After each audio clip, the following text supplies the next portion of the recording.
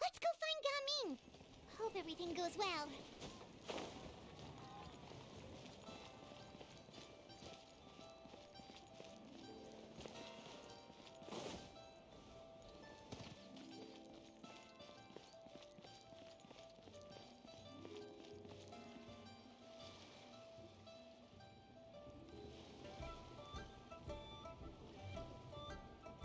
Hi, Gaming!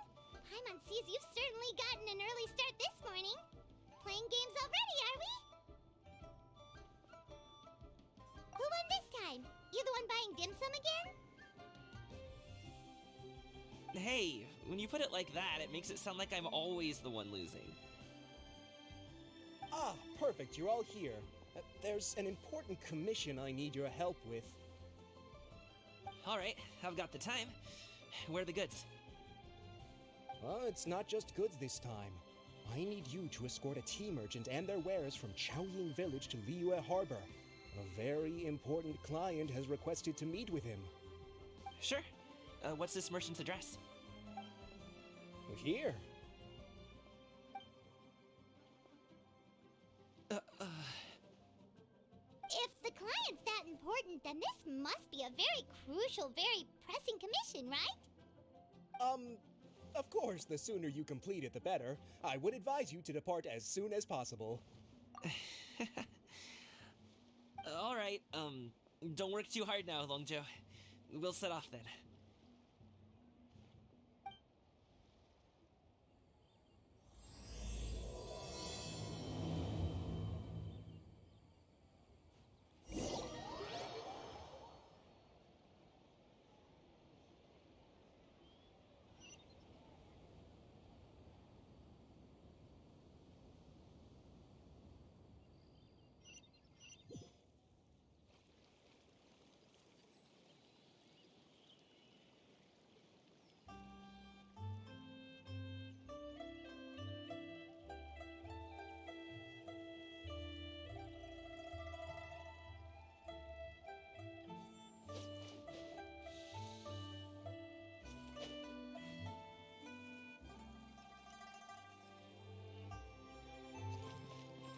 You're a bit quiet today, Gaming. Oh, do you want Paimon to tell a story? We're almost there. I'll take a rain check on that.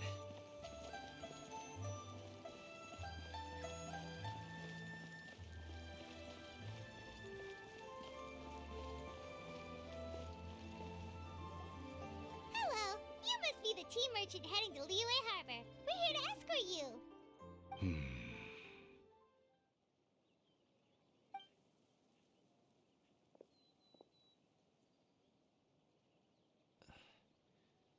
Dad? Oh,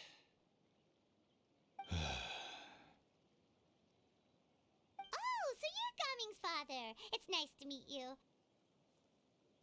Just leave this delivery to him. Trust Paimon, he's got this in the bag. Gaming is super good at what he does. Everyone at the Secure Transport Agency says as much. Even the Ministry of Civil Affairs has nothing but good things to say about him. Seems like you've made some sort of name for yourself at least. The goods are all in order? Yes, they're all here. Then let's get going. A very important client has asked for you by name. You kinda have to come with us. Paimon doesn't know how we would explain ourselves if you just didn't show up. Plus, you'd be missing out on a huge money-making opportunity. I see. I suppose I will have to trouble you all to escort me, then. Let's go.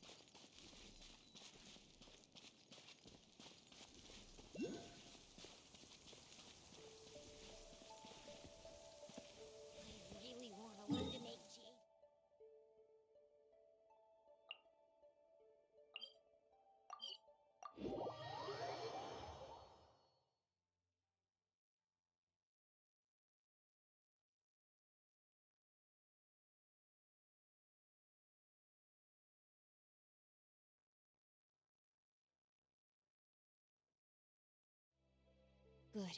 The rain has stopped. Any longer, my books would have gotten wet. Rain outlines your fate. Life goes on.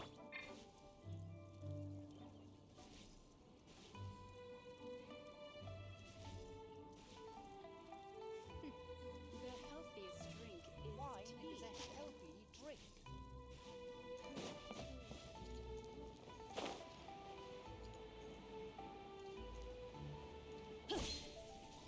We've been walking for so long.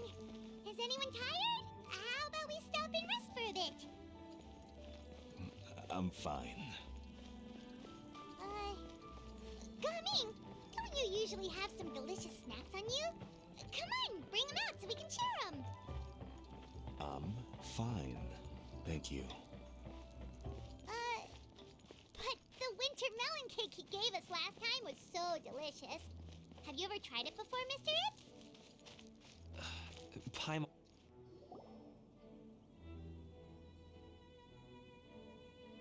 This place looks nice and open. Why don't you all rest here for a second? Huh? What about you? You're not going to join us? I'm not tired. I'll keep watch. Oh, but Just let him go.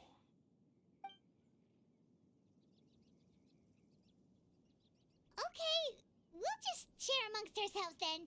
Did you know, Uncle Ip, that the flavor of these cakes changes depending on... Halt! Who goes there? It appears that one's movements were overly conspicuous. Enough of your musings. Focus. Focus on the matter at hand. Present your exquisite ornaments at once.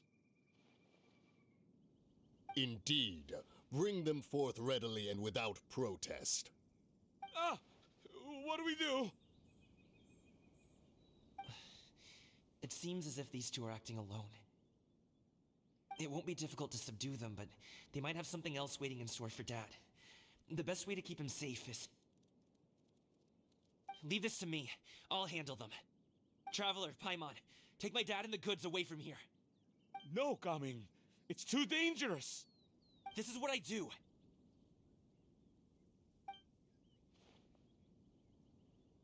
A thorny foe indeed. Let us depart and seek a target softer in blows and disposition.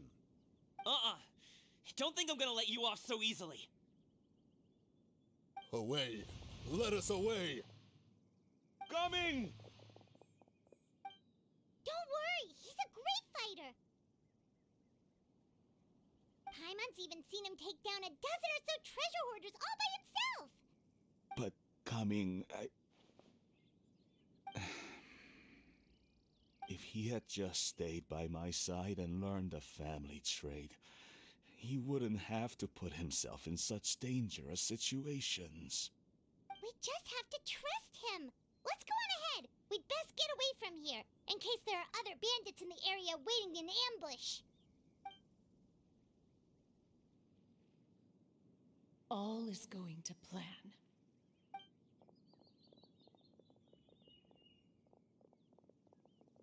Okay, we should be good to stop here. Youngli? Oh no, what is he doing here? Good sir, please, listen to me. Reel in your line and leave this place as quickly as you can. There are bandits in the area.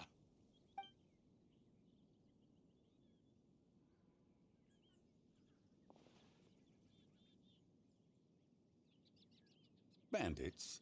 Acting in broad daylight?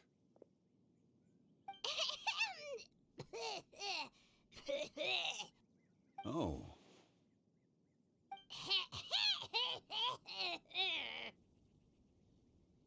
Ah, I see. It appears many people are catching a chill as of late. If your throat is bothering you, Paimon, perhaps some tea and rest are in order. Nope, no need. Paimon's fine. She just, had some cake stuck in her throat.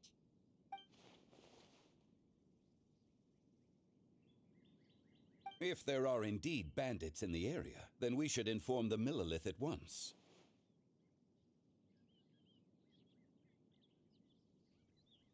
Oh? Well, if that's the case, such matters are best left to those with the necessary expertise, wouldn't you agree? I suppose you're right. If ordinary people like us got involved, we would only cause more trouble. Since we find ourselves otherwise unoccupied in this beautiful area, why don't we find a quiet place to relax while we wait for good news? That would be lovely.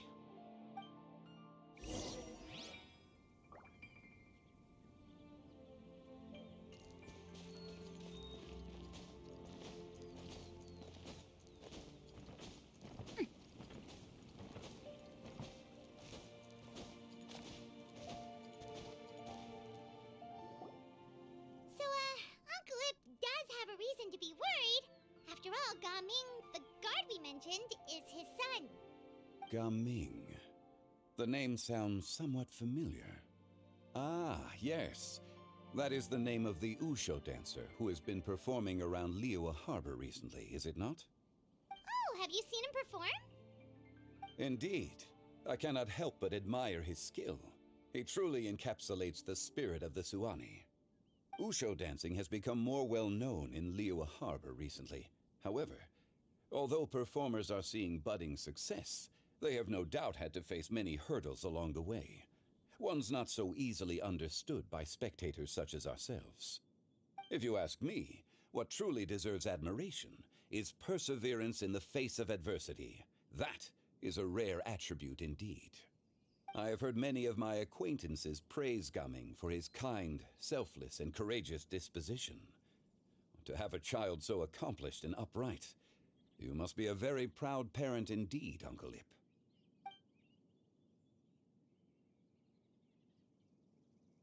Seems like Zhongli has decided to skip the formalities. Well, he's a hard worker. Yes. You should be sure to tell him you think that when he gets back. Your son is young yet. It's normal for someone his age to be a bit hot-headed. It's understandable to find talking about such things in person difficult. If there's a particular sentiment you wish to convey, perhaps we could pass it along for you. No. It wouldn't be right to ask that of you. This thing between us has festered for many years now. In truth, there are some things that simply aren't easy for us to talk through. I've been in the tea business for most of my life, and I always hoped my child would do the same. Otherwise, how would he support himself? Over the past few years, I heard how well he was doing for himself as a guard. How his work was taking him to farther and farther off places. I also heard that he never gave up on Wushu dancing. It made me happy. But I was also worried. When you're young, you can handle all that physically taxing work and manual labor. What young person isn't capable of making a living that way? My concern is what happens when you get old. Every time I get to thinking like that, I cannot help but be reinforced in the belief that I was right. That I was right not to give in. I often regret introducing him to Wushu dancing as a kid. If I had known how things would turn out, I would have never taken him to see those performances in the first place. It is only natural for a parent to strive to send their child down the right path. No one would begrudge you that sentiment, Uncle Ip. You need not worry. You seem quite young, Mr. Zhongli. Yet you speak with such wisdom. Perhaps I have misjudged your age. Your words are too kind. Truth be told, one of my old friends has several grown daughters. Rather than fretting about their future, however, she prefers to let them find their own way. Then she's more easygoing than I could ever be. I fear I lack such an open mind. I meant to say earlier, there is no need to be so polite. Feel free to call me by my name, Iptak. Sure. So, do you also think I fret too much, Mr. Zhongli? That's not exactly what I was hoping to convey. Only a fool would ask a parent not to worry about their child. But think of it this way. Raising a child is not unlike flying a kite. Hold the string too tight, and it can no longer soar. As my friend once said, if your children are aiming for the stars, clipping their wings will only cause them to come crashing down. You need to let out the line for a kite to soar. It seems I was too stuck in my ways. You need not reproach your heart for caring. You simply need to loosen your hold a little. Indeed, with such a big heart, why not allocate the time you usually spend worrying about Gaming to the pursuit of other things, like going for a stroll, drinking tea, or taking in the scenery? You never know what surprises could be in store. Things can change in the blink of an eye. The blink of an eye, you say? Do things change so quickly? Children grow up in quite the same way, do they not? Day after day, year after year, sometimes in the blink of an eye, but always when you least expect it. As a father, I'm sure you know that best. Yes, you can say that again. 1 second Gaming was a kid. The next thing I knew, he was ready to fly the nest. Zhongli certainly has a way with words.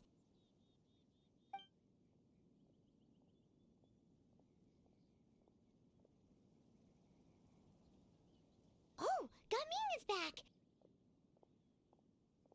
Hey, Gaming, we're over here! Dad, Traveler, Paimon. Good, you're all here. Oh, and Mr. Zhongli from the Wangsheng Funeral Parlor? You're here too? A fated meeting indeed. We were just enjoying some pleasant conversation.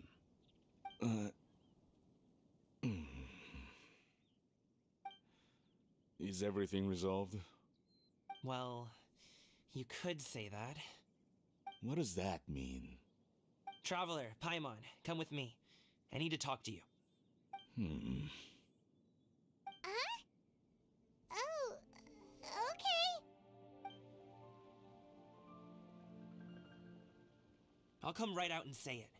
Those two bandits, you sent them, didn't you?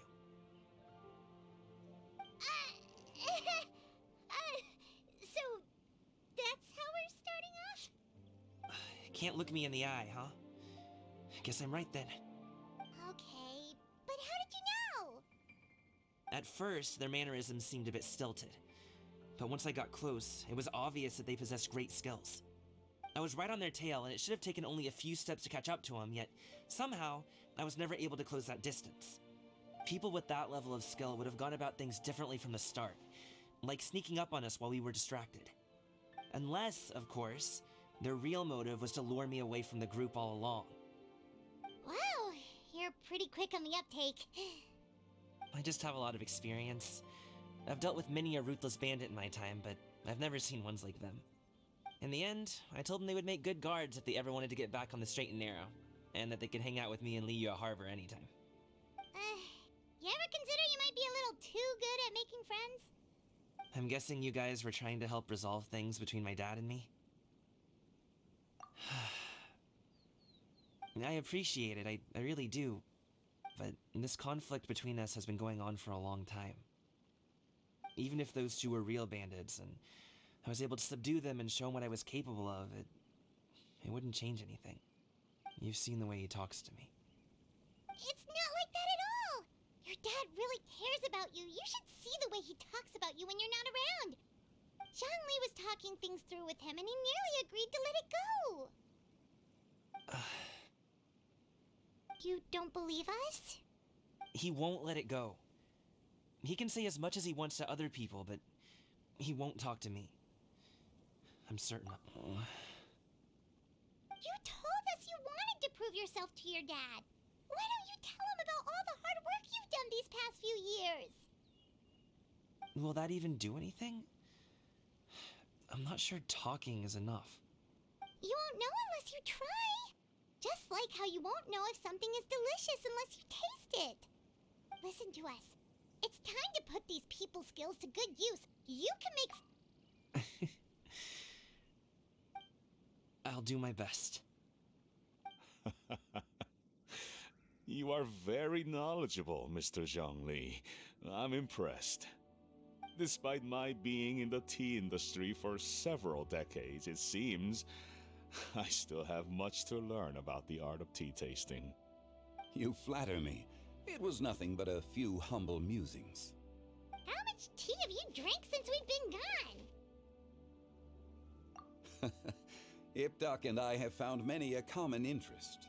Our friendship, much like a cup of tea, seems to grow stronger the longer it has to steep.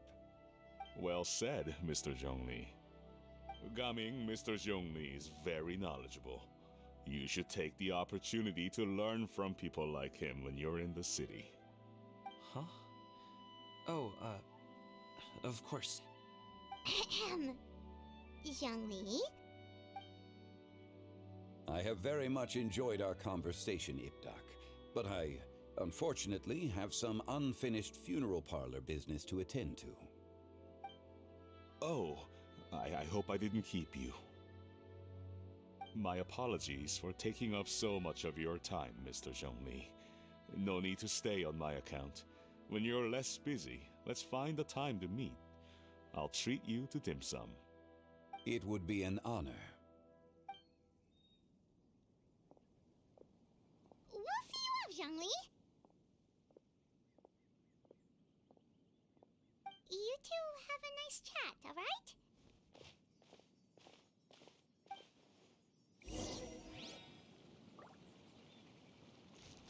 Time to act.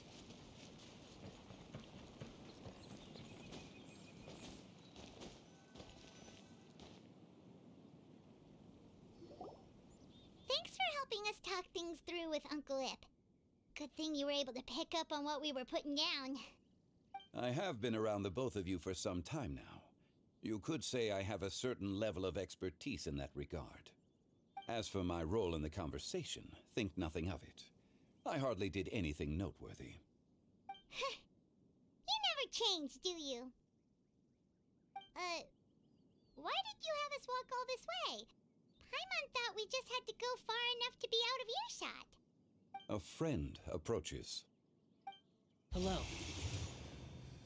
So, you're here too? I've been here the whole time?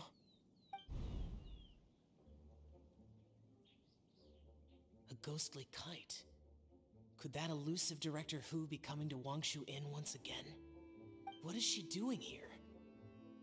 I suppose it matters not. Given her relationship with Rex, well, Zhongli, I might as well go pay my respects.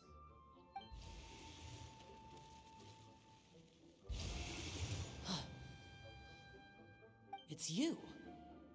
I thought you were Director Hu. Ah, your arrival is most fortuitous. Do you want to try out this new gadget? The addition of the power source makes the takeoff more stable. It's just that... He seems quite immersed in the study of this device. I fear it's almost too stable. It completely negates the pleasure of seeing one's kite sway with the wind. It's a bit of a shame. In truth, I'm here because Director Hu dispatched me to purchase some items in preparation for Lantern Rite. I see. Much like she does every year. Much like she'll do next year, I would imagine.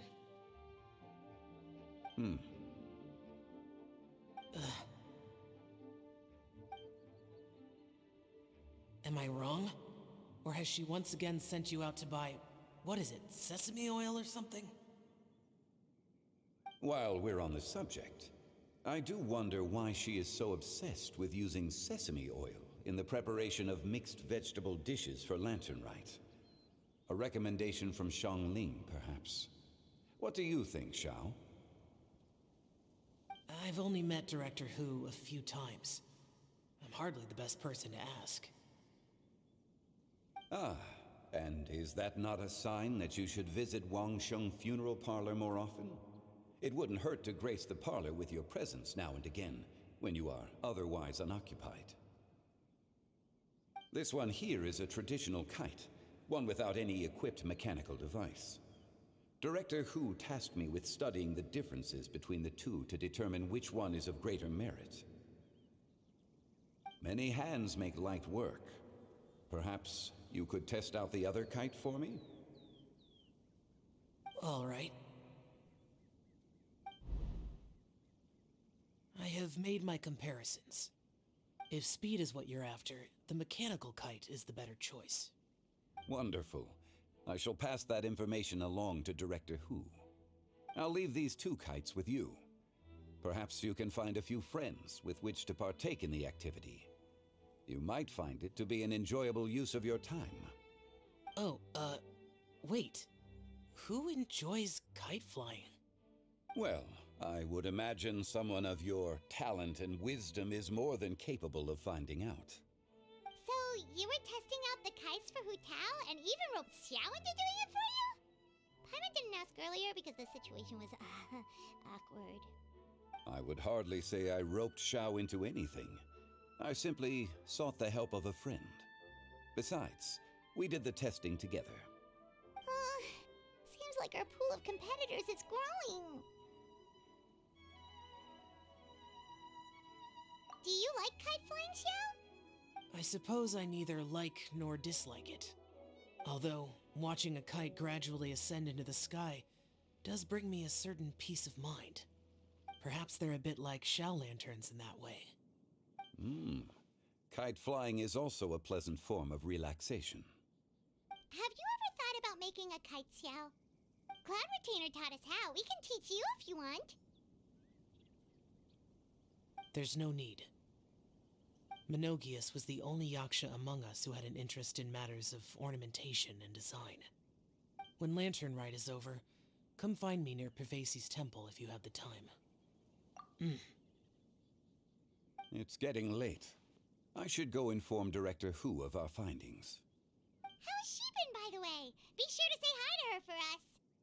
The last time I spoke to her, she mentioned that she would be visiting Chaoying Village in a few days. If you have the time, perhaps you could also make the trip. If you happen to run into her, you can pass along your regards in person. We'll keep that in mind. Take care, Xiangli. See you later. See you next time.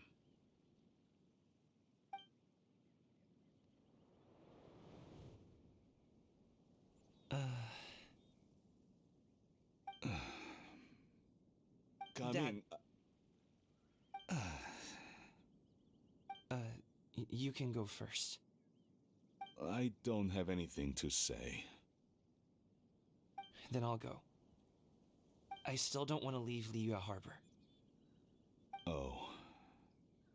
I can't say I support that decision, but...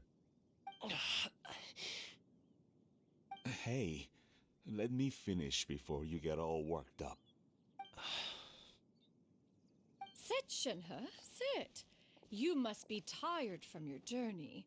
Shall I pour you a cup of tea, or would you prefer something else to drink? No need. I'm not tired. They're gone, Master. Perfect. The time is nigh for us to make an appearance. Do you remember the plan when recounted to you? Yes, Master. We aim to give them a demonstration of familial love. So I'll have whatever you are having. All right. What are Auntie Xianyun and Shenhe doing here? Just how many people are involved in this scheme? I suppose all I can do is just take a seat and see what happens. Perfect. I just so happen to have bought some sunglow tea recently. It's quite the delectable variety. Or it would be if one has not been forced to drink it every day in the hopes of whittling down one's considerable stash. One has more than had one's fill already. Oh, forget it. Such thoughts detract from the present need to keep up the conversation. Has work been busy during the holiday season? Do you need my help with anything? Drunk guests can sometimes cause trouble, but I deal with them as you taught me, by pinning their heads against the table. Are Auntie Xianyun and Shenhe serious right now?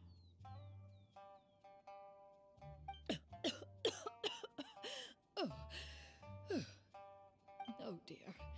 While one was busy orchestrating this act, one seems to have forgotten about Shenhe's various eccentricities. What I meant to ask was, have you made any new friends? We live so far from each other. It would be a great comfort to me to know you were surrounded by good companions. You already know of my past circumstances. Recently, I've been conversing with Guoba in the kitchen at night. Guoba can't talk, but his companionship is a comfort. The poor child. Her one friend can't even talk. I guess maybe Gaming is not doing so bad after all. Perhaps I've been too hard on him. Let's move on, shall we? Do you have any plans for today, Shenhe? How about we do something fun? That sounds about right. Take her to do something fun, and perhaps she'll loosen up a bit. Like we used to do when we would carry stones up and down the mountain from dawn until dusk, picking herbs to eat for dinner along the way? If that is what you ask of me, then that is what I shall do. Dad, here, have some tea. Or no, wait, let's not have any just yet. Yeah. I simply can't listen to that any longer. Coming, I'd like to finish what I was trying to say before. I don't support your decision to stay in Liyue Harbor, because living there is too hard on you. If you come home, there will be people to help you. I'm not saying we have to live under the same roof. I know our personalities are too similar to avoid butting heads. But you'll have your entire family around you. Your aunts, uncles, they'll all do whatever they can to help. You could get a less taxing job, and we could grab dim sum together from time to time. I didn't know dim sum was such an important affair, Master. Shh. Just think about it, okay? You don't have to decide now. Dad really has changed a lot. He would never have said these things to me before. But thank you, Dad.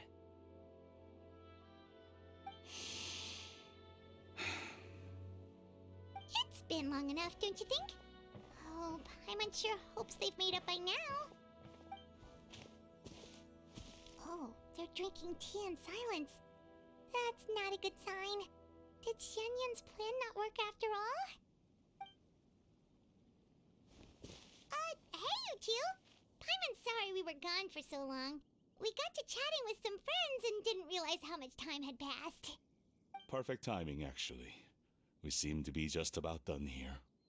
Yep, let's go. I'll get the bags.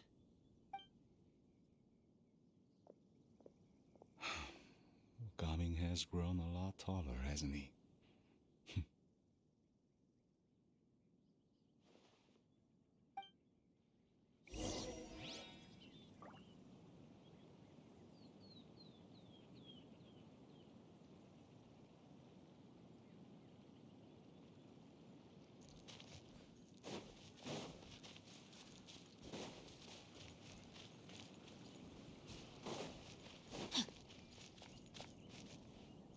Master, did I say something wrong earlier? I tried to go along with your questions, but when I saw how you and that man reacted, I started to wonder. Not at all. Certain unforeseen variables may have presented themselves along the way, but the outcome proved favorable. The plan was a success. Then I helped? Naturally. Your purity of spirit is one of your greatest strengths, Shenhe. You need not change who you are.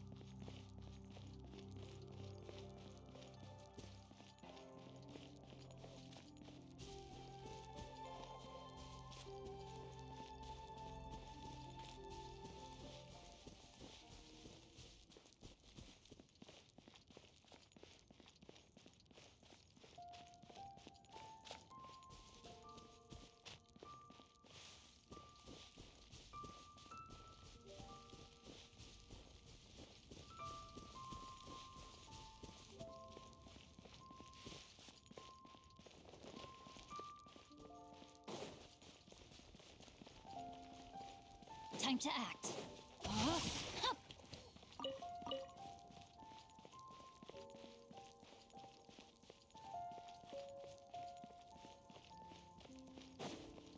Body and mind.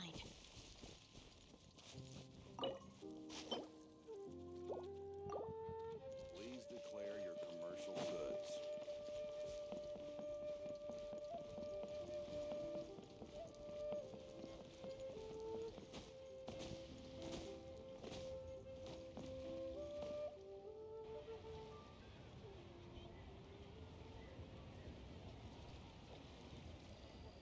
You must be Mr. Ip! Thank you for coming all this way. My name is Charlotte, and I'm a reporter from Fontaine. You can find me writing for the Steambird. I invited you here not just to purchase your fine tea, but also with the hope that you might be willing to sit down for a short interview. What do you say? An interview? To advertise my teas? My suppose you could think of it that way. We Fontanians are big tea drinkers too. The Fontaine Market. Then I'll need some time to adequately prepare. Perhaps we could sit down and discuss the questions you intend to ask in advance. Of course, of course. Please follow me.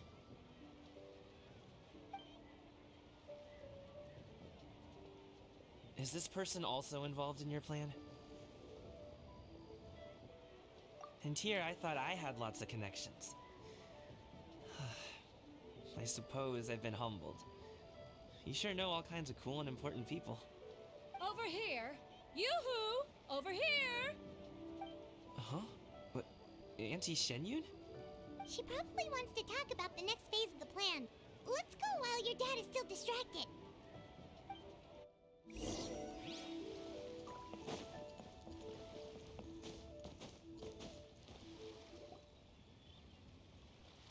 I take it that all is going well? Don't worry, Shenyun. Everything is going according to plan. I knew it. I knew that was all an act earlier. Auntie Shenyun is really something. She was so determined to help me. She didn't even care about making herself and Shanka appear foolish in front of my family. She truly knows how to look out for others. I still have a lot to learn. As for the next step... Oh no! What's wrong, Gaming? Don't tell me you're the ones footing the bill for all that tea. I can't let you do that. Fret not. Reimbursements will be made. Exactly. Think of it more as an investment, as Ningguang would say. We pooled together the Mora so that Charlotte could place the order. She's gonna bring it back to the Steambird as a gift, as well as a sample of the regional specialty. Fontanians will probably fall in love with your dad's tea as soon as they lay their eyes on Charlotte's article. And once all the money from the new orders begin to roll in, getting our Mora back will be a piece of cake. Oh, okay. Business-related matters always seem to go over my head, but I refuse to let you all lose more on my behalf. I'll pay you back right now. We can talk about such matters at a later date. There are more important matters for you to consider at the moment, are there not? Yes. I've been thinking about it the whole way here. I have an idea, but I'd hate to cause even more trouble for all of you. That is for us to decide. Yeah, we're all friends here. Plus, we wouldn't be here if we didn't want to help, right? Just tell us about this idea of yours. Okay. So, it's like this.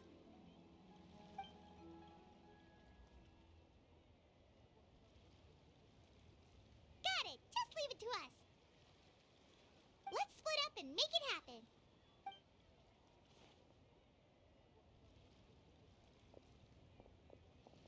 We need to do those things we talked about, but we also still have the kite flying competition.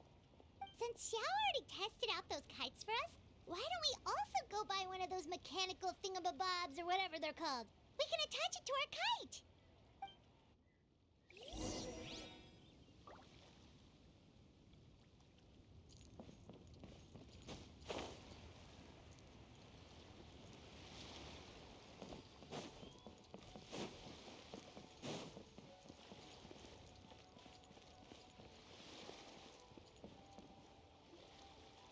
Again? Welcome back! I see you returned from your trip. I really do have to thank you for all your help from before. Thanks to you, my daughter was able to build a kite with her grandmother that very same day. She even wrote a long letter telling me how much she loved it. Oh, you should really be thanking Gaming, not us. I'll be sure to. And are you here to buy a kite? Please, take your pick. Oh, we already have a kite. We wanted to buy one of those, device thingies from Fontaine. Do you sell them separately? Ah, yes. Here you go. Please, take it, free of charge. The directions are in the box. It's not hard to install at all. It doesn't feel right for us to just take it. Well, nor would it feel right for me to take your Mora. Good luck in the kite flying competition. I'll be rooting for you. All right then, thank you.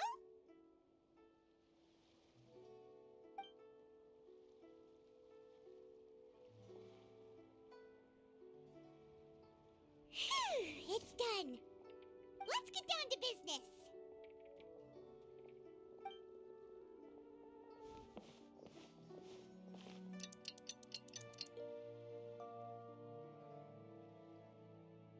Looks like we finished everything we needed to do. Let's find a good place and put this thing into the sky.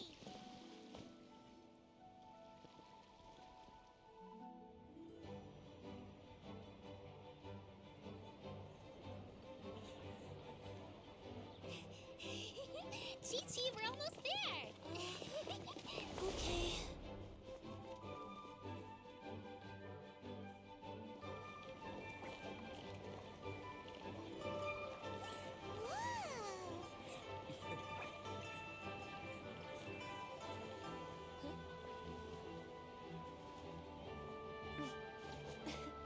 Come here, allow me.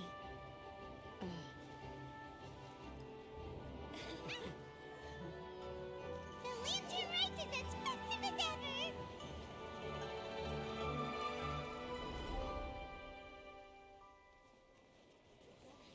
Huh? Oh, what's going on? Did something happen? What should we do? Oh, should we get the Millilith?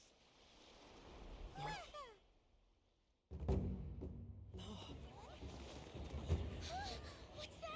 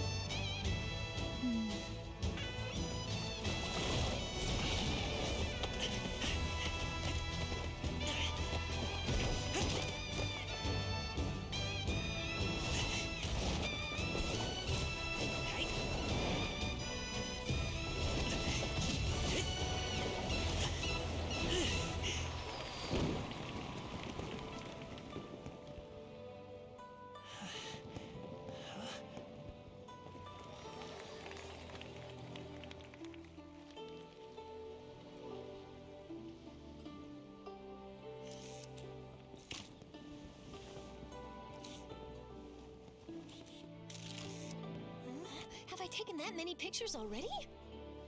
I need to load more film.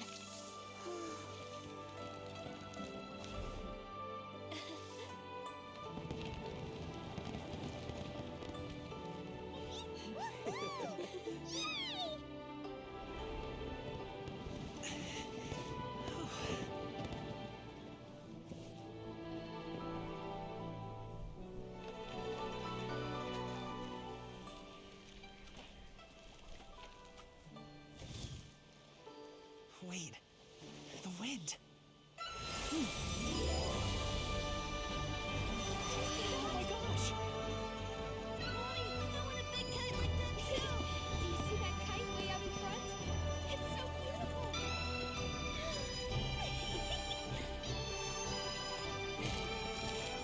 Happy Lantern Rite. Happy Lantern Rite.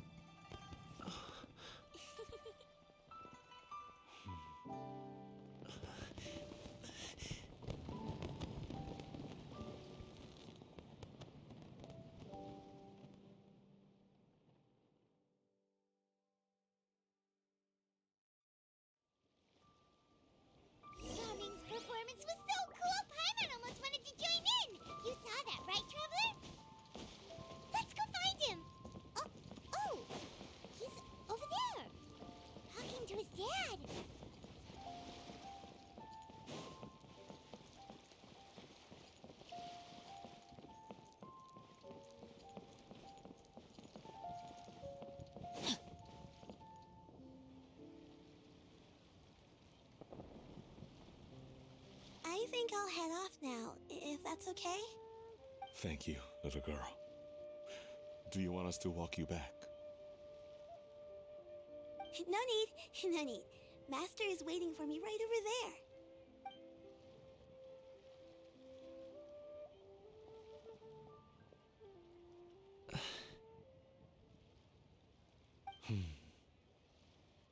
Dad.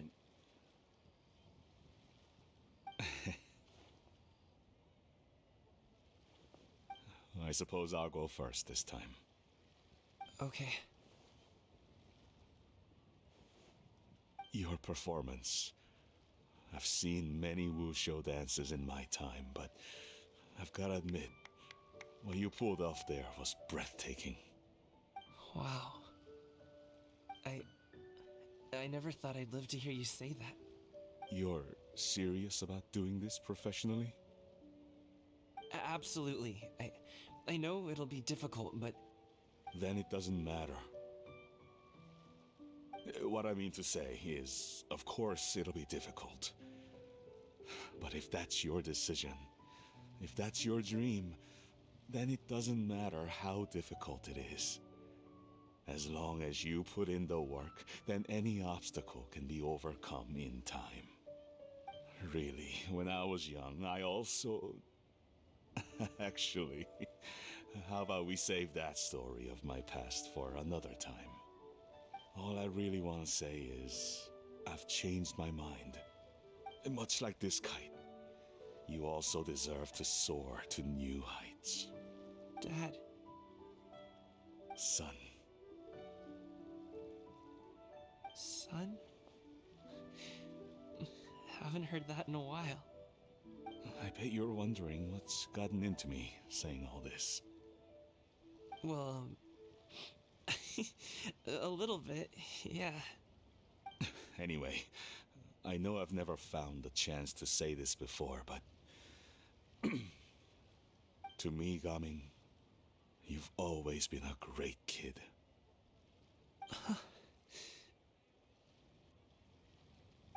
Alright, that's everything I've got. Did you have something you wanted to say, or...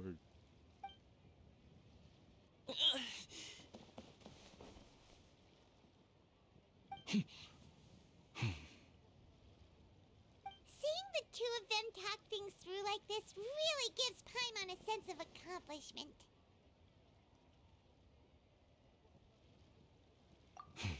Now go. Over there. Your friends are still waiting for you. Huh? But you came all this way. I'll be staying in Liyue Harbor for a bit longer. When you have time, we can grab dim sum together. Your treat, right? Dad, honestly. Go. Okay, then I'm off. See you soon.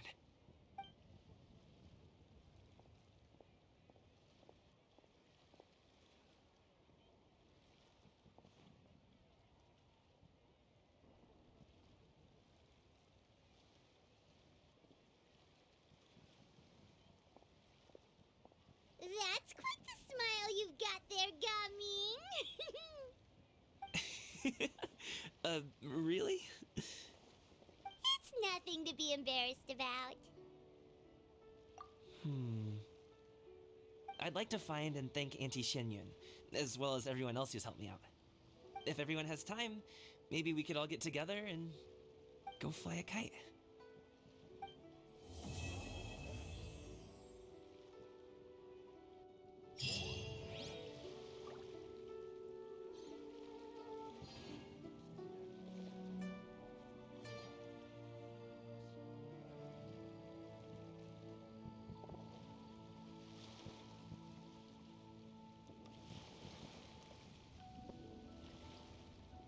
Oh my goodness. Oh my gosh. Wow. Huh? All will be revealed in the next volume? Oh, drat.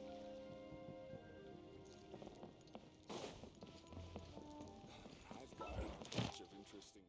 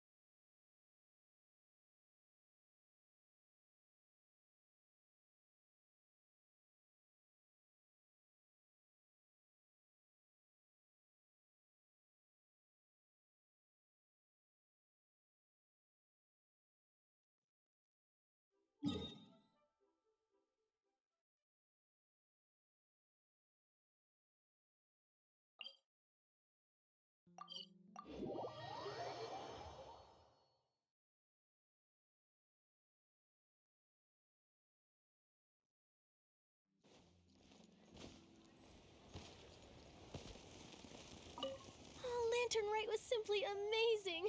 I'm not sure I'll be able to sleep tonight. Oh, that? Yeah, interesting story. It was invented by a guy from Fontaine. His name is Ildison. He's always tinkering away at some mechanism or another. He's even asked the Steambird to write about his inventions on more than one occasion. I believe I have a direct quote from him about this particular one. Yes, here it is. The device is powered entirely by mechanical components without the need for any additional energy source. Basically, it's a manually operated cranking device. How high it can fly entirely depends on how much force you can exert. Combining this invention with a kite. What a great idea, right? Oh, my conversation with Mr. Ip went really well. I've already sent the first draft of my article back to the Steambird. It's a piece that contains all the pertinent information while also telling a story. I'm quite proud of it. Oh, that reminds me. I should thank everyone who made this possible for me. Especially that spirited lady with those peculiar turns of phrase. Miss Shenyun was her name, right? It was all thanks to your connections and creativity. I would have never thought I'd be able to bring such a special gift back to Fontaine with me. This was my first time experiencing a foreign holiday in person. It was so exciting! The festive atmosphere, the contagious holiday spirit, the profound, storied cultural traditions steeped in symbolism. Oh, I almost forgot. Kuching even gave me a kite with a poem on it that she wrote herself. It goes, "Dreams are like paper kites. With them do our hopes take flight. Sailing high above the clouds, they yearn for something more profound.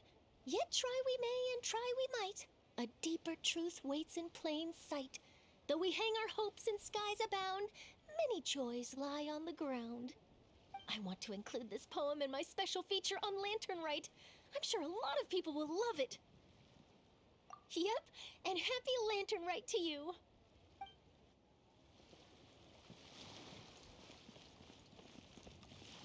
Time to act.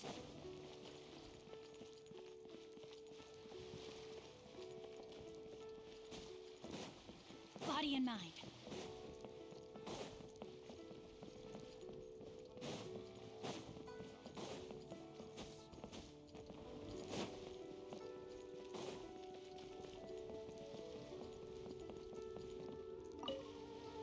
Given your present countenance, one presumes you are missing some old friends again.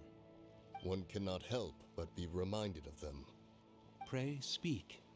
Unburden yourself of these sentiments.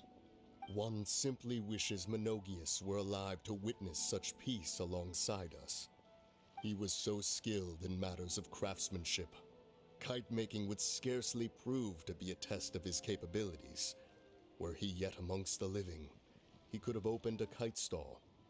One is certain it would have been an establishment rich not only in profit, but also esteem. And if, as in the past, he were unable to involve himself in matters of the mortal realm, we could sell the kites in his stead. When we finished, we could bring him back wine and partake in drink and good company. Mooncarver, those are now but fond moments in our memories. Indeed. The dead are gone, so, as the representatives of the living, let us take in the sights for a bit longer, if just for his sake.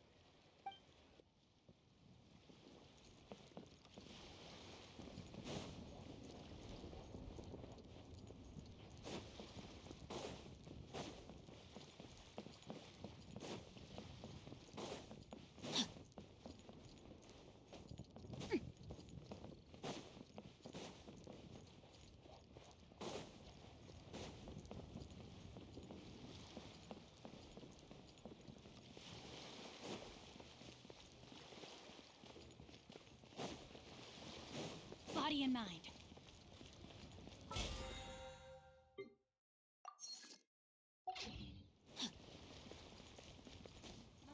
Come see the kites.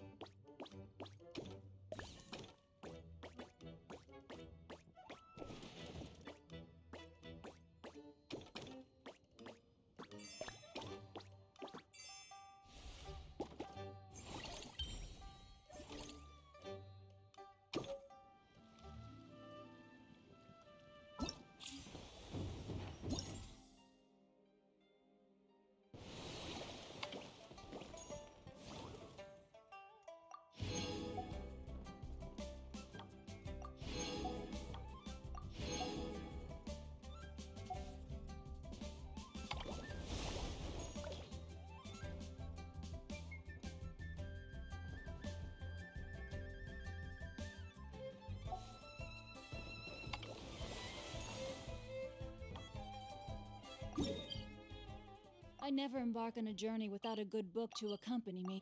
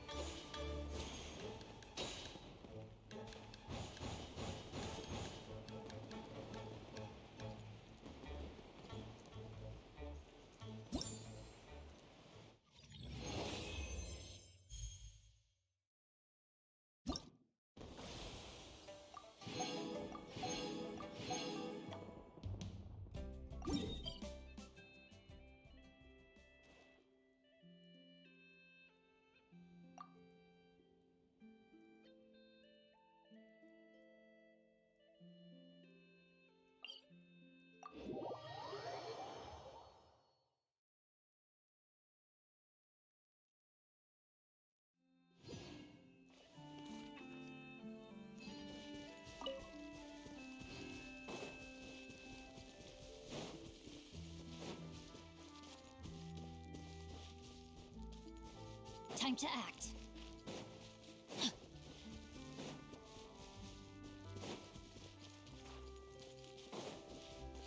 Time to act.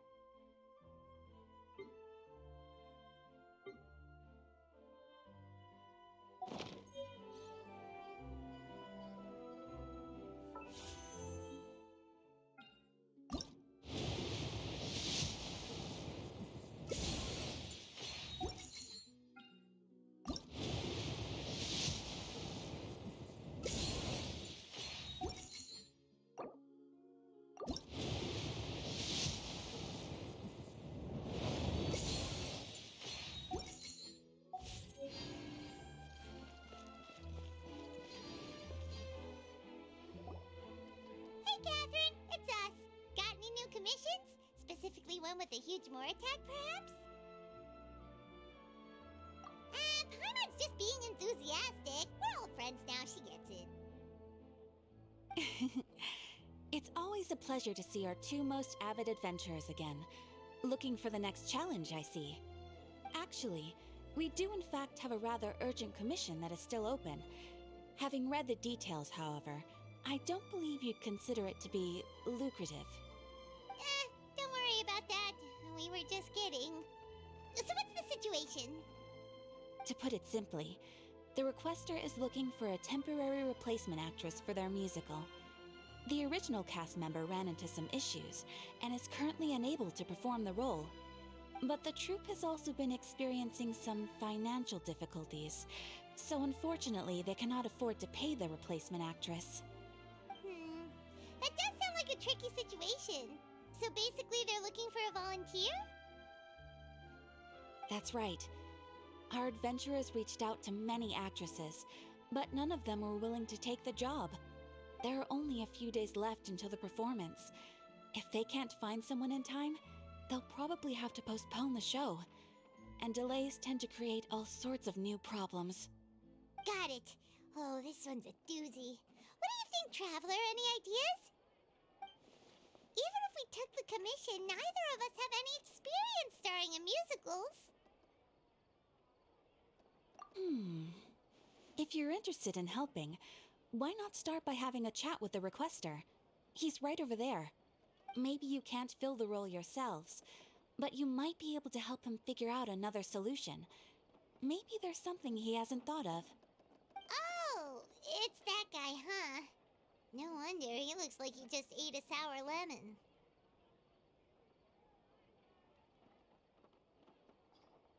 Paimon approves! Let's go! Hello there! Are you the guy looking for a new actress? Wait, I know you two! Are you really willing to act in my musical?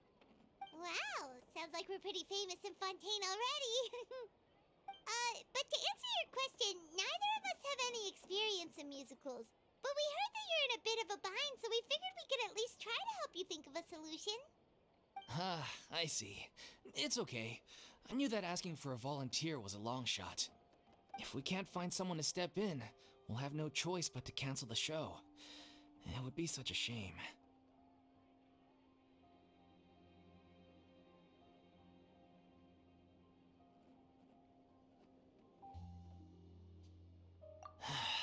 That's the thing.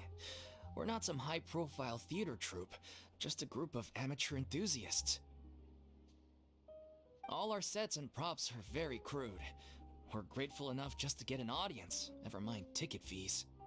If we had a way to make this profitable, things might have turned out differently. But now, it looks inevitable that we'll disband. Disband? You're splitting up the troupe?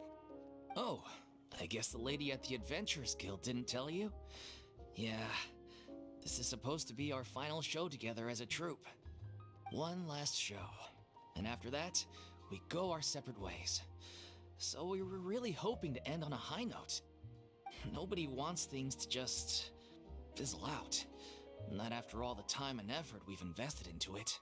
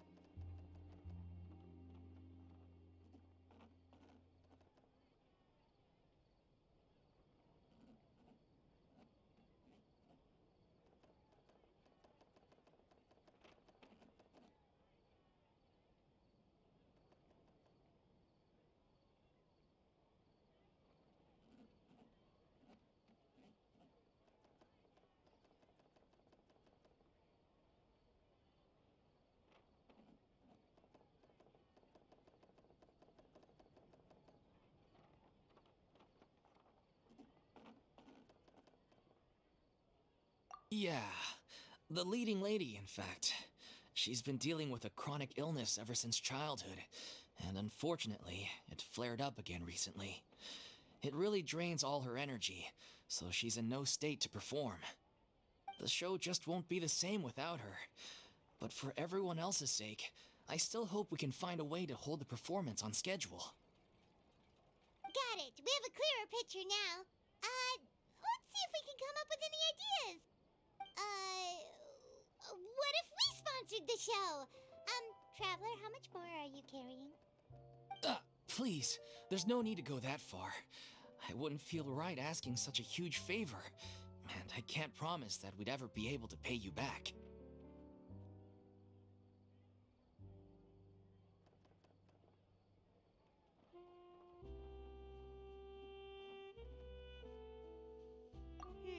Good point.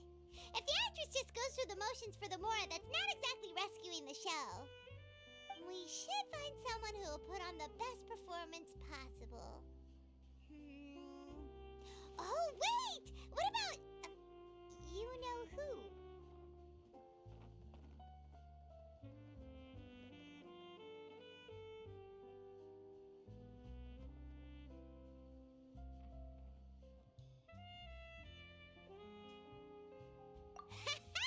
That's how you know we're the best of partners. Anyway, she should have all the free time in the world right now. She's really good at performing, and she was once super popular with the crowd. Performing in a musical should be a piece of cake for her. Who are you thinking of? Sounds like someone famous. Her! You're... That was a joke, right? Nope. Paimon doesn't actually know if she's performed on stage before, but Paimon's pretty confident that she'd be really good at it. You're not wrong there. She has actually performed in a number of big-name shows before. They were one of the reasons she was so popular. But even if she's no longer the Hydro Archon, it's not like she's suddenly a commoner. She's still an idol to many people in Fontaine, including myself. I just think Lady Farina might feel a bit out of place in an amateur troupe like ours. Well, yes, but... Huh. Fair enough. I mean, if she was actually willing to, then of course I'd be honored to have Lady Farina star in our show. I'm sure the rest of the troupe would be delighted too. I'm sure everyone in our troupe has probably dreamt of performing on stage with her one day. Of course, it all depends on whether she's interested. She might consider this opportunity beneath her. No point in stressing about that. We'll only know if we ask her. Besides, things are different now. There's no reason for her to be all high and mighty anymore. Thank you for your help. I guess I'll just stay here and wait for the good news. Good luck. Wait, where does Farina actually live nowadays? She used to live in luxury at the Palais Mermonia, but she's, moved out, right? As it happens, I have her current address here. I can provide it to you. Woo! When did you get here? I came over when things were starting to sound more promising. I thought I should be at the ready in case my assistance is needed. It is my duty to support commissioners in any way I can. Thank you, ma'am. Thank you so much. Well, now that we've got the address, we'll go find Farina. Back in a jiffy.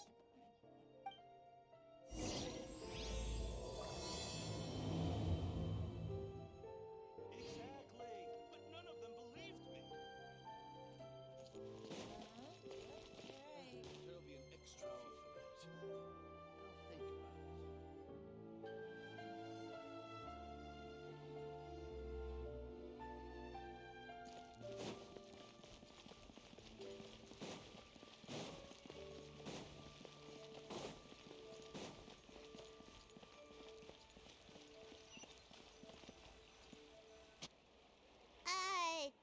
Did Catherine really give us the right address? She lives here? Not that there's anything wrong with this place, it's just, a bit of a step down from the Palais Mermonia. You know, It's common courtesy to make sure the homeowner isn't in earshot when you're denigrating their abode. Ah! Okay, when did popping out of thin air become all the rage? First Catherine and now you? I was just out on a shopping trip.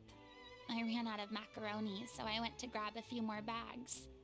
I used to have a much wider range of choices when it came to food, but now I'm finding that simple, traditional home cooking can be quite delicious too. Not at all. As long as you have different kinds of sauces in, you can have macaroni and tomato sauce one week, macaroni and bolognese the next. Oh, sounds like you're really struggling to cope.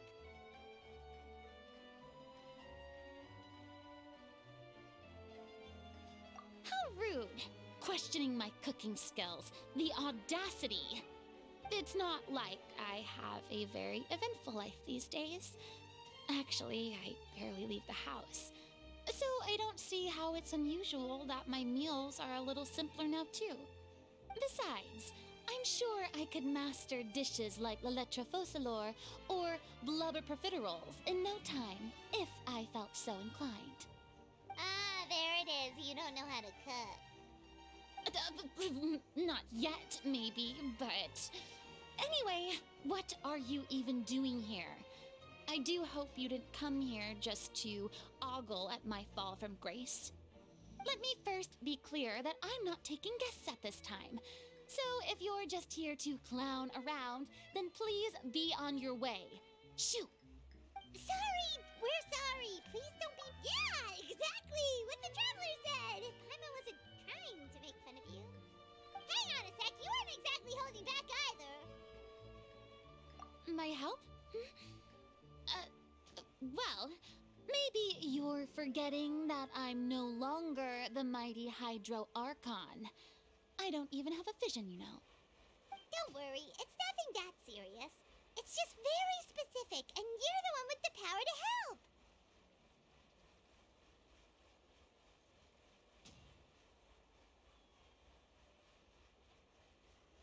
Oh? Well, if that's the case, then fine. I'll spare you the lecture about your attitude just now. So tell me, what specifically makes this matter so specific? Ah, I see. I knew you couldn't have come all this way just to amuse yourselves at my expense. After all, I was once the brightest star in all of Fontaine, well versed in all the various performing arts. A mere musical is well within my capabilities. But given the present circumstances, I'm afraid I must regretfully decline your casting request. How come? It sounds like this would be a breeze for you. True, but I have made a decision to retire from the stage. Although I am no longer required to play the role of the Hydro Archon, the time I spent inhabiting that character has left an indelible mark on me. Centuries of pretending to be a different person changes you completely. I'm not the same person I once was. Of course, that can't be undone now. It's too late, and I have no intention of reinventing myself all over again. But at least I can say that I no longer desire to play any new roles. Paimon can understand, but this is just a one-off part to fill in for someone who's sick. Surely that's okay. Whether it's a one-off or not, it's a boundary that I've committed to no longer cross. If I make an exception to the rule now, I'm just leaving a back door for myself, which would be the same as not having a boundary in the first place. So I'm not going to perform, and that is that. Okay, guess there's no convincing you. Well, is there anything else we can do to help out the troupe? Otherwise, they'll just have to disband without any fanfare. Do you know any other actors who might be interested in the role? Nope. Short and to the point, okay. I've never been great at maintaining relationships. Besides, anyone I've ever worked with probably couldn't wait to get rid of me. Since I'm just an ordinary person now, they'll probably just laugh in my face if I go asking them for help. True, but I mean, could you even blame them? I show up out of the blue, begging and groveling for their help with a show they won't even get paid for? Ooh, no way. I'm dying from embarrassment just thinking about it. Nope, not happening. Well, is there anything else we can do? This performance really means a lot to the guy we're working for. Have I not made myself clear? You're barking up the wrong tree. I don't want this job, nor do I know of anyone else who would. Sorry. I didn't mean for that to sound so harsh. I wish I could help, really. But if I thought I had the answer to this problem, I would have said so by now.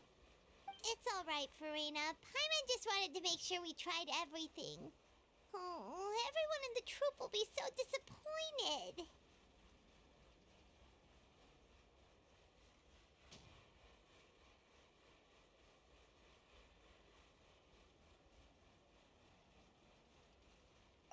Yeah, I guess that's all we can do now. All right then, we'll see you around, Farina.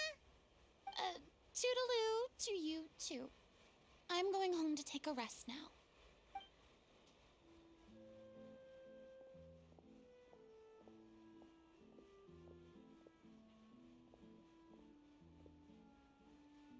Oh, Paimon almost forgot! Didn't Zhongli say Hu Tao was also planning on spending some time in Xiaoying Village?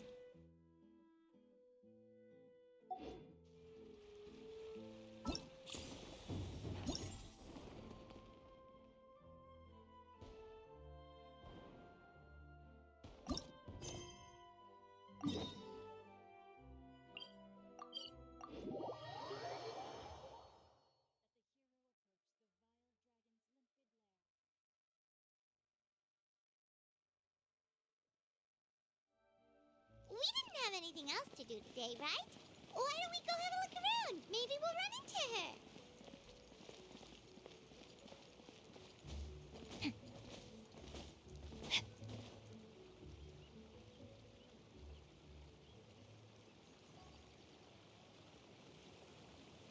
The mountain air is so refreshing. It makes Paimon feel like she could float around all day and never get tired. Cream! Gummies! Fuel fruit!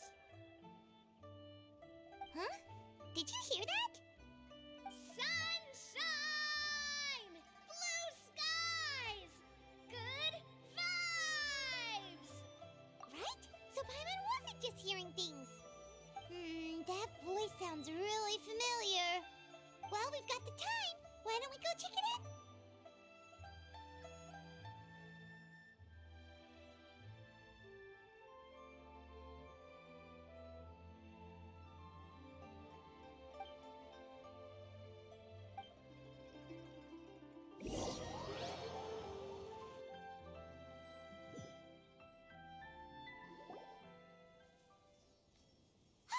What are they doing here? Navia, Clarande! Ah, well, if it isn't my dear partners. See, I told you that something good was going to happen during our travels today. I have to say, sometimes the Steambird's astrology column is spot on. It's just your lucky day. Are you guys also here to catch the festivities? Oh, and that reminds me, Happy Lantern Rite! Happy Lantern Rite. Happy Lantern Rite to you, too! Wait, if you're here for Lantern Rite, then what are you doing on top of this deserted mountain? And that voice we heard, that was you, right, Navia? Oh, impressive. You could tell it was me from that far away. You've got good ears. That or your voice is just really loud. Well, of course it is. After all, I'm a boss. Indeed. I suppose it's an asset. Sure is! Having a loud voice is a handy tool when it comes to communication. Wait. That wasn't even Paimon's point. Paimon just wants to know why you two were shouting from the top of this deserted mountain. There was something about almonds, maybe? And buell fruit? Ooh, is it some sort of secret code? No, it's not a code. The words are meaningless. Perhaps, but the act of shouting was very meaningful indeed. That's just what mountain climbers do, right? After all the hard work it takes to make it to the top, as you stand on the summit looking out at the vast scenery, it's not easy to resist the urge to release those emotions. Exactly. You get me, partner. I was afraid that it would cause a disturbance, so I asked the locals around here, and they said it was fine. Apparently most hikers like to shout when they get to the top, so the locals are used to it by now. So, you see, it's not just me. I guess everyone shouts from the top of a mountain at some point in their life. Speak for yourself. When you're stressed, don't you ever just get the urge to do something for no reason? Not really. If I ever get stressed, I just go hunting. Oh, that's a pretty good way to relieve stress.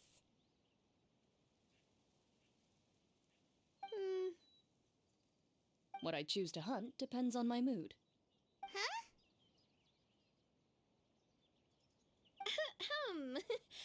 Anyway, why don't you two give it a try? Shout anything you want. It's a real stress reliever. As long as Paimon has clothes on her back and food in her belly, Paimon doesn't think there's any stress that needs relieving.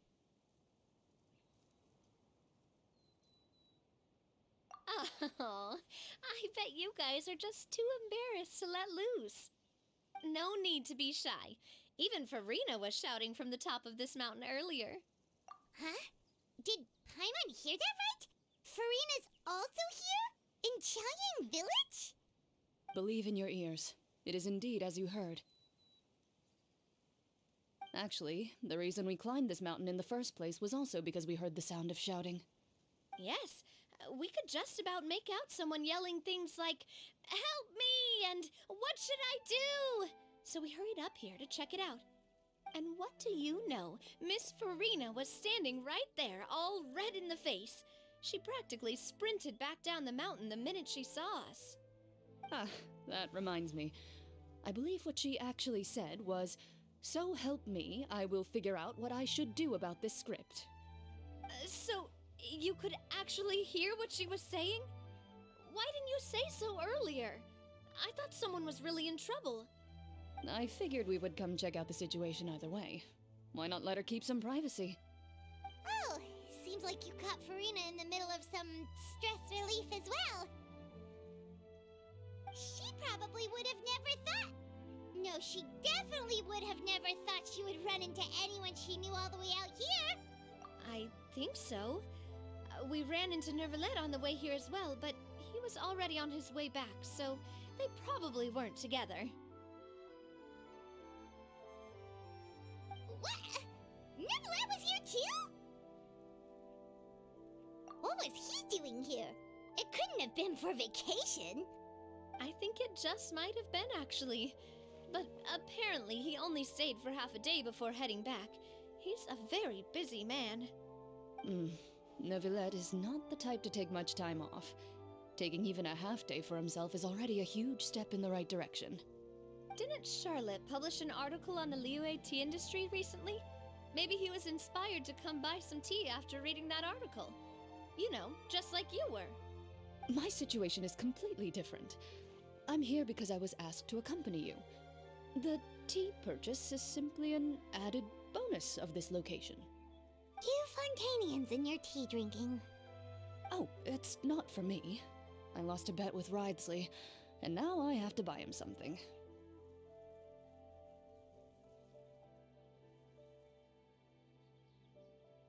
It was just a spur-of-the-moment sort of bet. Ridesley gets really invested in that sort of thing, but he couldn't care less about what he wins in the end. You could give him mint plants that you plucked from the side of the road, and he wouldn't even mind. If only he was that easygoing when it came to talking business. In any case, I'm pretty sure the tea you bought is this region's specialty. What is it called again? Nervalette even mentioned it. Yes, that's the one. You didn't really buy 10 boxes, did you? Please, do I look like someone who would fall for that sort of marketing trap? That reminds me. You guys said you only came up here because you heard my voice, right? I hope it didn't put you out. You must have had other plans for the day. Oh, that's right. Who tell? A few days ago, we heard that a friend was going to be in Chaoying Village, so we decided to come and see if we could run into her. Oh dear. We've been chatting for quite some time. That's good.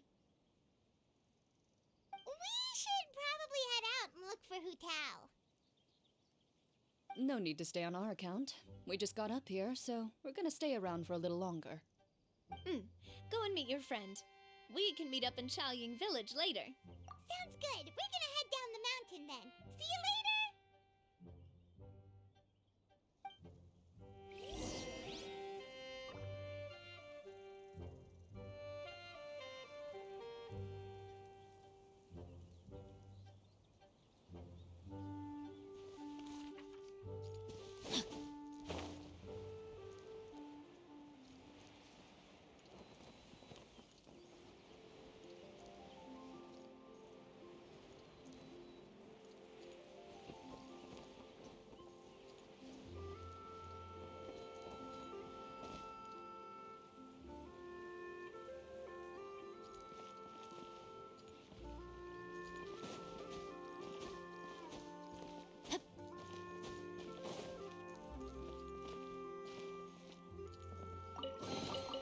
I hope we find long-lost ancient literature.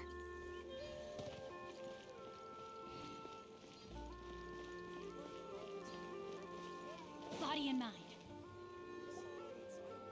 Chaoying Village is known for its tea, but you know what else they have with tea? That's right, dim sum! Didn't Gaming say something about dim sum being eaten in the morning?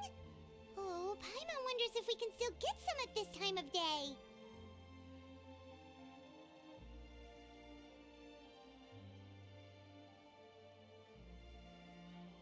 Oh, well that's fine too. Paimon doesn't care what kind of tea it is as long as it comes with some tasty snacks. Now, let's see what kind of yummy things we can find around here. Paimon's not seeing things, is she? Is that Farina standing between? Wonder what they're talking about. Zhongli knows a lot of stuff. Maybe he's telling Farina about Chaoying Village. Oh, or maybe Hu Tao is trying to rope Farina into being one of her clients. Hey, this isn't the Fortress of Meropide. But Paimon could be convinced for the right price. Let's say loser buys the winner 3 huge bowls of seafood kanji. Since Zhongli is there, Paimon bets things are pretty tame. It's decided then. Paimon votes for tour guide Zhongli. All right, no time to waste. Let's go see who's right.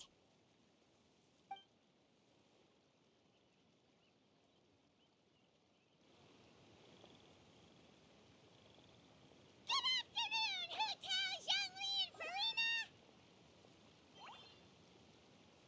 Oh, great. Now Paimon's shouting too. Oh, well, aren't you a sight for sore eyes? Seems like our luck just keeps on growing. That we were able to meet you both without prior arrangement must mean that this is quite the serendipitous meeting indeed. Huh? Oh, so both of you are acquainted with the traveler in Paimon then?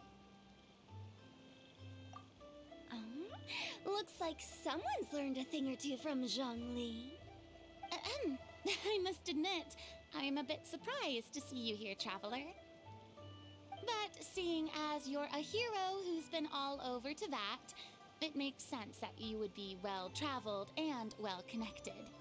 Since we have found ourselves in each other's company within this fertile land, allow me to take this opportunity to wish you a happy Lantern Rite. It appears you have been to Fontaine then. Given your proclivity to spread good deeds wherever you go, It's no surprise that you would make the acquaintance of a celebrity as illustrious and celebrated as Miss Farina. That's quite high praise. What I mean to say is, you flatter me, Mr. Zhongli. Although I've built up a certain following within Fontaine, it is no reflection of strength or wisdom. I stand before you right now as nothing more than an ordinary traveler in search of beautiful scenery and creative inspiration. There is definitely more to Mr. Zhongli than meets the eye. I could tell as much from our conversation earlier. Given his breadth of knowledge on both academic and worldly matters, there's no way he hasn't heard about what happened in Fontaine. Is he just feigning ignorance for my benefit? No. You're no common tourist. I simply won't have you talk about yourself that way. Oh, does that mean Hu Tao also knows? You may not have heard, friends, but... Miss Hu Tao. Miss Farina is now one of my esteemed clients. Yup.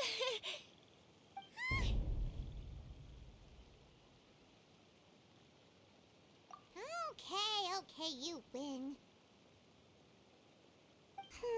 Guess Paimon will have to break into the hidden stash at the bottom of her shoe.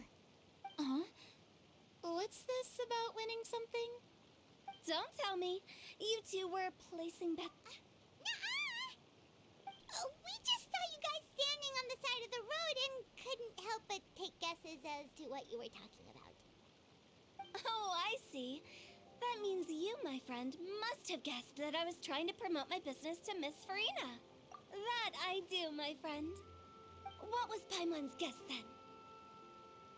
Paimon thought Zhongli was showing the newbie around. By newbie, you mean me, right? If that's the case, then Paimon's guess was also correct. Oh, that's right. Mr. Zhongli was telling me about some great sightseeing spots in the area. Ha! You see?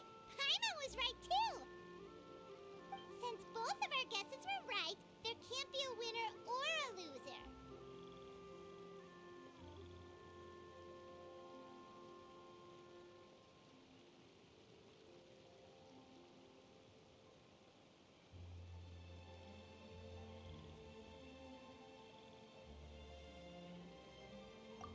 Hey, don't be upset, traveler.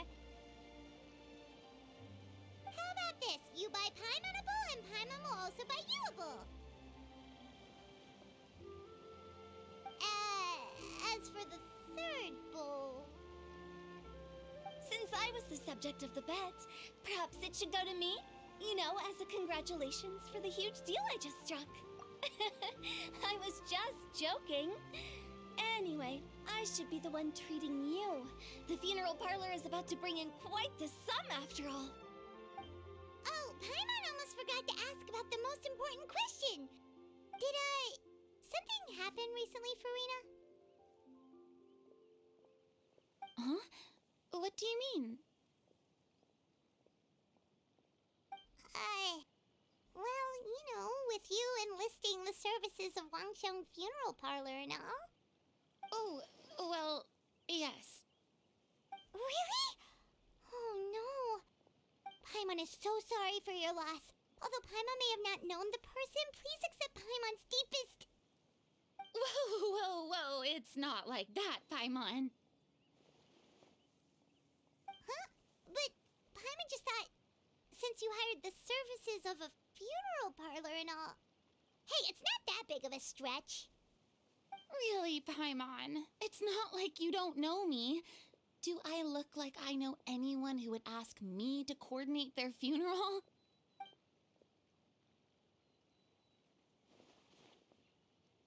Miss Hu Tao is simply helping prepare some props for my film.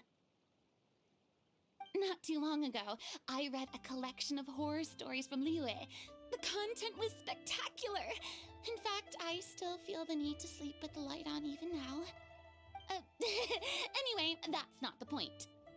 Now that Fontaine's biggest star has returned to the stage, I figured it's about time the industry enjoyed a breath of fresh air.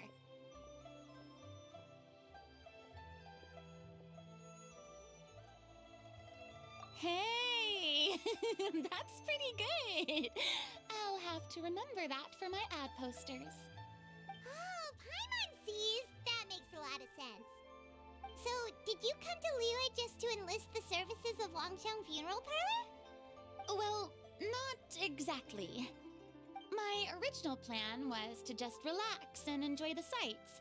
But then I ran into Miss Hu Tao and Mr. Zhongli, and well, you know the rest. I suppose it was meant to be. It was a fated meeting indeed. Zhongli sure loves his lofty turns of phrase.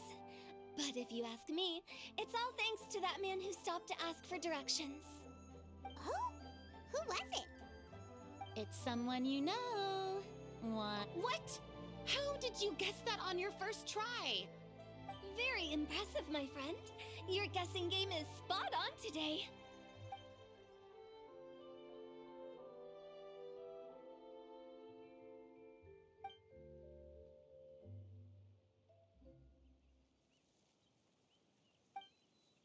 Huh. Paimon never thought Neuvillette would be the type to get lost. I'm sure he didn't get lost. Even I was able to find my way to this place without any trouble. He was already getting ready to leave by the time I arrived. He just wanted to ask someone about the quickest way to get back to Fontaine. Yup, that's exactly what he asked. This area is full of mountains and rivers. It's normal to not know the fastest route. So, were you the one that pointed him in the right direction, Hu Tao? Of course. I'm also a guide of sorts, you know. So naturally, I also have a great sense of direction. But speaking of your friend... What about him? He doesn't get out much, does he? No wonder. He was stiff as a board and way too polite. I would have never guessed he was here on vacation if you hadn't told me. All in all, he was only here for half a day. I'm pretty sure he's the only one who would consider that to be a vacation. Oh? This gentleman you speak of must keep a demanding schedule. I'm sure he does. You didn't see him, but he was dressed like he was about to attend some important meeting. It wasn't anything like what someone would wear on vacation. Is that so? Wait, you didn't see him, Zhongli? Unfortunately, no. At the time, it appeared as if Director Hu and Miss Farina were having quite the productive conversation. I know matters of business can take much discussion, so I decided to fetch some tea for them. What a shame. That gentleman seemed like a sophisticated sort of guy. I actually think you two would have hit it off. Is that so?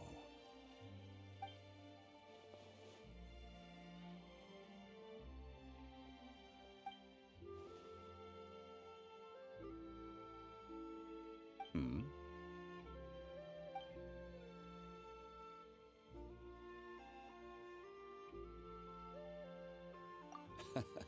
To borrow Miss Farina's turn of phrase, perhaps it just wasn't meant to be.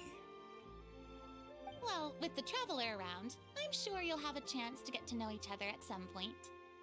That's right. He's got more friends than he knows what to do with. Well, that's certainly true. Oh, that reminds me. If you get the chance, you should try and talk to Neuvillette into loosening up a bit. Just tell him the Palais Mermonia isn't going to fall apart if he disappears for a few days. He shouldn't keep himself cooped up all the time. Even clams open their shells to let in fresh water every once in a while, right? If he's really that much of a stickler for protocol, he can fill out a leave of absence request. He'd have to approve it himself since he handles that sort of thing now, but you know what I mean. Seems like this gentleman is also in charge of something pretty important.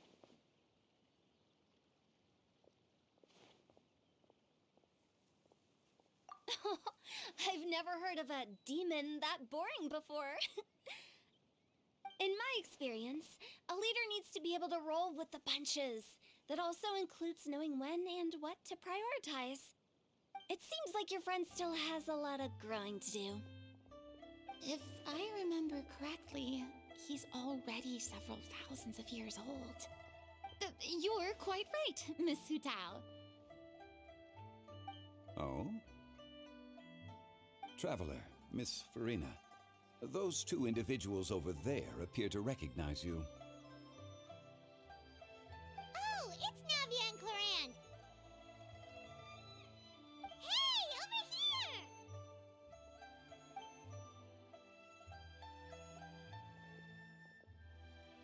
We saw you all chatting over here, and we're wondering if we could join in. Please, excuse the interruption. Oh, so polite. No apologies necessary. Any friend of the Traveler and Miss Farina is a friend of mine. Ah, straight to the point. I like it.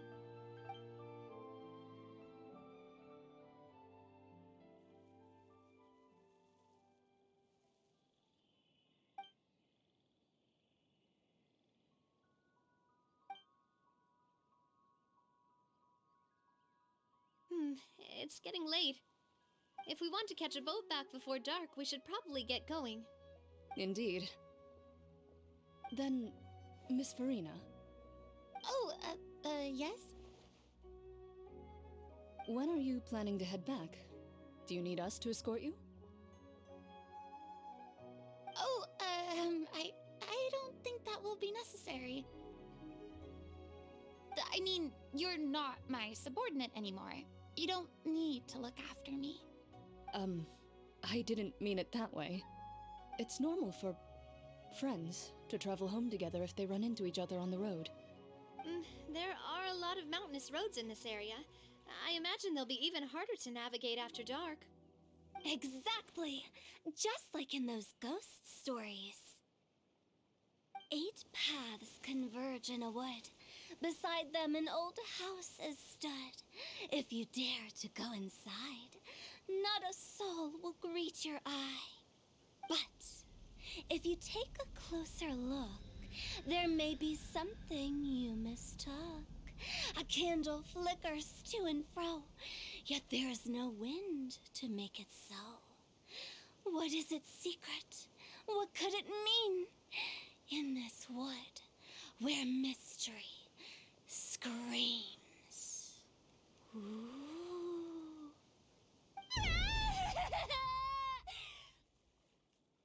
My dear demoiselles, ladies, no, I mean friends, please take me with you. Of course.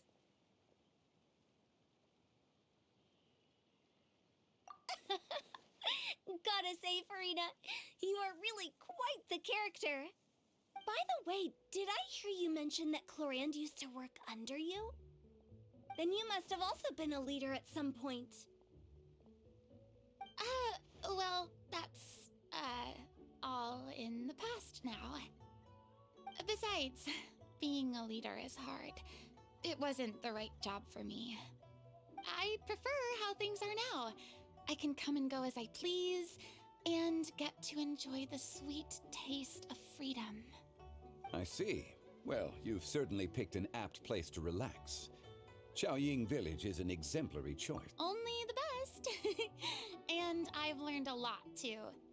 Thank you so much, Miss Hutao and Mr. Zhongli. It's fine. You've thanked us more than enough already. The next time you're in this neck of the woods, I'll treat you to some dim sum in the city. Dim sum? Is that some kind of Liyue term for snacks or desserts? They are a part of it. It's basically a table full of as much tea, sweets, and good company as you can manage. Oh, so it's basically a tea party! Sounds great! Make sure to order the winter melon cake and the lotus flower crisp. They're so sweet and delicious, Paimon knows you'll love them. Ooh, okay. I'll be looking forward to it then. Wait, but didn't you guys say you were here on vacation? How going home empty-handed. Of course I am. I bought tons of fun things to bring home with me. A kite, a parasol, a little tin frog that jumps. Oh, and a stuffed toy of a mythical beast. Chlorand is the one who didn't buy anything for herself. So, all you're bringing back with you is that tea? And some tea-flavored hard candies. They're for Sigewin. Chlorand isn't much of a shopaholic. Well, one of us has to practice restraint. Hey, I'm hardly reckless with my Mora. I'll have you know, all the purchases I made today were well within my budget. Me? Oh, well, I bought some tea, of course. I just had to try all the varieties recommended in the Steambird. Other than that, just some bits and bobs, you know. A little bit of this, little bit of that. They should all be things I can use, I think. Now Paimon's even more confused. If you bought that much stuff, where did it all go? Into one of Linny's magic packets? Oh, actually... Monsieur Neuvillette took them with him. Oh, so that's what happened. Wait, what? Why did he take them? He's not hoarding treasure, is he? That's quite the imagination you've got there, Paimon. Monsieur Neuvillette just saw the amount of bags we had and offered to take them back for us. I felt a bit bad at first, but, I really did have a lot of stuff. He even offered to deliver my gifts to the Fortress of Meripede for me once he's done with the day's work. Neuvillette is a man of his word. If he says he can do something, then he means it. See, even Chlorand was happy to take him up on his offer. If even his trusty subordinate agreed, then who was I to refuse? Wow, he seems like a real gentleman. Maybe he's not as uptight as I thought. If only the funeral parlor had an employee as thoughtful, proactive, and responsible as him. Right, Zhongli? Indeed. Chlorand said Neuvillette offered to deliver her gifts to Risley. So if we go to the entrance of the Fortress of Meripede, maybe we'll run into Neuvillette. Oh, that reminds me. A new year of work is about to begin. If there's anything you want to talk about, Zhongli, you know you can come to me. I'm all ears. Does the director have any concerns? It just seemed like you were a bit preoccupied today, and much less talkative than usual. He barely said anything other than, "Is that so?" and "Indeed." If you ask me, I'd say you're having a midlife crisis. You're getting to be around that age after all. Is that so? I jest. Given its distance from the city, Chaoying Village enjoys a much slower pace of life. Surrounded by such peace and tranquility, I also seem to have developed a proclivity for inactivity. I apologize for making you worry. I see. What do you think, Traveler? Is this atmosphere putting you in a lazy mood too? Wow, you are getting really good at these kinds of lines.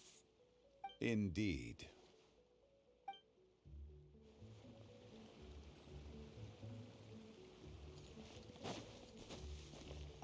Well, everyone, make sure that you've got all your belongings with you before we leave. If there's any souvenirs anyone still wants to buy, the time is now. Reliable as ever, Miss President. What is that supposed to mean? Chlorand is right, though. You really are reliable. It's not what she's saying, it's the way she's saying it. I will say, but I never thought you'd be so easygoing outside of work, Chlorand. The tone of voice you use when you're working doesn't exactly make you seem like the type who enjoys interacting with people. Well, I try to keep my professional and private life separate. That includes my behavior. You take care now, Traveler. Paimon. Trying to act cool now, are we? Well, I guess it's not an act for you, is it? You are indeed quite strong. It's been great talking to you all. I'm really glad I decided to come to Chaoying Village. Maybe we could go on another trip together sometime?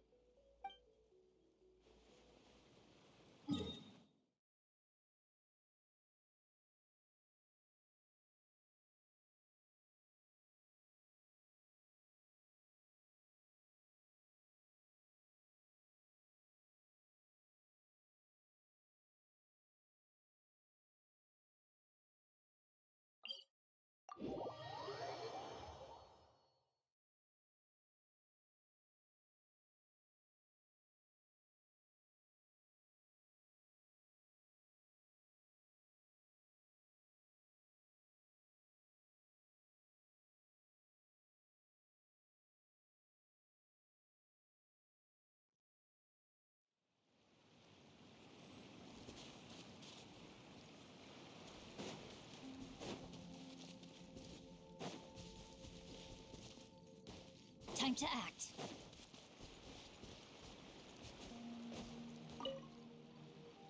Traveler.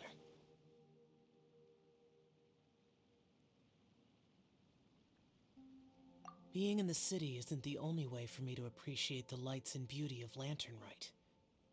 Look, Liyue Harbor lies just beyond this mountain. As long as I stand at this vantage point, I may freely behold the sights of all the kites slowly ascending into the sky. For me, that is enough. I invited you here because there is something I would like to do. I want to release a shell lantern, and I'd like you to be there for it.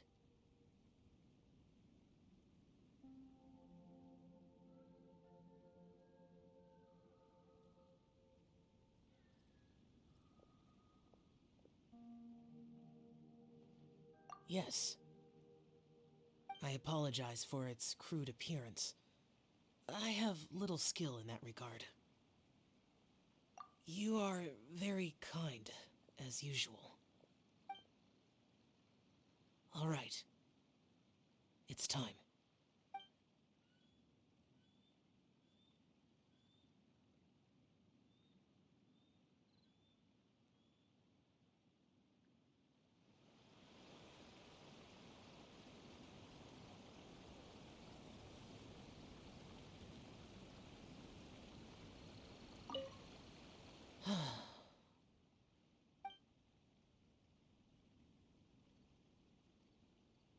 Traveler. Thank you.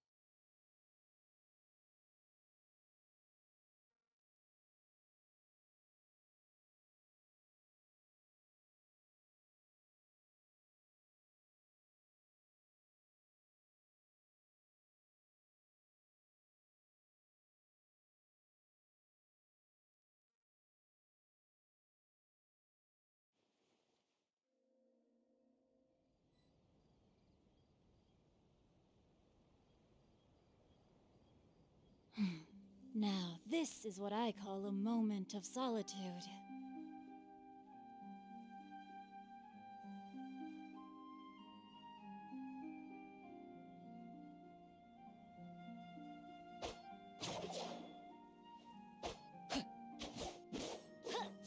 Seems like the stories even never have a happy ending.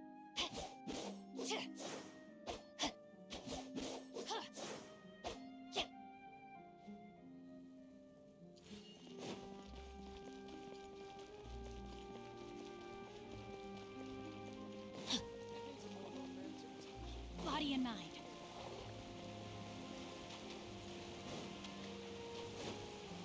Time to act.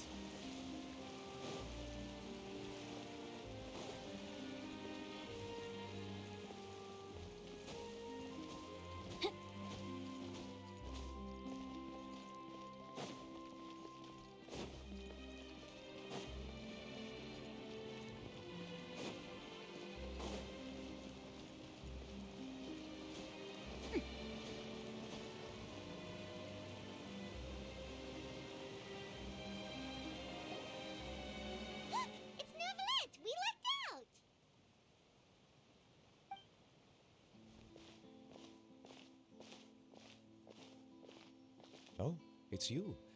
It has been some time since our last meeting. Few people frequent this location.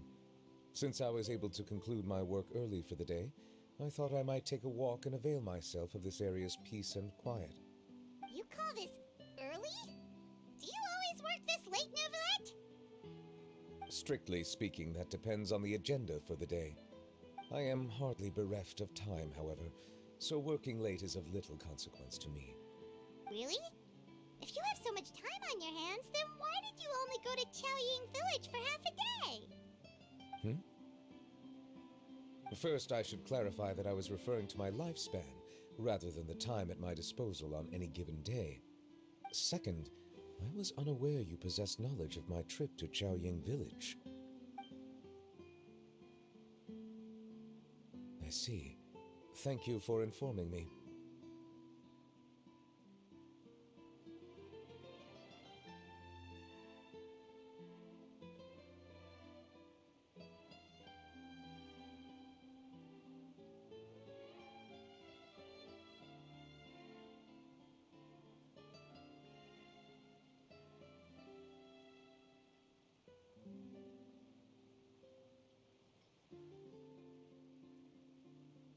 Yes, they have been safely delivered. I have to hand it to Clorant. Just a simple gift delivery, and she has the great and mighty Udex at her beck and call. I was just passing through. It was merely an act of convenience.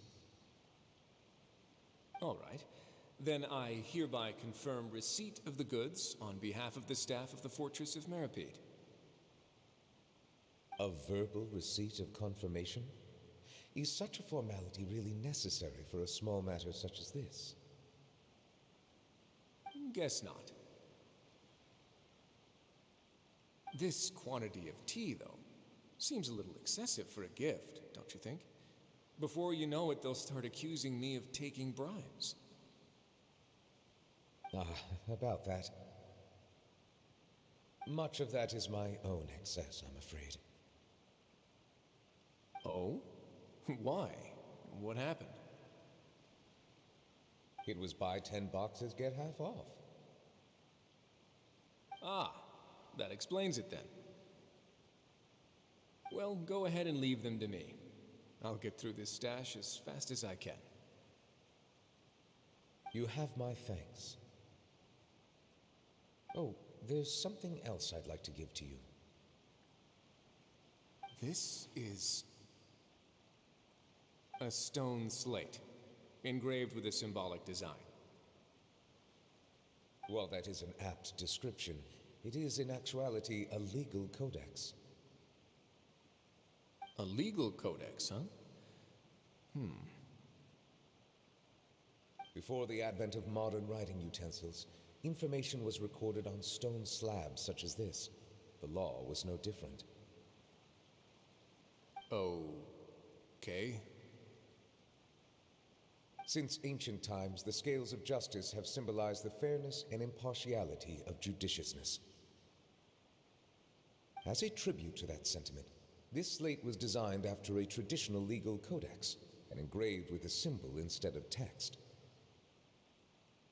During my travels recently, I chanced upon a roadside stall offering tourists the opportunity to try their hand at the ceramic arts, so I decided to have a go. We joked with Clorant some time ago about gifting you a legal codex.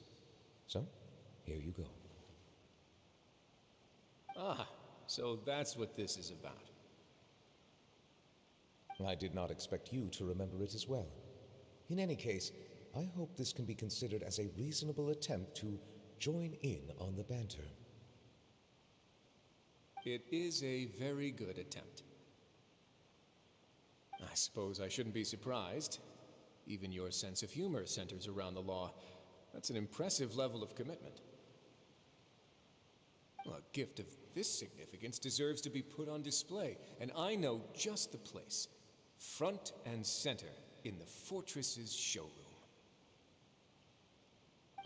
Surely there's no need for such a grand gesture. Just kidding. I don't have anything like a showroom. but we do have a storage room. We can put it next to all the mechanical parts Sijuin has collected. That sounds good to me. So that's what you were doing in Chaoying Village. Indeed. Of course, while I was there, I also took the opportunity to taste the local spring water. The aftertaste is much purer than what I have delivered to me in Fontaine. It stands to reason that the long-distance transport has a tendency to imbue the water with extraneous emotion. If you want to experience the true flavor, you simply have to go to the source. Perhaps I should organize some time off to do the same elsewhere.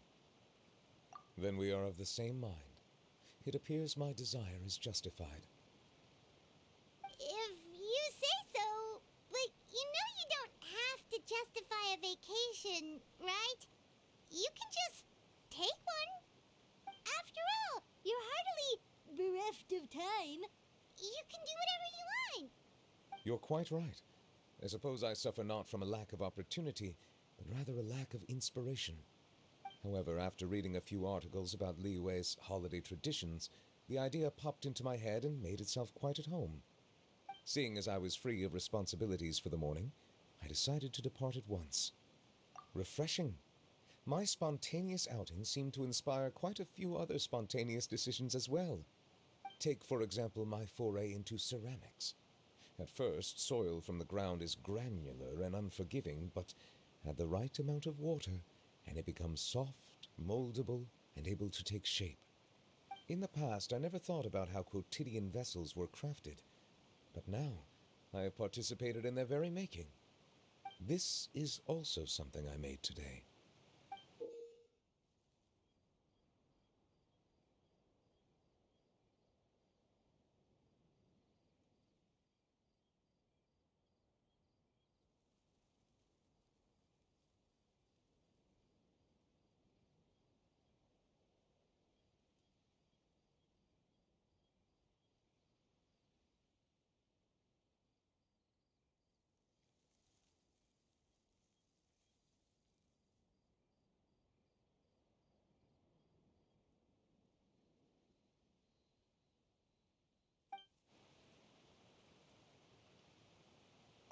That's a ladle?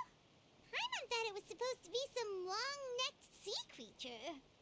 That was indeed one of my inspirations. Really? You like it? To tell you the truth, given your unexpected arrival, I find myself quite unequipped to give you the welcome you deserve. Around such an important holiday such as this, human custom would dictate that gifts should be in order. But I'm afraid this is all I can offer. If you'll have it, that is. That is precisely why it would do me such a great honor if you accepted. You are most welcome. Happy Lantern Rite.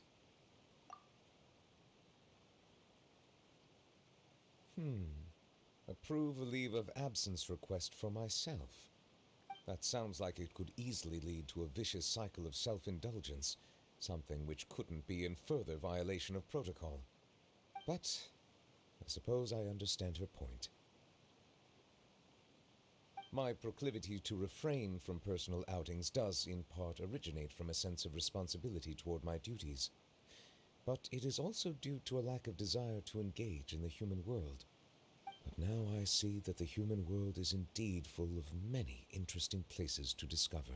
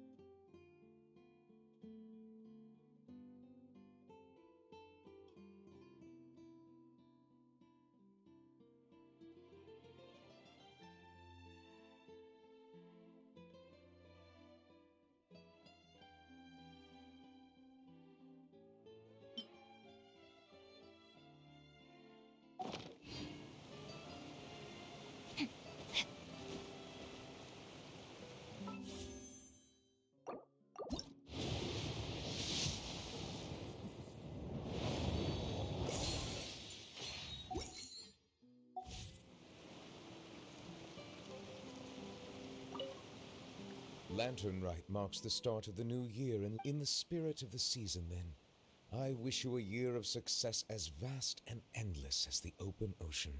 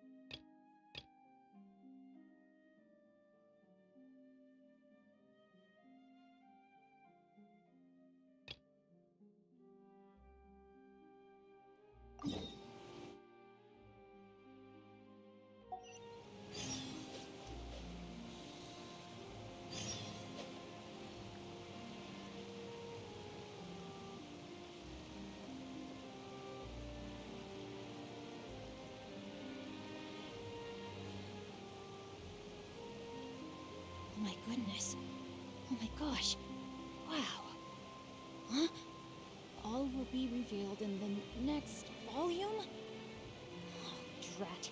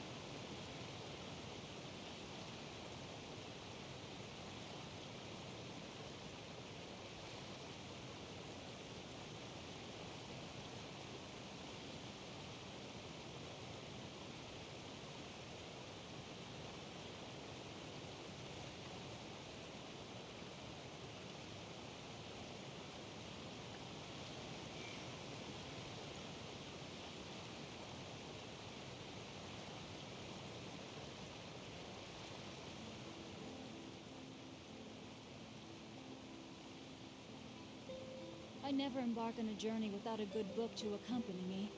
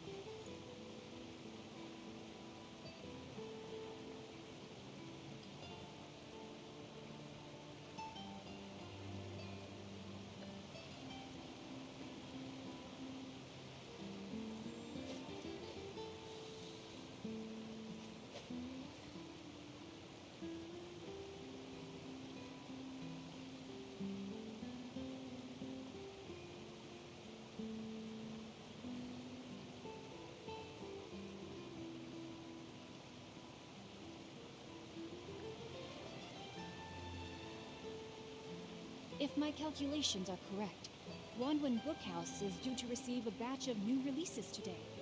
Might we add a small detour to our adventure?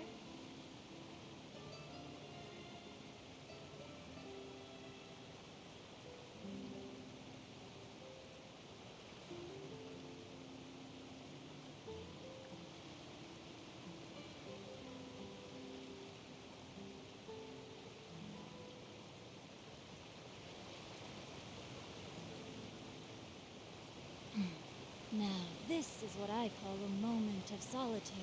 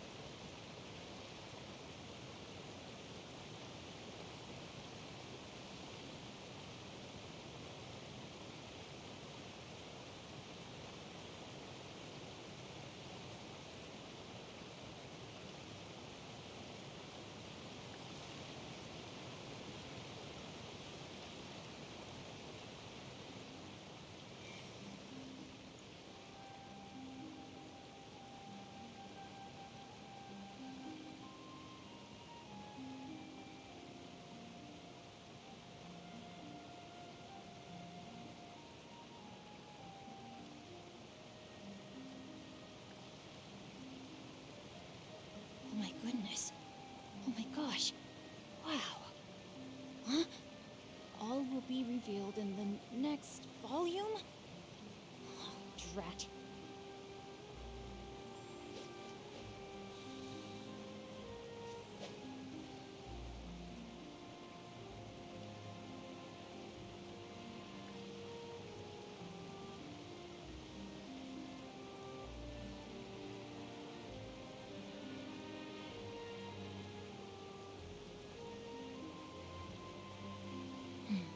Now, this is what I call a moment of solitude.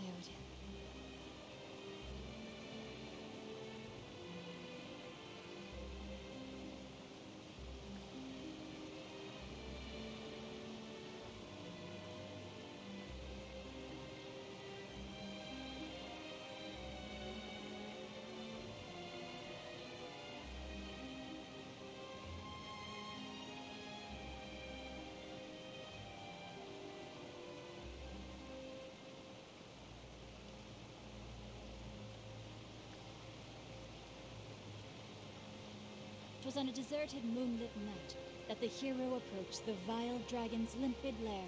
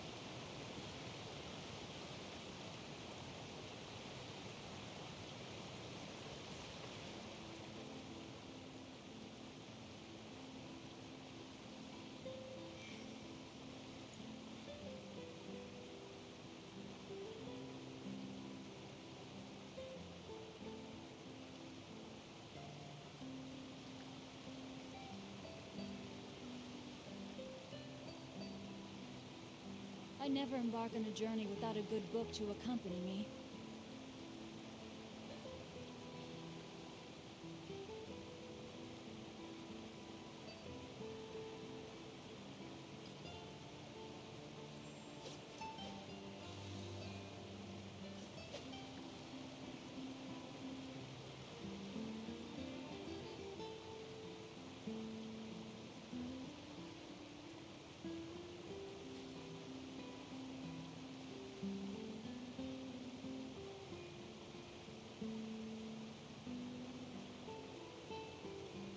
Oh my goodness.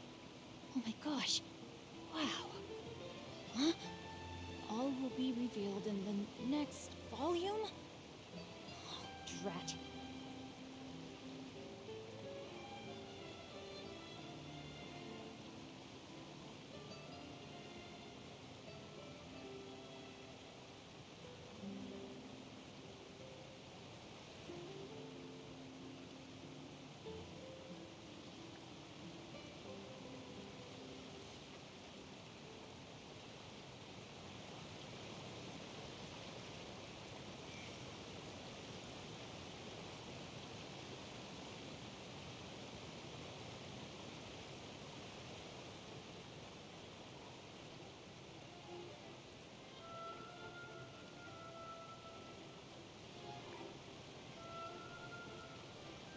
I never embark on a journey without a good book to accompany me.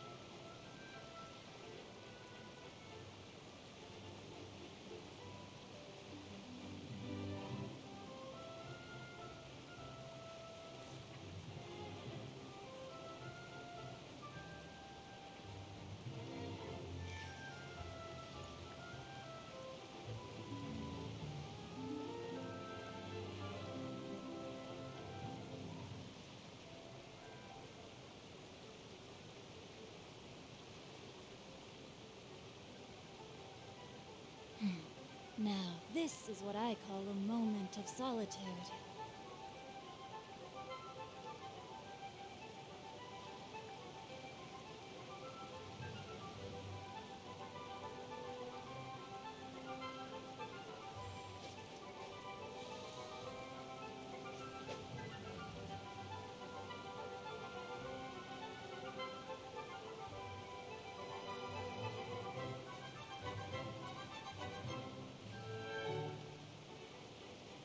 I never embark on a journey without a good book to accompany me.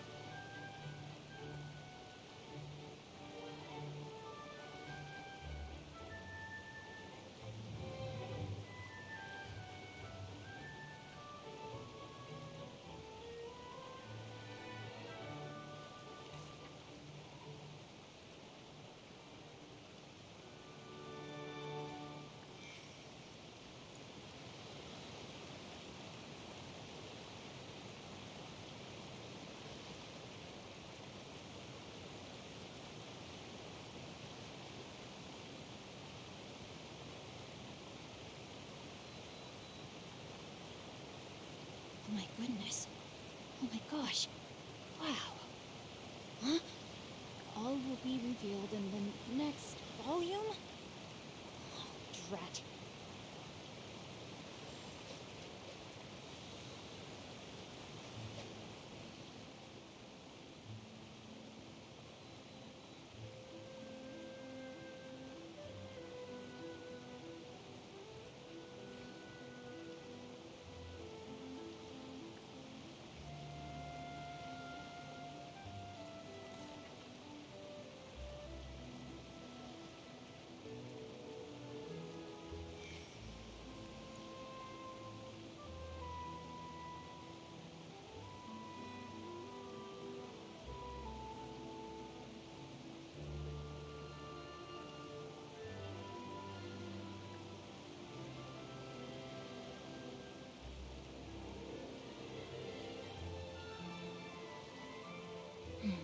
Now, this is what I call a moment of solitude.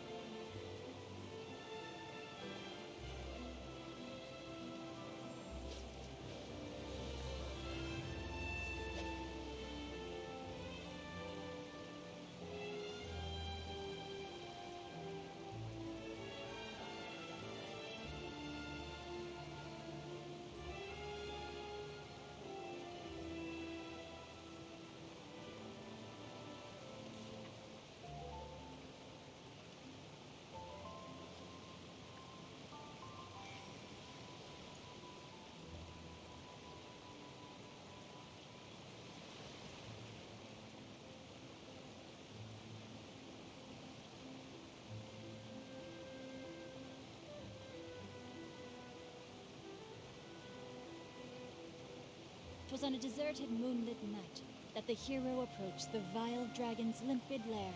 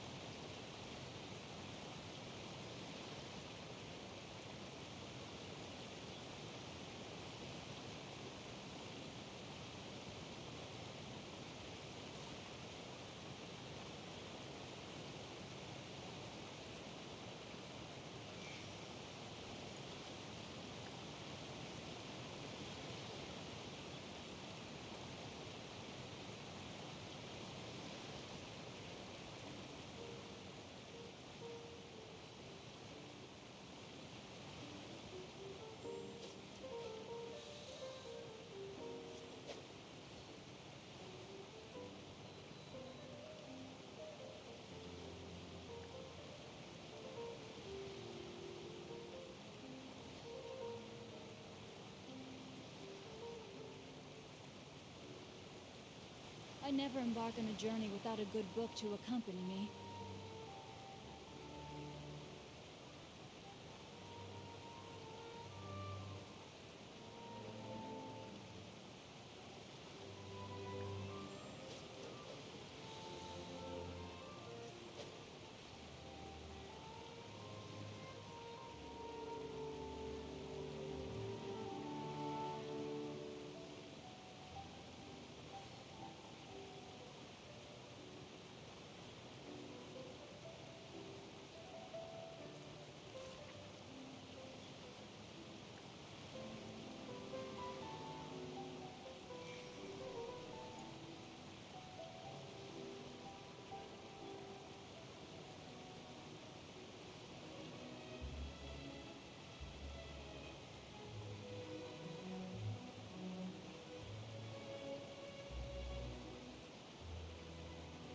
It was on a deserted moonlit night that the hero approached the vile dragon's limpid lair.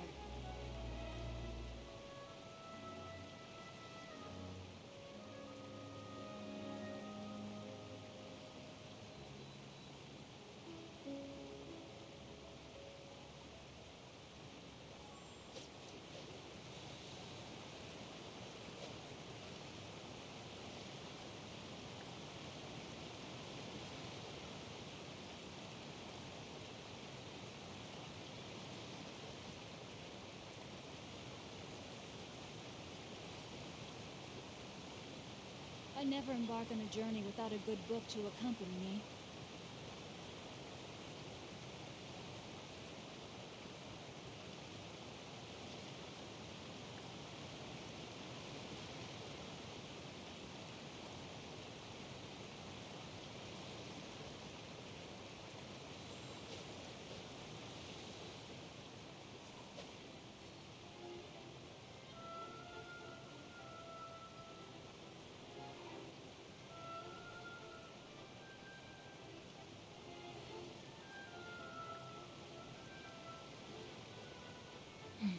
Now, this is what I call a moment of solitude.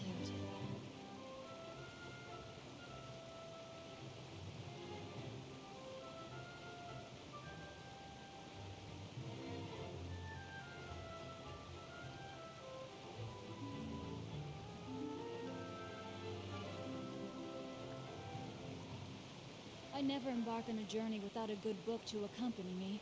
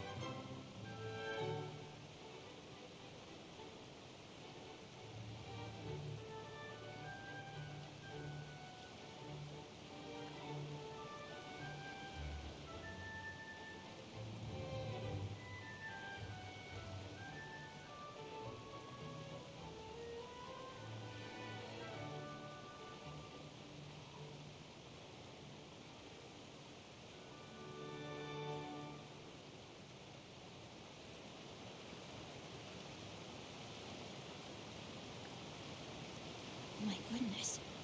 Oh my gosh. Wow. Huh? All will be revealed in the next volume? Oh, drat.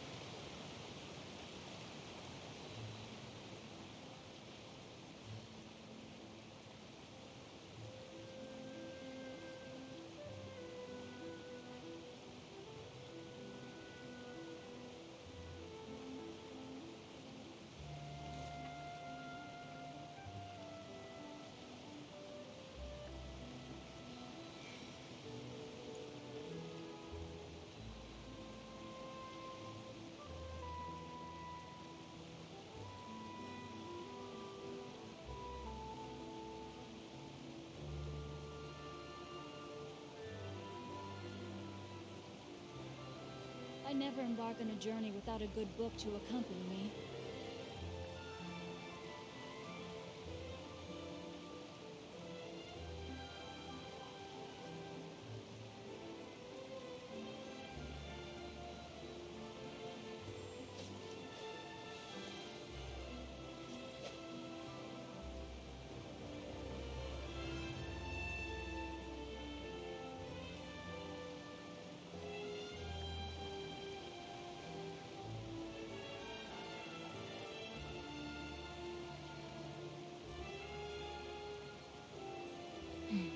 Now, this is what I call a moment of solitude.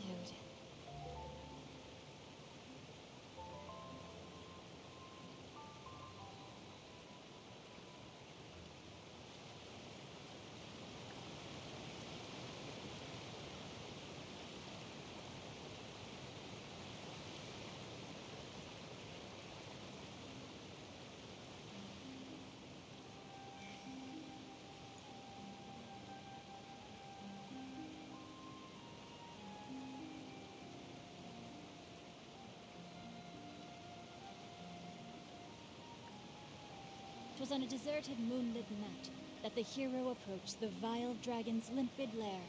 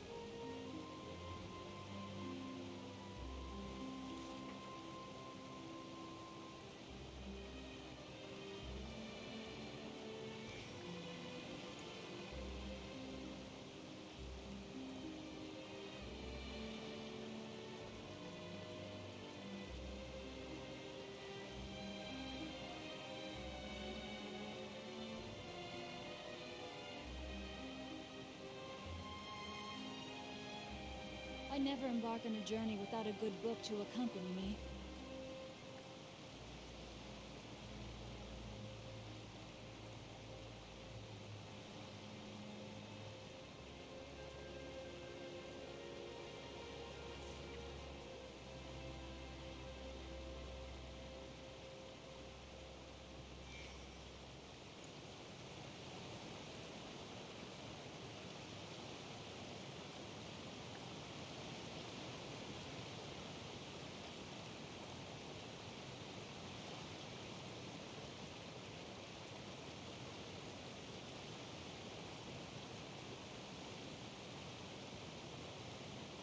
If my calculations are correct, Wanwen Bookhouse is due to receive a batch of new releases today. Might we add a small detour to our adventure?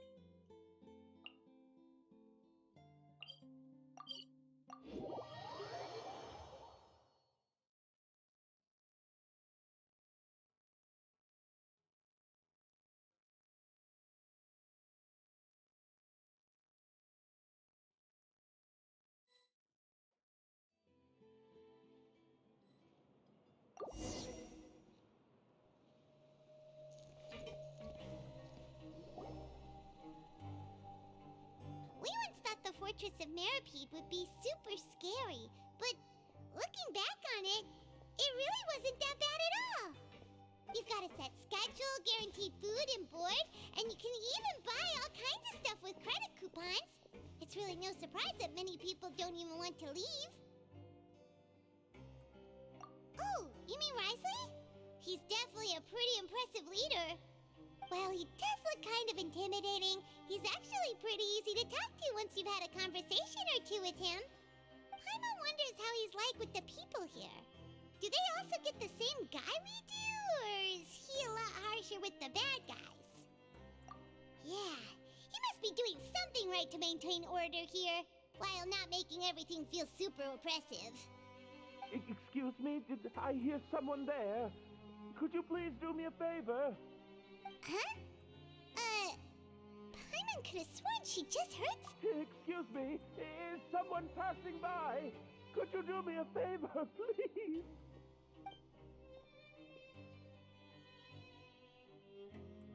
Nope, Paimon wasn't dreaming. There's someone over there for sure. But Paimon doesn't see anyone. Oh, did you hear my call? Thank you so much. I'm over here, inside this big box. You're inside the box? Oh, no wonder Paimon didn't see anything. Well, come on, Traveler, let's go take a look. Why are you hiding in here anyway? If we hadn't happened to pass by, you could have been stuck for days. It's a bit complicated. Can we not talk about that for now? Whoa, that's terrible. Did someone seriously do that to you? No, it was nothing quite that serious. I'd just like some help finding my hat. Just your hat? But then, why can't you look for it yourself? Huh. Wait, Paimon gets it! Something must have happened to your hair! Sorry. So that's what happened. Paimon gets it now. No wonder why you had to hide inside the box. You just need your hat, right? We'll get it back to you right away. What kind of hat was it? I think you may have misunderstood me, but never mind. Please just help me find my hat. It's a soft and brown hat with a bit of a brim. Nothing fancy. I think I probably lost it near the entrance elevator. It was getting a bit hot, so I took it off and had a quick nap. But when I came to, it was gone. It's really important to me, so your help would mean the world. I'll wait here for your return. Don't worry, we'll be back in no time.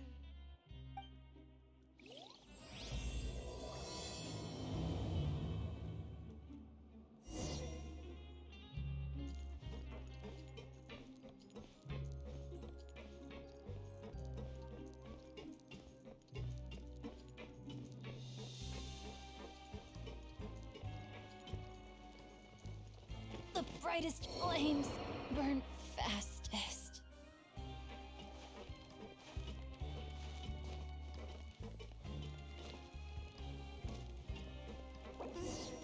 Paimon doesn't see anything here. Well, let's go somewhere else. No, my sword!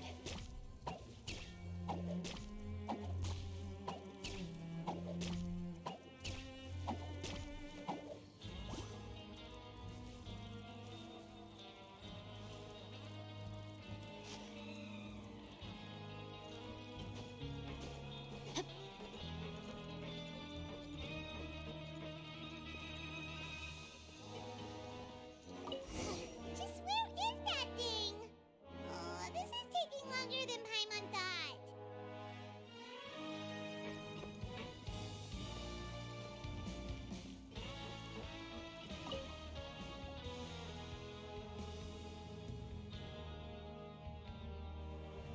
Nothing in the water either. Paimon thought it might have gotten blown in. Oh, we've looked everywhere and still not seen anything that looks like a hat.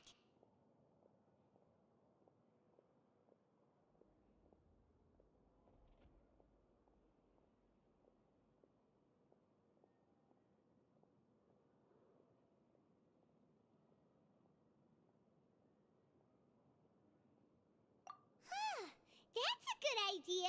If he's just looking to cover his head, then it shouldn't matter what kind of hat he's wearing. Why don't we check out the rag and bone shop? If memory serves, they've got all kinds of stuff in there. Huh? How did you know what Paimon was thinking? Oh, this is bad. Nothing gets past you nowadays. Well, either way, let's go check it out first.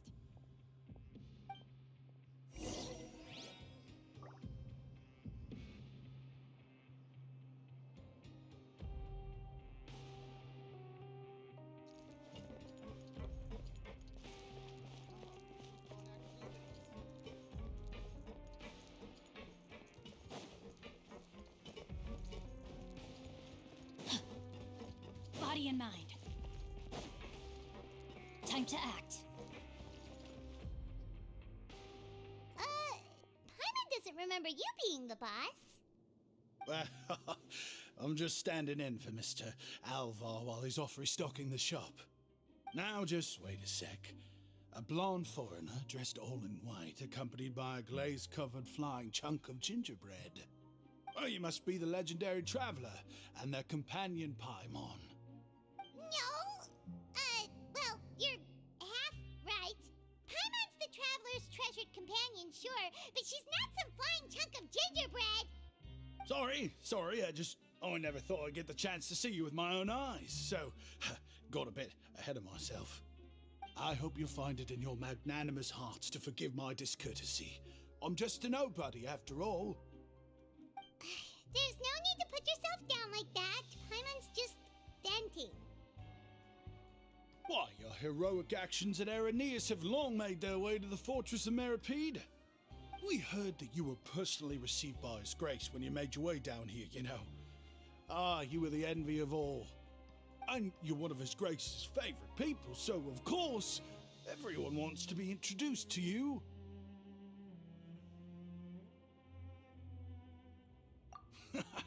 Well, I'd figure you'd appreciate honesty over flattery. After all, I also only joined up here because I'd heard Mr. Alvar was a good friend of the Duke. And though I've only caught scant sight of His Grace since then, as fate would have it, I've become fast friends with Mr. Alvar himself. I mean, we've all got agendas, but rather than trying to force something to be true, it's often better to just go with the flow. Oh, so now you're trying to kiss up to us. Well, I did mean it when I called you legends, and it is indeed an honor to meet the two of you.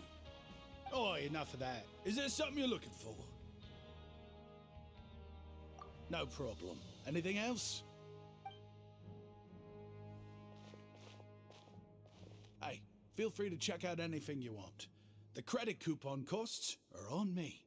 Wait, but that's, you don't have to be so nice.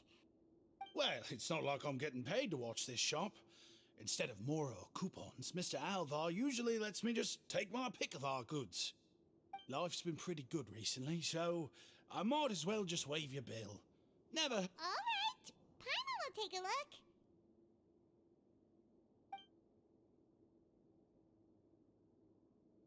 Are you sure you don't want more? These opportunities don't come by every day, you know. It's all right, two will do. It just doesn't feel the same if the owner's offering everything to you for free. But anyway, we don't need to get into that right now. We can discuss Paimonology later. That poor guy must still be waiting for us. Thank you so much. We'll be off then. No problem, and thank you for your patronage. I'd appreciate it if you could put in a nice word for our establishment the next time you speak to His Grace. That's a real sneaky way of getting good reviews. We've been gone a while. Paimon hopes that guy in the box hasn't passed out from lack of air.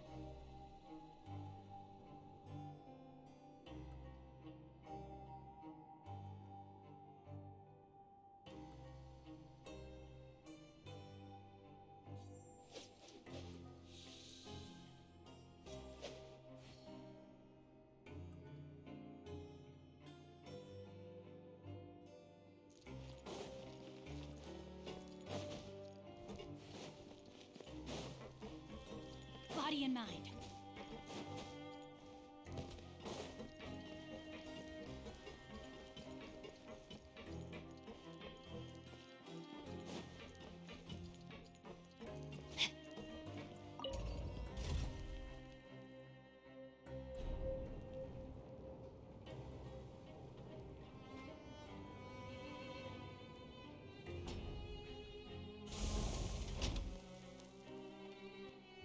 I never embark on a journey without a good book to accompany me. Time to act.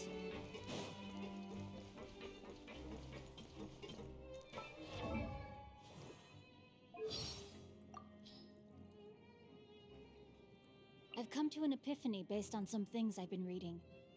Ultimately, The arts of both the polearm and the sword are just the art of hand-eye coordination.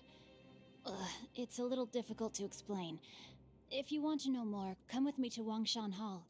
But first, you have to promise me you won't laugh. I used to like rabbits, but I'm more a fan of stags now.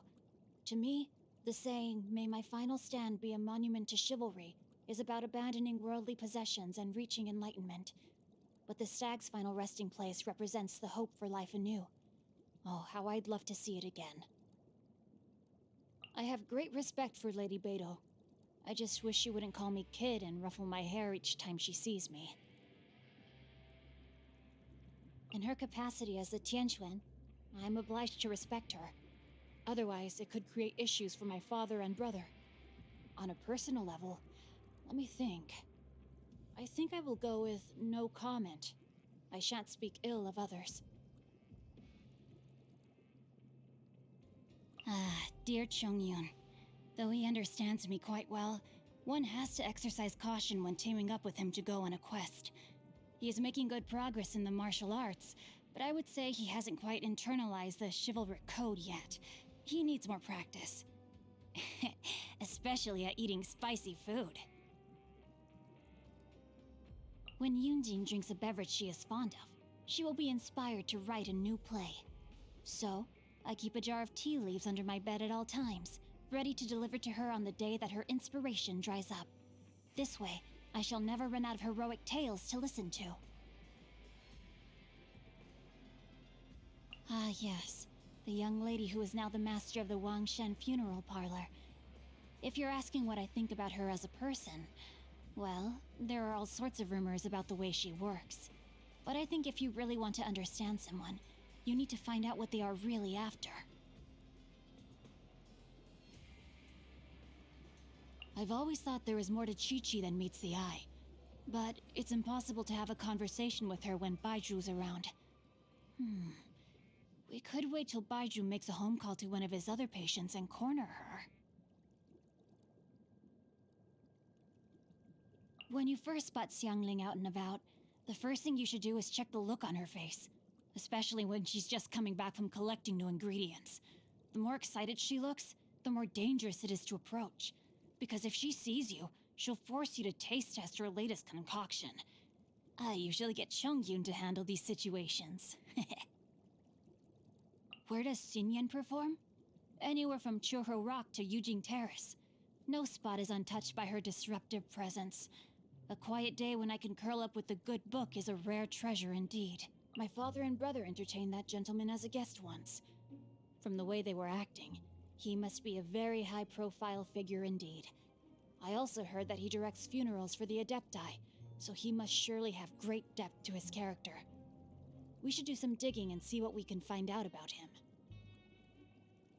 I find that Miss Shenhe seems to look at me somewhat fiercely, so I daren't approach her lightly. Bizarre. Did I inadvertently upset her? Or maybe upset someone close to her? Gaming's work has all the trappings of a chivalric hero. Picture the scene. On a dark and moonless night, a lone young figure clad in black stands fearless on a secluded country road. They say his mastery of the martial arts is unparalleled, and the mythical beast by his side always does his bidding. Bandits and brigands beware, for none who challenge him come away unscathed. When he has the time, I'd love to hear more about his experiences as a guard. You should come along too. Your schedule is free today? Wonderful. I am ready to leave whenever you are. My book? Oh, never mind that. I can always pick up where I left off when I get back. But those in distress who need our assistance cannot afford to wait. You feel inspired, you say? You want to write a martial arts detective novel based on our adventures together? And you want to call it The Chronicles of Wanwen? It's a good idea, it really is. But I'll have to decline. I'm sorry. Yes, really.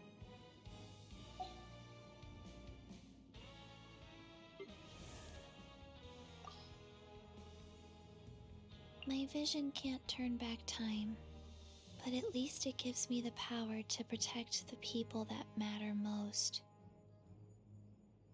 I can never remember Dr. Baiju's face, but I don't mind. Warm, fake smile, death. I despise Hu Tao. Sounds like a historical artifact to me.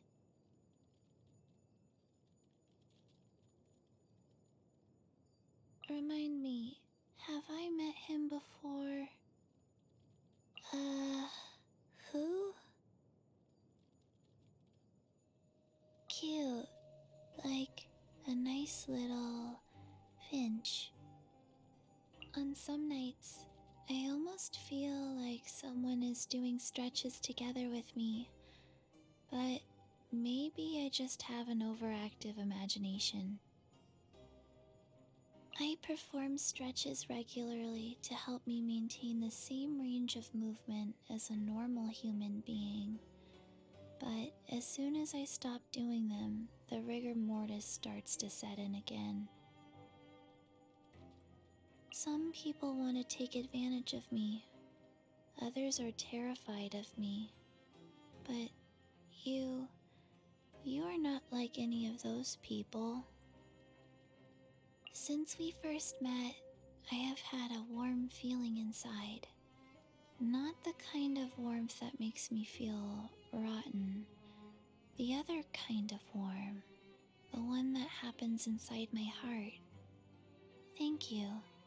I am happy. Sadly, I only recognize the current you. If I forget you... No, I will order myself to remember you.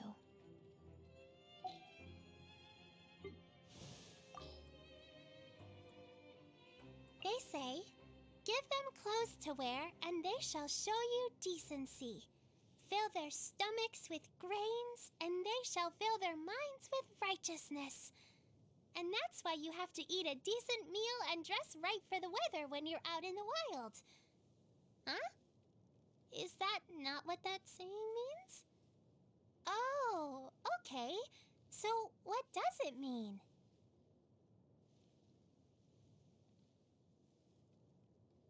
My master's a mighty and illuminated adeptess. She once told me that getting a vision is a sign that the gods are pleased with you, but I don't think I've done anything special. I really wish I could talk to that god and see what she thinks about it.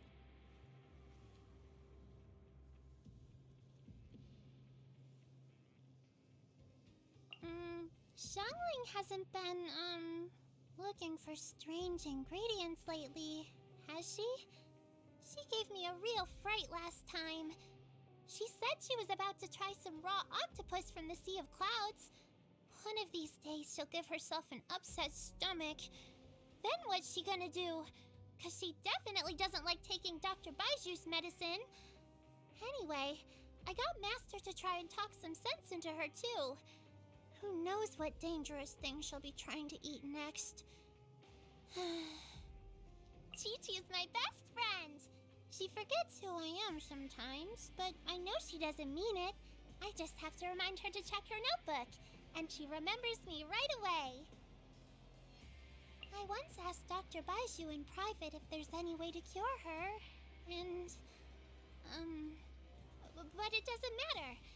I'll probably have to keep reminding her who I am for my whole life, but that's okay. Dr. Baiju's prescriptions are pretty effective. They're bitter, that's for sure, but they always say that about medicine.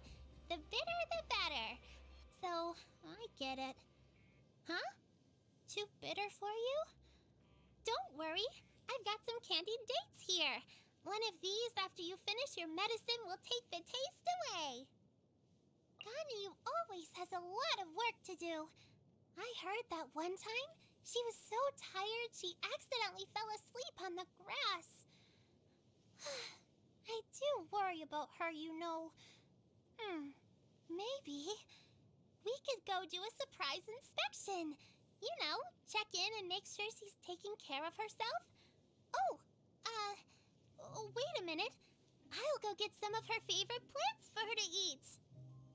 Kaching's a very thoughtful person, and And she always does a good job of everything. She also makes sure to pay Master a visit at every festival. She's what you call a bastion of piety. Oh, wait, maybe it's a paragon of propriety?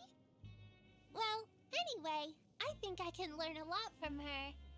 Now, Yunjin's really good at sphere dancing, and her Liyue opera performances are very popular.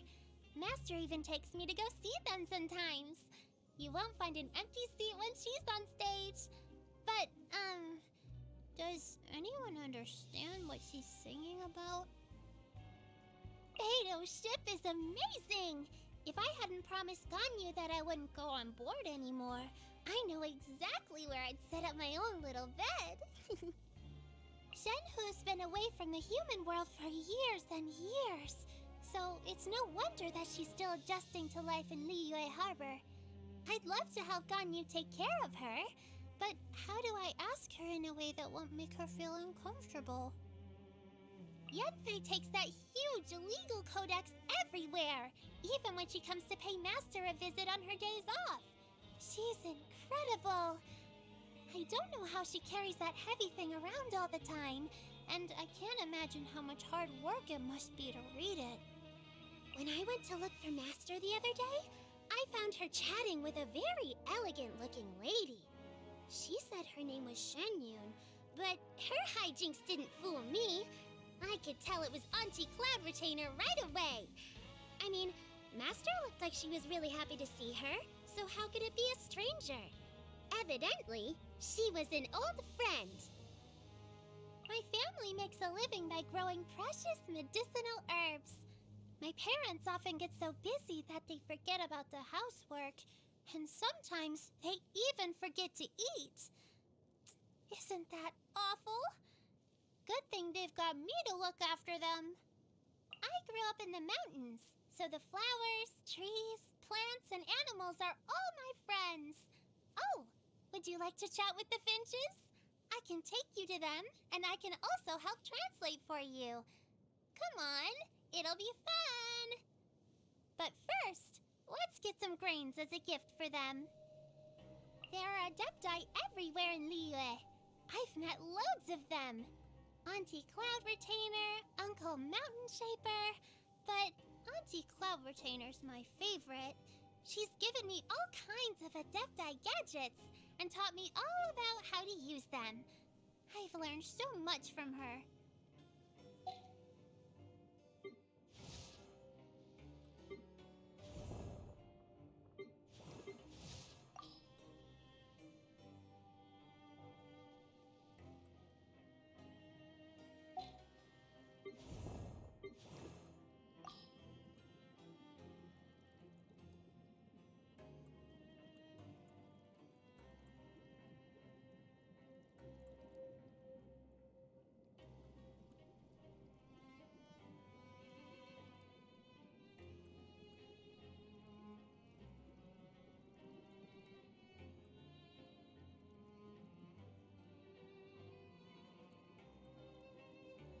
Fanta tastes amazing, don't you think? Yep, it's so refreshing, especially when you down the whole thing in one big gulp. Can you buy a glass for Paimon? Paimon's always wanted to try that thing. What thing? Just buy it, you'll see in a minute! Go, go, go, go, go. That's what those drunkards do after they clink their glasses together. Paimon's been itching to try it for ages. Don't imitate them, Paimon. It's not a good look on you.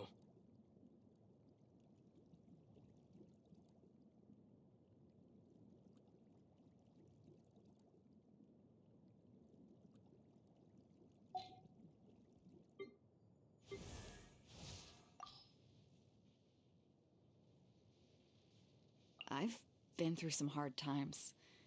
When I was a child, we had little money, so nothing to eat, and lived for years by stealing fruit off of people's trees. Even after I got my own ship, I was cast out by pompous merchants. But me telling you such stories is merely for your amusement. I have no intention of making you live through it too.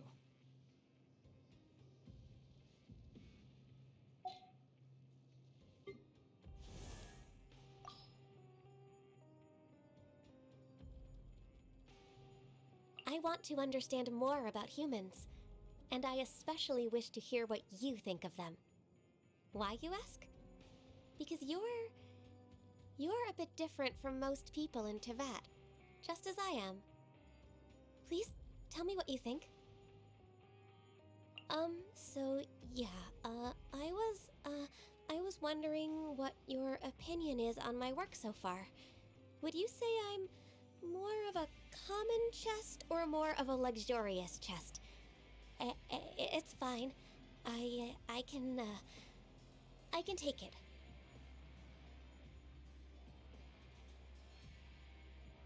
Cloud Retainer. Oh, I mean, Miss Shenyun. We went shopping together a while back, but we ended up stopping at every single stall. And she wanted to inspect every item they sold before we could leave. When we finally remembered to get something to eat, it was already dark out. It really reminded me of the time I used to spend training in the— Even though I'm part Qilin, I'm still part human, too.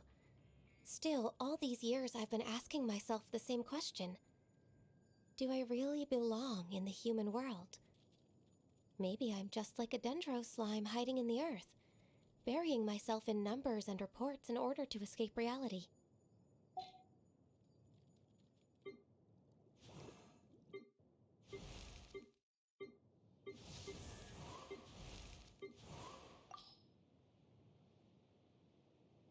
Let me tell you a little secret.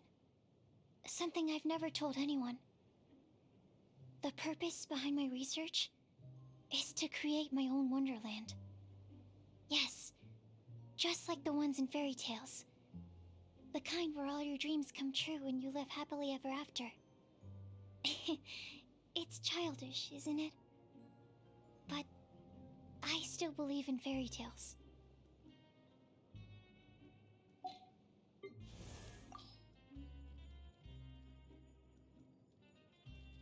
Kainria, huh? You sure know a lot. The legacy of Kainria is long gone. The sinners are all that's left, and they're not worth mentioning.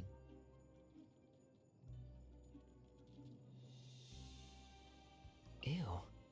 Oh, I'm just a slow eater. I'll finish it. Don't worry.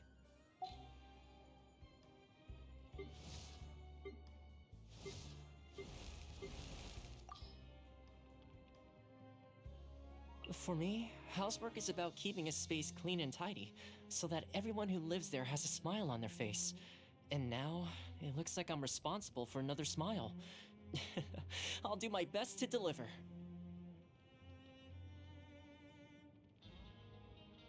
If you hadn't put yourself out there during the Vision Hunt ceremony and taken on the Raiden Shogun all by yourself, I would have lost my vision, and with it all my aspirations. I've been thinking about this a lot, and it seems like there's only one way I could ever properly repay you. I, Toma, give to you my weapon and my loyalty, and I promise to fight for you, no matter what. Those that receive visions should look after them. I certainly don't plan on losing mine.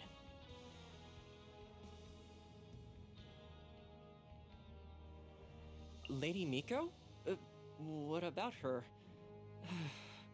Every time Miss Kamisato sends me out to deliver messages, my least favorite destination is the Grand Narukami Shrine. Oh, not because Lady Miko scares the bejeebers out of me, it's, respect. Yes, she strikes respect deep into my heart.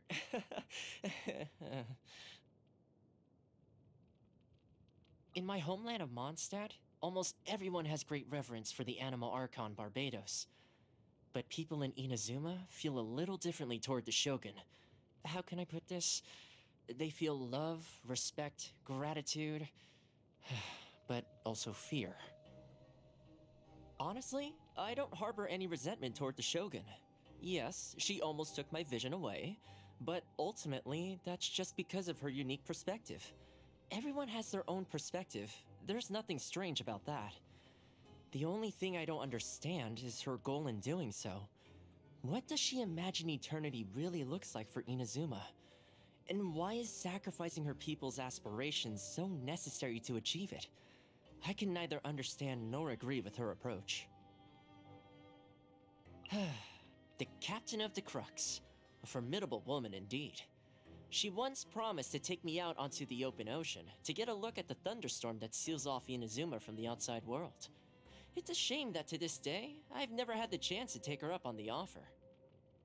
As the head of the Kamisato clan, he's in a tough position. With all the political upheaval, he has to contend with public disquiet on one hand, and a bunch of self-serving degenerate public officials on the other. It's best not to dwell on it. All I can do is make sure to look out for him when he's at home. Milady is in all respects a well-rounded person. Erudite, compassionate, well-mannered, and elegant. The one thing she could do better is to speak her mind more. In fact, watch out for this the next time you're talking to her. Sometimes she looks like she's about to say something, but then she holds back.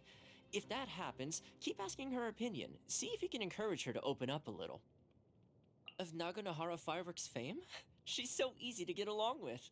Super straightforward, just says whatever she thinks. Oh, and Naganohara Fireworks are just incredible. You should take every chance you get to see them in action. Ah, on that note, here, have a coupon. Ah, Sayu. Stubborn Sayu. I've asked her countless times to teach me ninjutsu, but she always refuses. She even goes out of her way to avoid me now. I'm just a student looking for a teacher. Am I really that out of line? The Tenryo Commission General. Make sure to be extra careful if you have any dealings with her. She has a lot of power in her hands, and she's not very open to persuasion. Smiling and batting your eyelids certainly won't get you anywhere with her. Word on the street is that he's quite a character. Apparently, he even has yokai heritage. Have you met him? If you two are close, maybe you can introduce me sometime. It's good to make friends from all walks of life, yokai included. That guy is a detective for the Tenryo Commission. He seems to have his own way of doing things, not the easiest person to get along with. Also, any situation that involves a detective is probably not one that's going to end well. I think I'll keep on giving him a wide berth. Oh? So Jean from the Gunhilder clan is the master of the Knights of Favonius now? She definitely deserves it. She's known all over for her impeccable conduct. Oh, just the acting Grandmaster? Well, someone of her standing won't care about titles. You've had a run-in with Eula Lawrence before, huh? All I know is that their whole family are about the worst-tempered people you could ever meet. You're better off steering clear of them if you can help it. Now I'm in a Mondstadt mood again. The memories. I get homesick once in a while too, so I completely relate to all the international merchants on Rito. I try to look out for them as much as I can.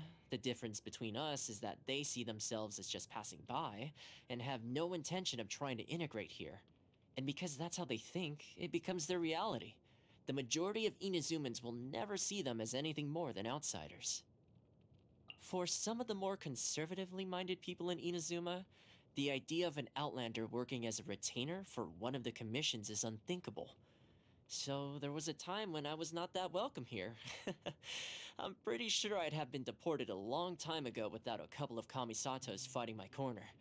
I couldn't let the clan down after they'd been so kind to me, so I put in a lot of honest work, and eventually everyone was finally able to accept me. I'm not sure if I should get into this, but hopefully you won't mind. I went through a period where I really just wanted to go home. Mondstadt is my homeland after all, but I was torn. It wouldn't be easy to leave Inazuma behind either. I mean, just look how good the people here have been to me. The Kamisato clan always has a room for me, and there are people I've met here that are like family. So I went back and forth over it, and ultimately decided I'd stay in Inazuma. When I'm missing Mondstadt, I can just chat with you. You don't mind my rambling, do you?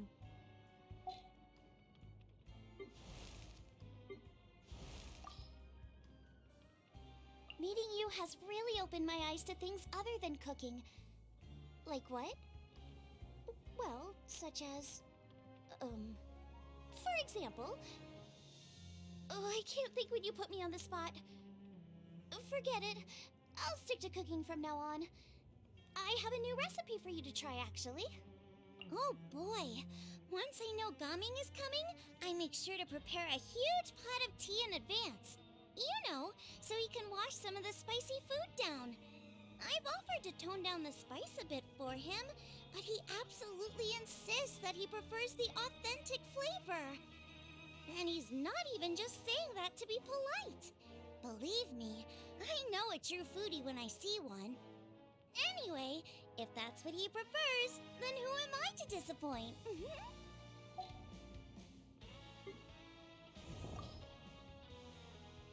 Visions are also a type of contract. You should know that all power comes at a price. For every bit of power you gain, so too do you gain more responsibility. You speak of the young Adeptus of Guili Plains. Still fulfilling his duty to this very day. Please, give this Remedium Tertiorum to him on my behalf. Oh, yes. Be sure not to let Paimon eat them. Nothing of this world can withstand the power of this medicine.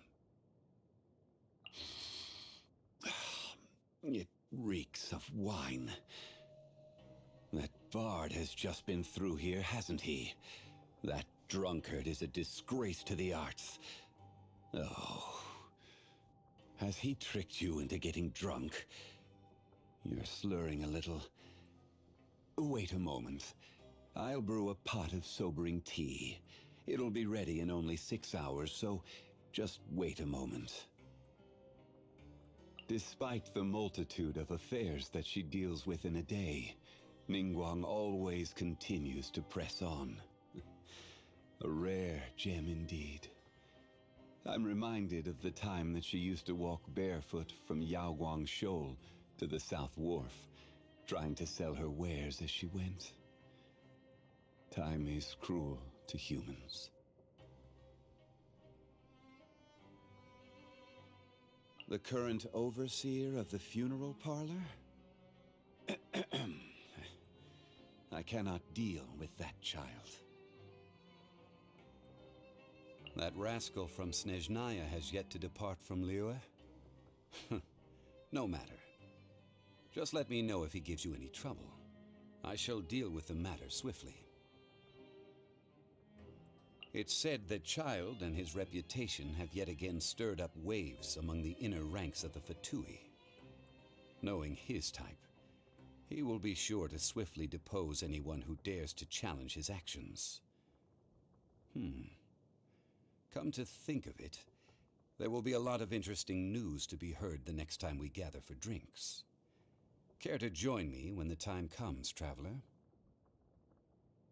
Liyue's prosperity has not merely been built on Rex Lapis's oracles or wisdom. It is also thanks to the countless servants of the Geo Archon who have honored their end of the contract. Of them, Ganyu is the one who has served for the longest time. If you want to know about her past, you should ask her about it. I fear my wording would not be delicate enough to receive her approval. She is the most impious of the Qixing, but I actually find the conviction of such people quite endearing. The only reason I was able to consider taking a step back from such overarching management of Liyue was because there are people like her. People who speak up when they believe themselves to be right, and then go and do something decisive about it. Despite never having signed a contract with me, she upholds order within many strata of Liyue society in her own way, dispelling misconceptions and correcting biases. Should her father one day return from his travels, I imagine that he would be even more delighted than I. Time tempers all volition, yet she would give up everyone for her beliefs. Perhaps it is for this very reason that she has come to where she stands today. Should the chance come by me, I too would like to learn of the eternity for which she so earnestly endeavors. As well as ruling over all of Sumeru, the god of wisdom Buer has a duty to guard Irminsul. Only one who possesses great wisdom could hope to shoulder these responsibilities. All life in Tevat owes her gratitude for saving Irminsul.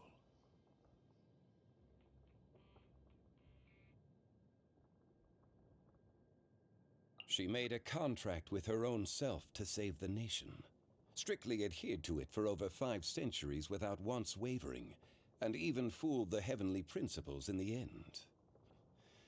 I have great respect for approaches to justice that place exacting demands not only on others, but also on the self.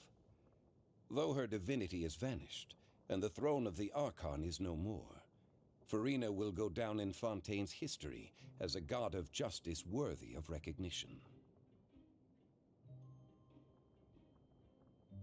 I hear many merchants of Liyue tell tales of a Miss Shenyun. By most accounts, she appears proud and taciturn upon first glance. Yet in conversation, people find her to be forthright and fair-minded, and they are pleased to make her acquaintance. I am glad to hear this, but I have also heard a great many accounts lauding her readiness to part with large sums of Mora. Have you heard of the origin of the Black Cliff Forge? In the past, they would mine the ore veins of Mount Tianhong, and then replace the cavities with factory equipment. Tunnels run in all directions throughout the mountain. Some even run to the ruins, deep within the earth. I doubt there is a person today who could map out all the tunnels. Have you heard of the origins of the Lantern Rite? In a war long ago, the people of Liyue would release lanterns to remind their soldiers of the way home, and to never lose sight of themselves. Though, in this day and age, I doubt there are any that remember. The God of Contracts. Have you heard of him? He has an impressive memory. He remembers the name of every person he comes across, and the date that every ship built in Liyue set sail. After all, only in being able to do so can he memorize all of the contracts he holds. With that said, not every memory is a happy one.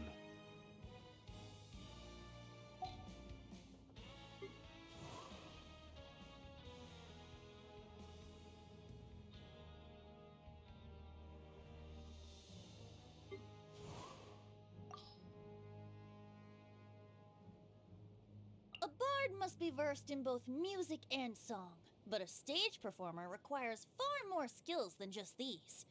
Hey, don't you think we should invite her over to put on a show at the next Windbloom Festival? Huh? You want me to talk about how she saved Fontaine? Well, I mean, she's such a talented artiste, it's no wonder. I wouldn't be surprised even if she'd saved the entire world.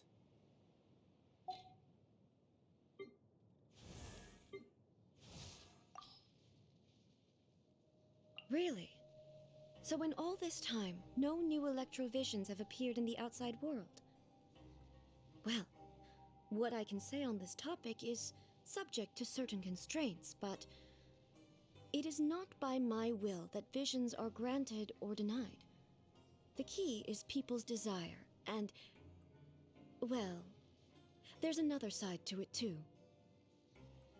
No, I have nothing to share with you at this time. But you use elemental energy without the aid of a vision. How is this possible? Please enlighten me. Ah, that girl. She used to be the kind of person who could easily be swayed with some fried tofu.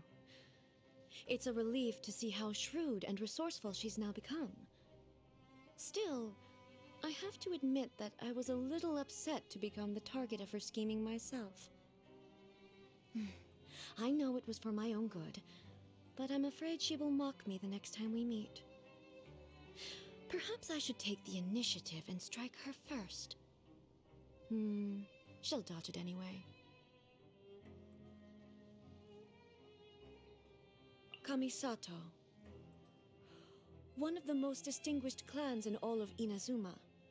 Despite Ayato's trickery in regard to the Tri-Commission's affairs, he is nevertheless a loyal subject. His past misdeeds shall be excused. Kamisato. One of the most distinguished clans in all of Inazuma. Huh? That's exactly what the Shogun said? Well, Ayaka's also well versed in the art of the sword. A loyal and righteous subject, and an accomplished warrior. She is worthy to be called a hero. With an air of such great promise, the future prosperity of the Kujo clan is assured. Who? Ah, the firework maker.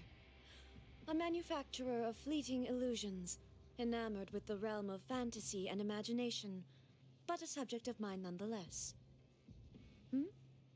Fireworks were released on Tenryou Commission property? By whom? Her? I can't deny that I am somewhat culpable in the events that led to him being almost stripped of his vision, but I rather think the Shogun should be the one to extend a formal apology to him. Okay, fine. I'll give it some more thought. Indeed, it was I who slew Orobashi. But I also allowed the people of Sangonomiya to continue worshipping it as the Watatsumi Omikami, so that it might enjoy their offerings. Now, Sangonomiya has destroyed the local Narukami shrine and rebels against the shogunate. As the divine priestess representing the Watatsumi Omikami, she must be held accountable. Who? Who? Who? I had an opportunity to feast with him once, back when I was just a Kagemusha attending a gathering of the gods. So he's made his choice. Be that as it may, I don't believe his story is anywhere near finished yet. So the Animo Archon still goes by that name among mortals these days. Truth be told, from the very first moment I met him, I could somehow sense that we were not going to get along. Also, he sure can drink a lot.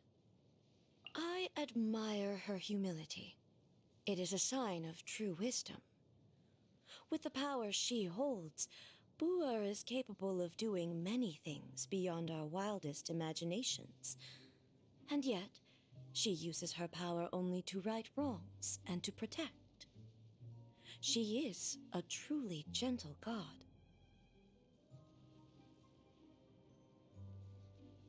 For 5 centuries, I dueled the Raiden Shogun in my personal realm of consciousness to confirm the steadfastness of my will. Yet this Farina you speak of, though possessing only a frail human body, committed herself to acting out her part every second of every day for 500 years. A true battle of the spirit. Her willpower has indeed reached the level of a god. On stormy days, the people of Inazuma chant Kuwabara, Kuwabara, believing that this will protect themselves from being struck by lightning. You need not worry about any storm summoned by my own hand. They will bring you no harm. Lightning storms that occur naturally, however, can be more unpredictable. The account given in the book, Treasured Tales, is largely an accurate one. At that time, she was preoccupied with various domestic matters within the island, so as her Kagemusha, I assumed her identity and joined the troops dispatched to pacify Watatsumi. After this point, however, the story turns into mere wishful thinking. Back then, I was just a martial artist wrapped up in all the fighting, not a social reformer or a moral leader. Perhaps my pursuit of eternity is nothing more than a form of escapism. In the end, the path I took was like that of a turtle who hides in its shell. Still, turtles have always been a symbol of longevity. Perhaps in order to reach eternity, one has to follow their example.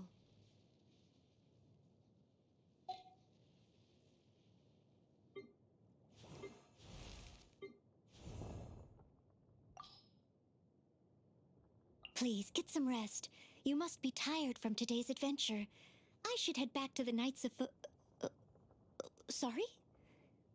You want me to watch over you until you fall asleep? I mean, of course it's no problem. But, you're not just teasing me, are you? To be honest, I'm feeling a little dejected. Well, sure, this vision proves that the Archons think I'm worthy. But why is it a Geo vision? I mean, Geo's the furthest thing from Animo. And for a Knight of Favonius... I really look up to Amber.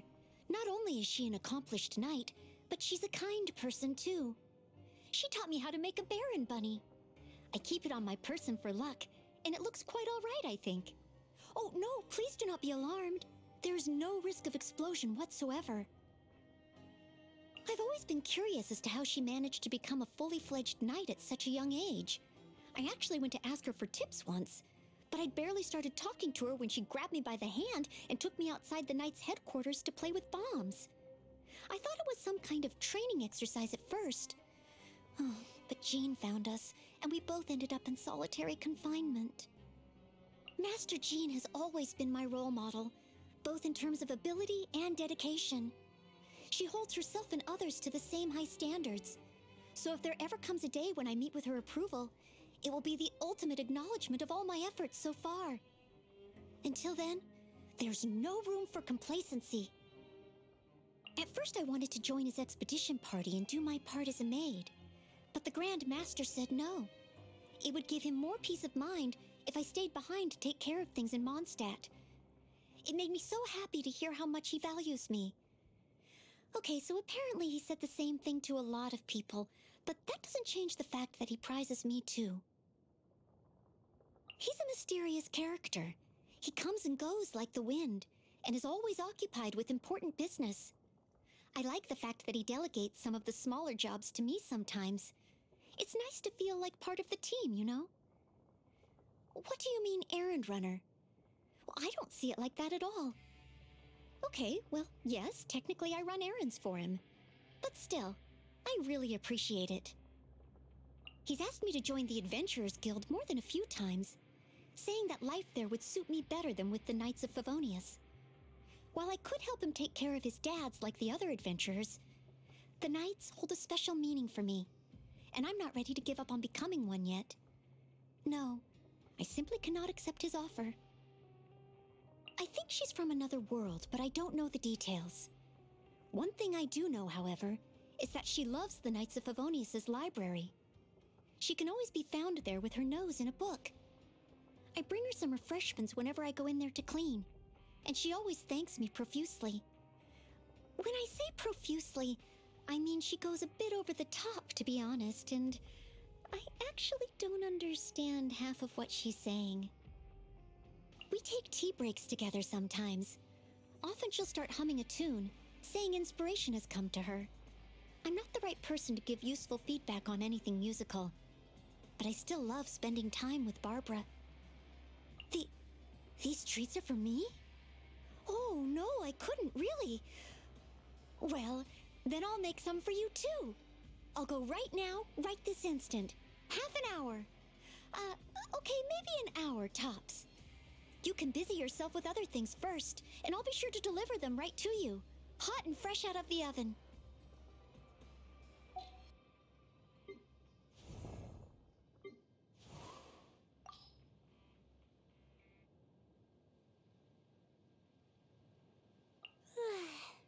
So I don't do any important work at the Shumatsuban, and anything that gets put off for long enough ends up getting done by someone who's more suited to it anyway. Sleep, on the other hand, that is of the utmost importance, because I need to get enough sleep to make sure I get my growth spurt. My sword is crazy heavy, even with my ninjutsu training. There's no way I could lift it without the help of my vision. So yeah, having a vision is a huge help for me. As the eldest daughter of the Kamisato clan, she always looks very graceful and elegant. but she got one of the Shrine Maidens to keep tabs on me and make sure I don't slack off. Why would she do that? Sometimes, when I'm taking a rest up in a tree, I overhear the Shrine Maidens talking about him. Sounds like he's pretty important and super busy most of the time. I don't get it though. It's only work, or whatever. So why doesn't he just not do it? He's got a vision, and yet for some reason he pesters me about learning ninjutsu every time I run into him. I don't know what his deal is. It's not like I'd have the time to teach him anyway. I barely get enough sleep as it is. Every time she sees me, she says, "Hey little Tanuki, let's go hang out at the festival." Firstly, I'm not a Tanuki. Secondly, I don't want to go to a festival. Thirdly, she says she wants to hang out. But really, she just wants me to do a ninjutsu performance during the fireworks show. That's not even related to my work for the Shumatsuban. Her Excellency? Definitely not someone I'd ever get to meet. If you've got questions, maybe Miss Ayaka is the person to ask. She's always patting me on the head. I've never bitten her though, or even said anything, because I'm frightened of how she'd react if I stood up to her. But what am I gonna do? Because if she keeps on patting my head, I'm gonna get stuck at this height forever. Why does he have to make such a racket? And how did he get so tall? Doesn't ring a bell. What? Arataki Ito's little sidekick? Ugh. Well, she's definitely gotta be a sleep disturbance then. Birds of a feather flock together. One time, when I woke up from an afternoon nap, I felt something warm against my back. I turned around and saw a cat curled up fast asleep. You wouldn't believe this. It had not only one, but two fluffy tails. I almost fell from the tree in surprise. Is this some form of ninjutsu too? Alright, fine. I'll tell you. But you'd better not laugh, or I'm never talking to you again. So, my style of ninjutsu is called, Yuhu art. The reason is supposedly that our style focuses on making fun of the enemy. But still,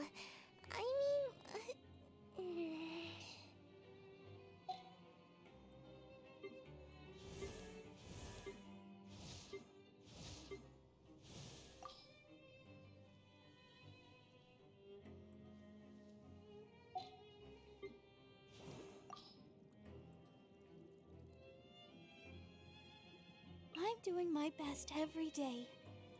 I hope my efforts earn the trust of the people of Mondstadt.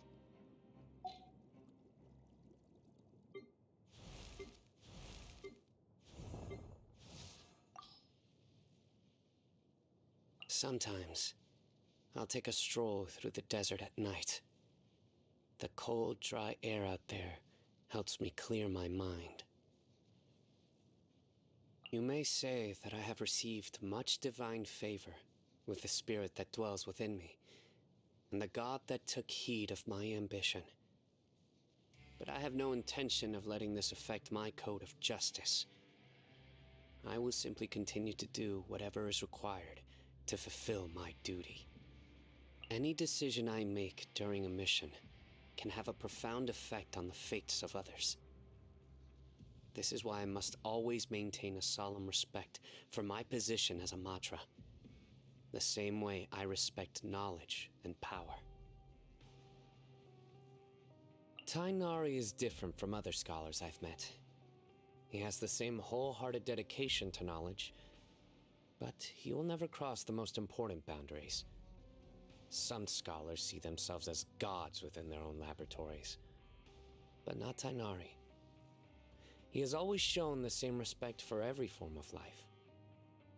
I've heard that he even declined a position in the academia. And Tainari once told me not. Tainari is different from other scholars. Tainari once told me not to tell jokes at the dinner table, insisting that my jokes weren't funny at all. I did not share his opinion, so I told 3 of my best jokes in a row and explained the premise of each in great detail. By the time I was done talking, my food was cold.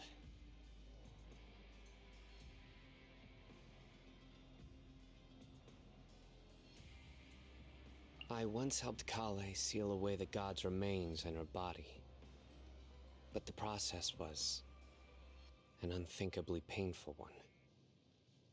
To many, enduring that kind of pain would be a prospect more terrifying than death. So, it was very admirable that she was able to persevere through it all.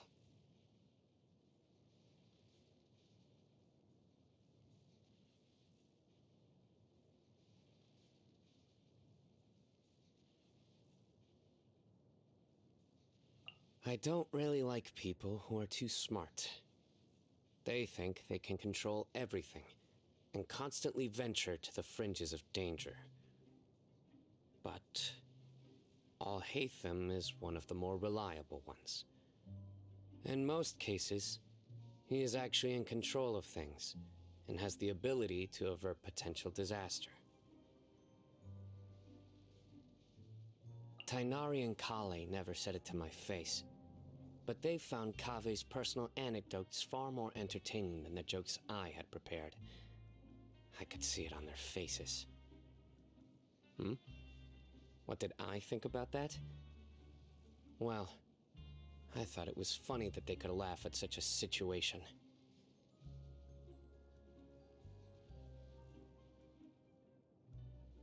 Commenting on a god might be overstepping my position a little. But when I was working with her, I personally witnessed her wisdom, courage, and determination.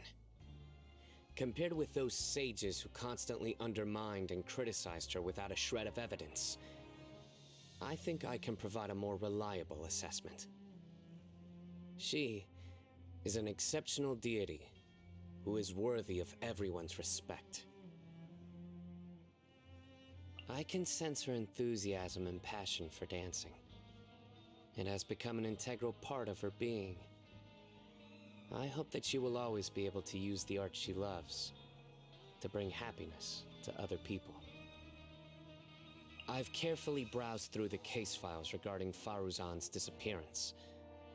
At the time, I thought maybe she had been conducting some kind of dangerous research. But once I met her in person, I completely abandoned that idea. Though it might be a little hard for me to get along with her, she mostly reminds me of a kindly and chatty parent. She is considerate of others and would never do anything imprudent. Of course I know about Lisa. We once both studied under the same sage. As General Mahamatra, I've seen many tragedies befall those seeking knowledge too assiduously. So it's easy for me to understand her decision. Rather than thinking about the why of things, I prefer to focus on what has been done. There are countless reasons why people do things in this world, and upon hearing some of those reasons, you can't help but start to feel that the wrongdoer had a point, or that the public is being too harsh on them. The disadvantaged side will always garner people's sympathy, but the judge must abandon all such feelings. We may empathize with the pain and motivations of the accused, but a crime, once committed, cannot be left unpunished.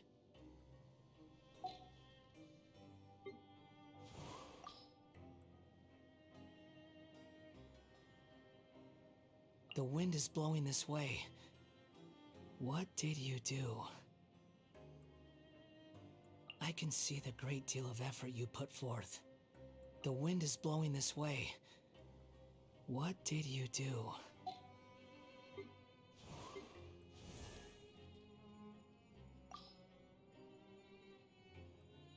When faced with delinquents who are just out to cause trouble, most people will try to reason with them.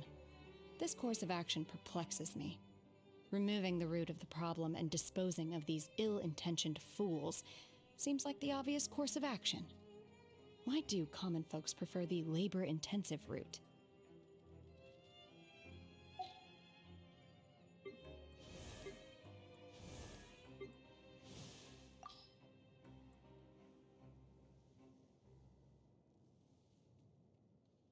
Once order is disrupted, the consequences spread like wildfire. I'd like to avoid such a scenario, so I can keep my life intact and uninterrupted.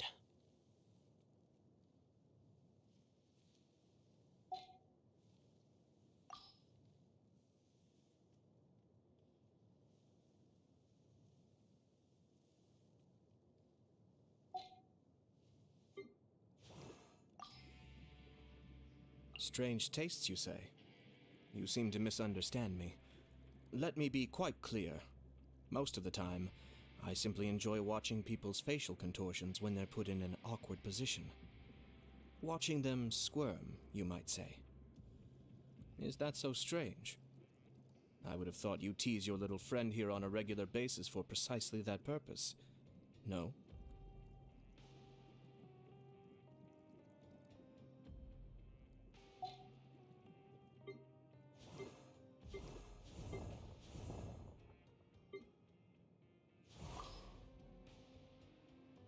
Tea is ready. Now it's time for a short rest. Seems Linny is saying some strange things again. It's really worrying. Entering standby mode. I hope nobody disturbs me.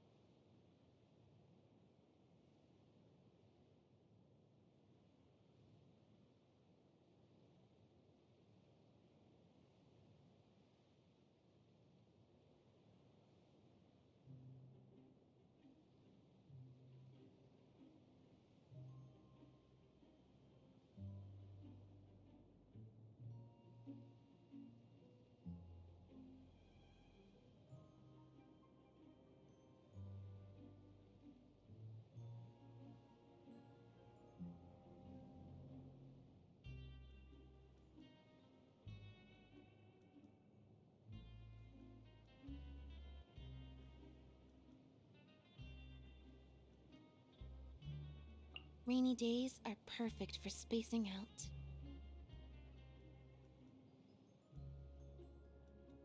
The skies have cleared?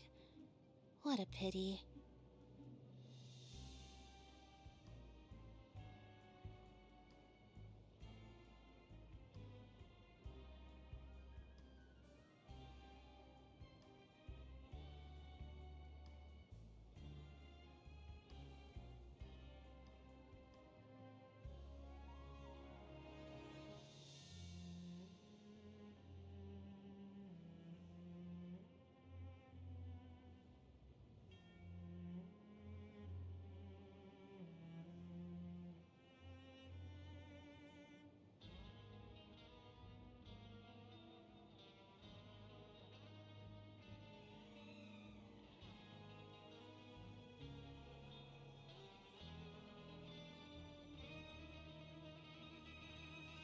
Ow!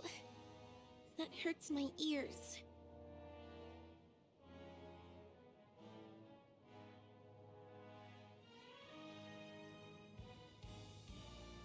So cold. Let's hide you in a hat. There is nothing new under the sun. Is that really true? What's that on the brace? Nope. It's nothing. What's that on the brace? Nope. It's nothing. Good morning. Not fully recharged. No, snoozing again. I usually drink a cup of tea before work. Not only does it change my mood, but also helps me stay alert. After the sun goes down, the desires hidden in people's hearts will rise to the surface. I mean, evening shows are spectacular. Should I reserve a ticket for you? Go to sleep. I still have some loose ends to tie up from work today. I still have to fix the vacuum cleaner I broke. During our shows, I'm usually Linny's assistant. Because I never speak or change expressions, people often mistake me for a puppet. This kind of misunderstanding can prevent unnecessary social interactions, so it's actually quite nice. Making tea looks simple on the surface, but it is actually quite complex. The quality of the tea leaves, the temperature of the water, the number of times to add water. Only when every variable is properly controlled can tea of the purest taste be brewed. Would you like a cup? Animals can also express their feelings. If you listen carefully, you can tell what state they are in. For a kitty, meow means they are much happier than meow. And in that situation, you can pet them as much as you want, and they won't run away. If you explain a magic trick, then the allure of the performance is lost. Personal relationships are the same. If you want to understand me, why not learn a bit at a time and gradually piece together a complete picture? A person's mental state is like a bowstring. If it's constantly under high tension, it will be at risk of suddenly snapping.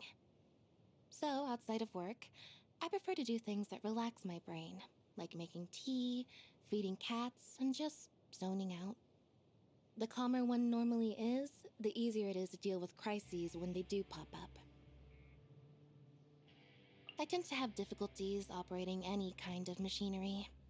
As soon as I stop paying attention, all kinds of things start to go wrong. Once, I even broke the dryer on a rainy day. At least Fermine is good at fixing things.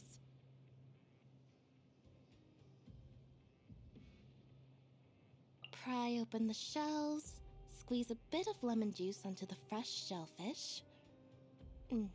No plate necessary. Perfection. Dishes should not be over-seasoned. Good food preserves the original taste of the ingredients. Delicious. I've already memorized the recipe. Thank you for your generosity. Perhaps you could reconsider the spice ratio a bit. My perception has been heightened. My processing speed has become even faster.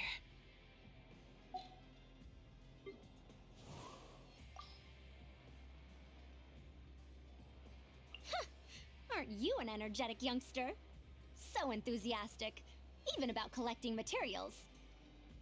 Oh, have you unlocked some kind of mechanism? A continuous current of power is streaming in.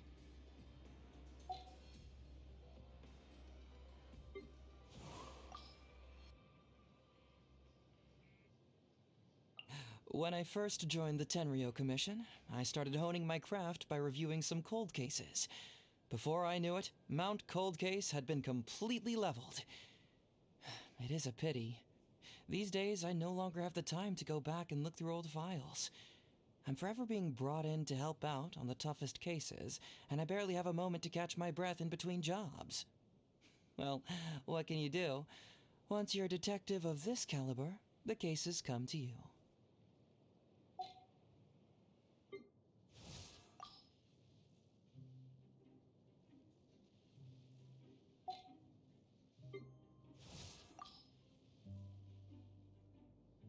I come from a family of shrine maidens. But I'm not cut out for that kind of work at all. When I ran away from home, I immediately thought I should learn as much as possible to support myself. I studied everything, from cooking, tailoring, and fighting, to legal consulting, publishing, and editing. It wasn't until I really settled into society that I realized I've learned everything I need.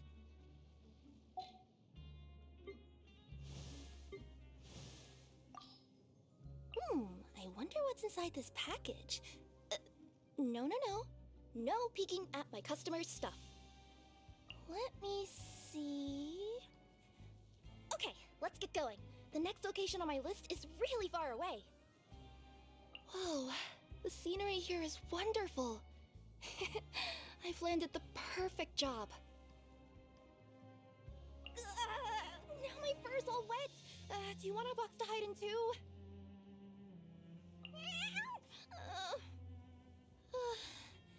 I almost forgot how to speak like a human. It's so cold. Oh, my tails are turning into ice pops. I should have stayed inside near the fireplace. My fur won't get singed as long as I don't get too close to it, right? The sunlight feels really cozy. Napping in a tree would be nice. Just the thought of it is making me sleepy. Oh no! The smaller parcels are gonna get blown away!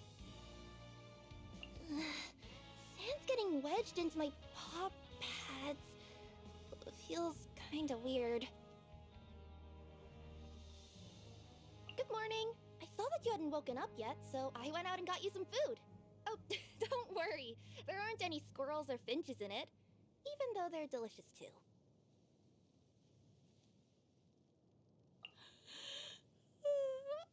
Let me sleep a little longer.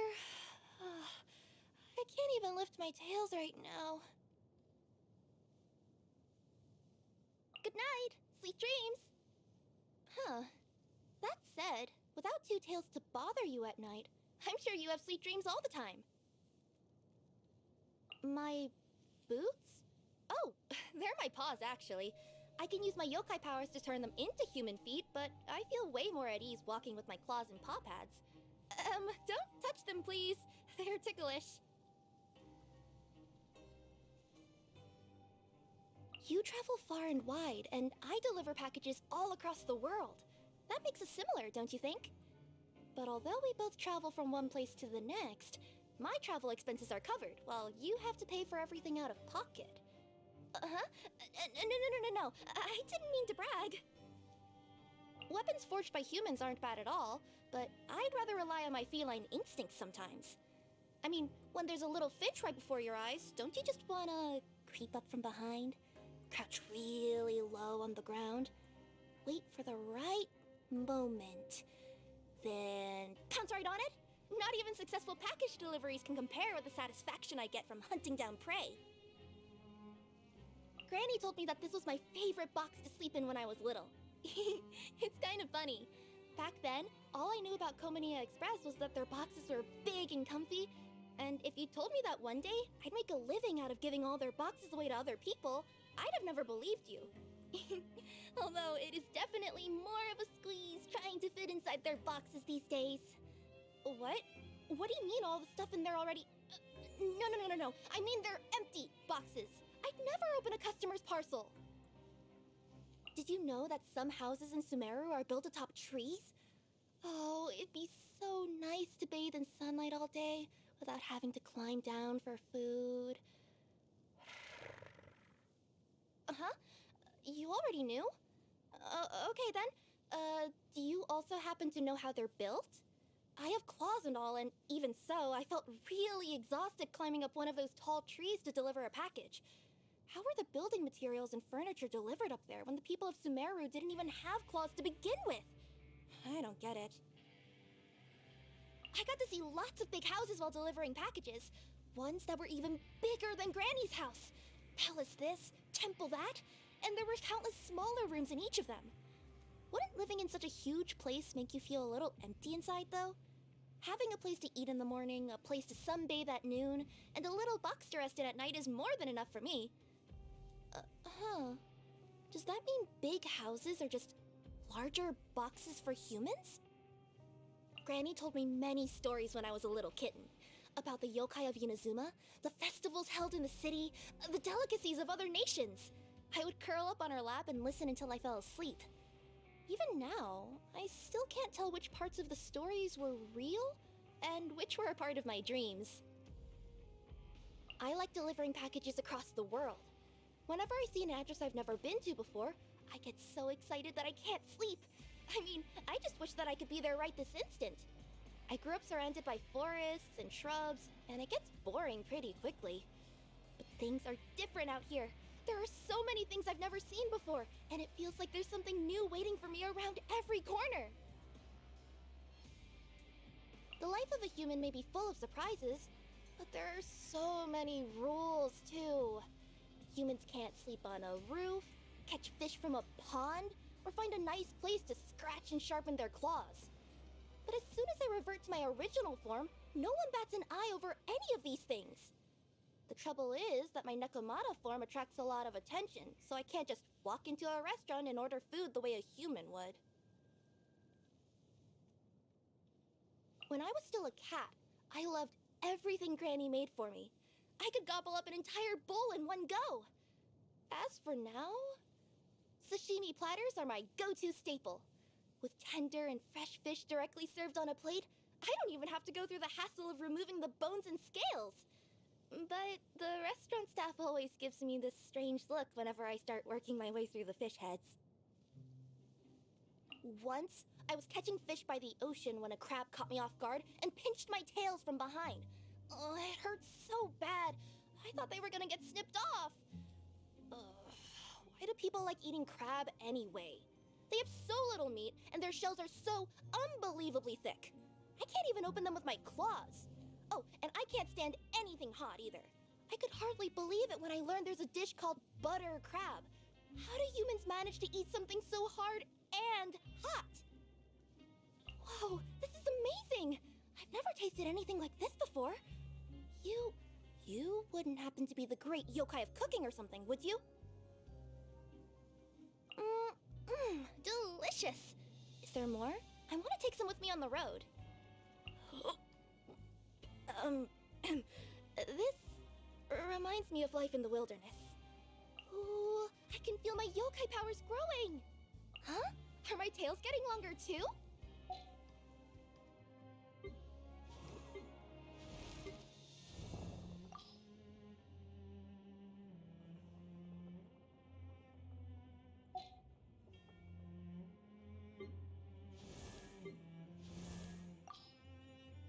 Oh, we'd better stay battle ready. Our next mission could start at any time.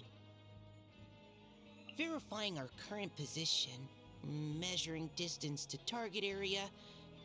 All right, I've recorded the terrain conditions. no matter what kind of environment you may find yourself in, with thorough reconnaissance, you should be able to establish a safe route. Oh, the rain is really coming down. Oh, let's just hope the conditions out here won't get too muddy. Otherwise, I'll need to help everyone clean their boots and their...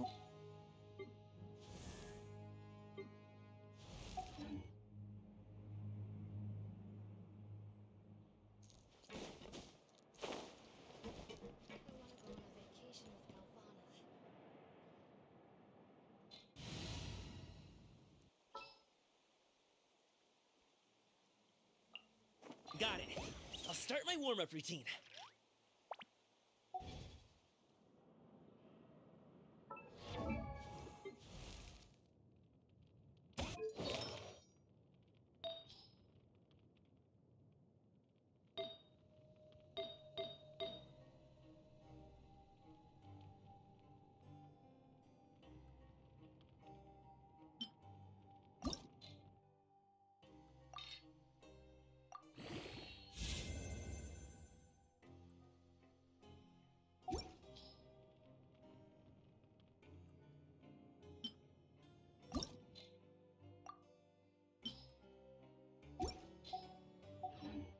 If my calculations are correct, what?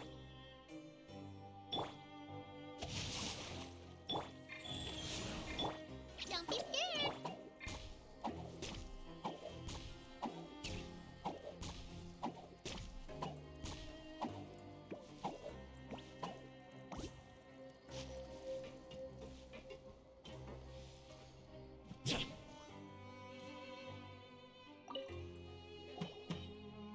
You can come out now. We found your hat.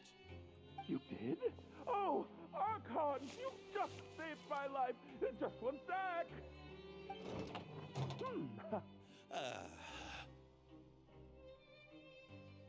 Wait, so you're not actually bald? You've got such a full head of hair, too. I mean, I told you that there had been a misunderstanding. This has nothing to do with my hair.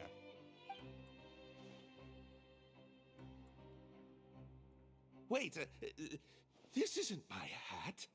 Well, we got you a new one. We tried really hard to look for your hat, but no dice.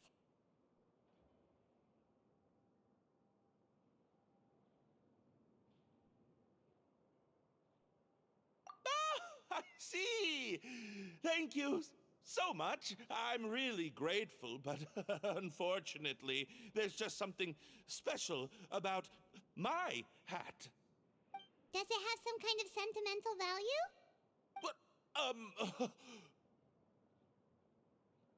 Sorry, I can't explain at the moment. Time's tight as well, so I suppose I'll keep looking for a while. If you're looking for a hat, I just picked one up over here. Is it yours? Your Grace!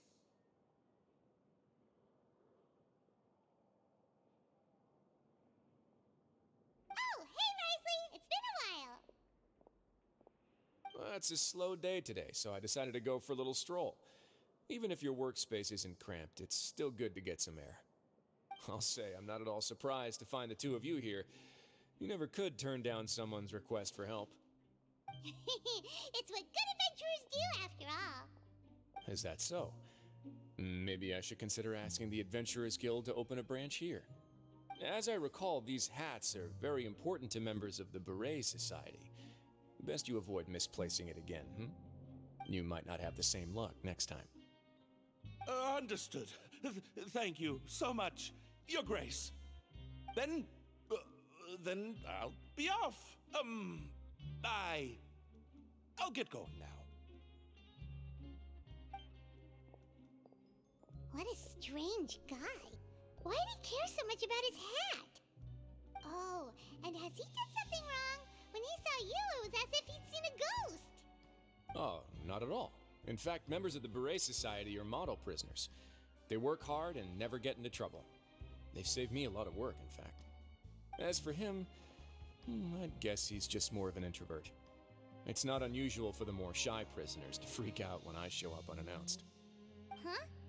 Shy? There are prisoners who are afraid to talk to people? Prisoners are still people, after all. There are as many crimes and motives as there are stars in the sky. The idea of the criminal as a selfish, heartless brute is just a stereotype. Such labels could never capture the complexity of even a single individual person. What kind of a person a prisoner may be and why they've committed a crime, we'd never know these things if they don't share their story with us. Huh. You've got a point. Anyway, it's all good as long as it makes sense to you.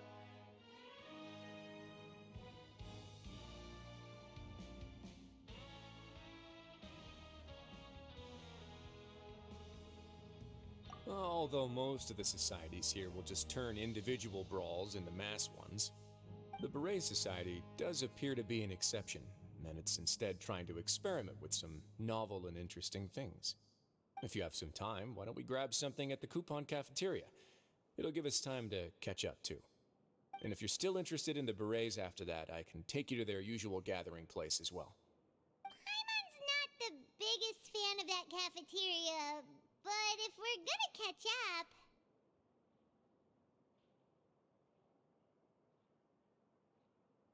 All right then, please follow me.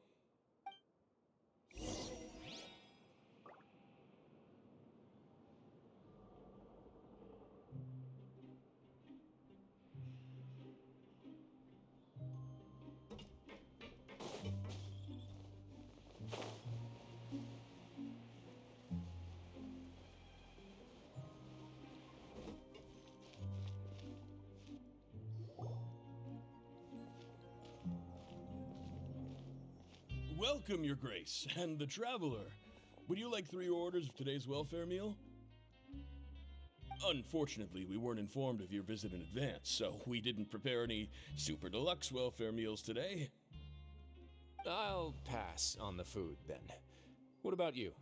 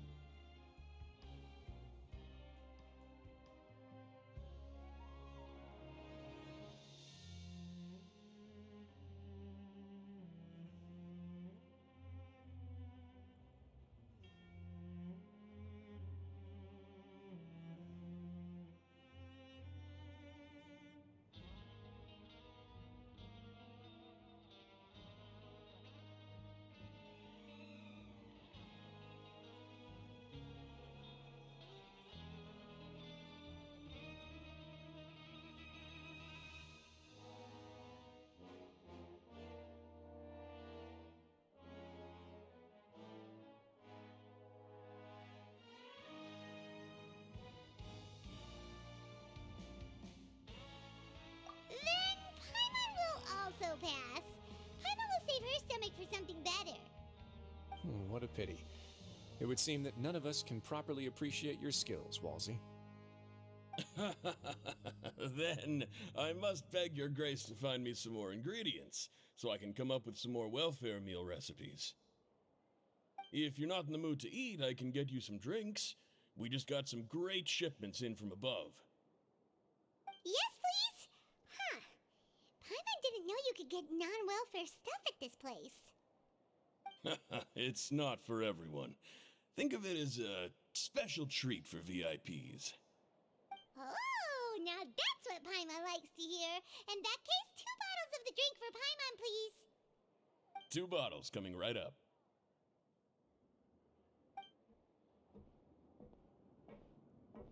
Our first meeting took place on short notice, and we were both swamped by everything that happened after, so there was no time for more casual chit-chat.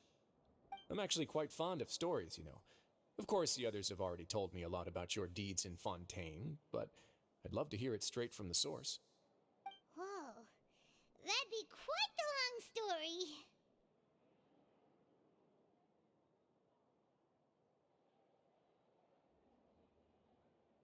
Impressive. Not all who possess the courage to risk their life for their ideals also have the strength to make it out unscathed. Had you not possessed these remarkable qualities, I probably wouldn't have had the chance to make your acquaintance in the first place.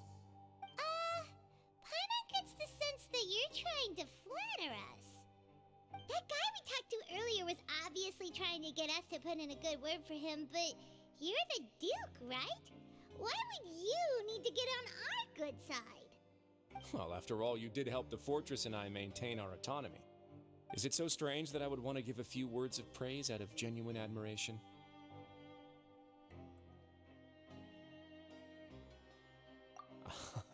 So this is a matter of trust. Which is unfortunate, since I don't have nearly as interesting of a story to offer about myself. I was convicted and sent here at an early age.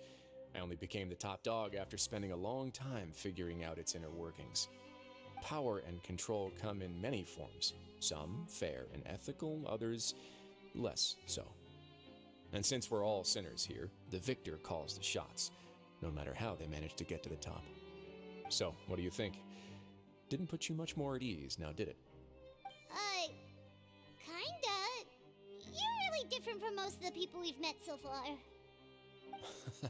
I'm perfectly aware of that too, but even so, that doesn't make me think any less of you. I would very much like to maintain friendly relations with you two.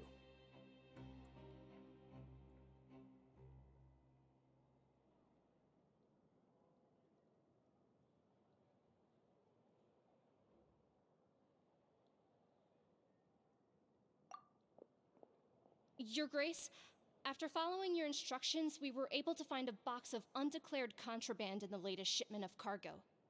They were extremely well hidden, and we've confirmed that the senders have been using this method to smuggle goods for a while.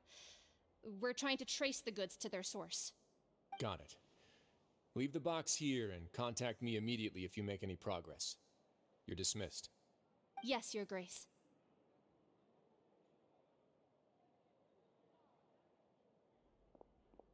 Sorry, I'd almost completely forgotten about this. She mentioned something about contraband. Are they like dangerous goods? Not necessarily. The term is just applied to things people want to bring in on the sly. Many people here are experts at pulling rabbits out of the most ordinary hats, so we have to examine everything carefully. Now, what do we have here? It's more or less what I expected. Whoa, this is certainly a box of curiosities. Mora, snacks, yarn, balls, ropes, mechanical parts, and even a gem! Wait, if you've confiscated this entire box, then does that mean all of this belongs to you now? Yep. We can't just send them back up now, can we? What? But that's just insane profit! Traveler, why don't you become a duke as well? Paimon will be your vault keeper! Jokes aside, I didn't know you'd be so interested in this box. How about this then? You can pick anything you want from it. Consider it a gift from me. Really? You'll let Paimon pick anything? No takebacks. Paimon will have you know that she's got a real good eye for treasure. I never joke about things like this. Alright, Paimon's gonna have a look. Paimon wants this one. This dark, sparkly gem. You just know it must be worth a ton of Mora.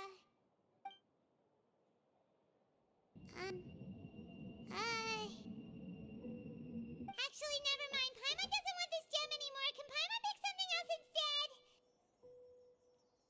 There's something weird about this gem. Paimon remembered a lot of bad things when she picked it up. Paimon couldn't even tune them out. It's as if the gem was just drawing them out of Paimon's brain. It was super spooky. Is that so? Let me give it a try.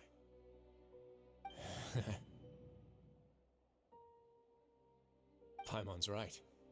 I too experienced some unpleasant flashbacks.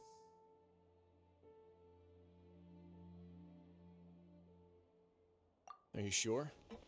I wouldn't exactly call it fun. Fair enough. Go ahead. I don't think it'll have a permanent effect.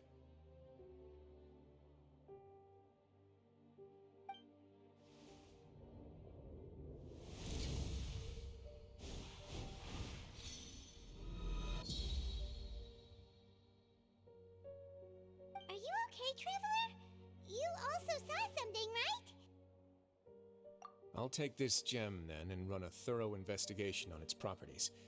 Paimon, feel free to pick something else. Then... actually, never mind. Paimon's gonna pass. Paimon was thinking about one of the snacks, but who knows if it'll also make Paimon sick. You do have a point.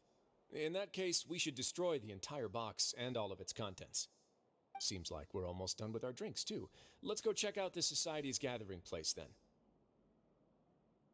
I can introduce you, and we can also continue our conversation while we're at it. Wait, are you this free every day or something? Just noticed? I wasn't exactly busy the first time we met either.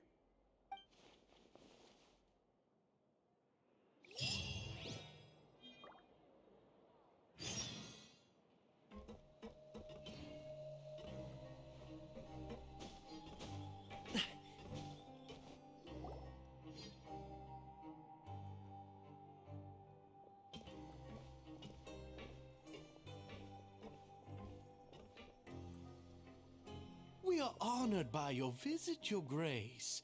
All of us at the Society have been waiting for your arrival. Are these your two guests? Mm-hmm. Let me introduce you to them. Traveler, this is Dugier, the head of the Beret Society. This is their gathering place.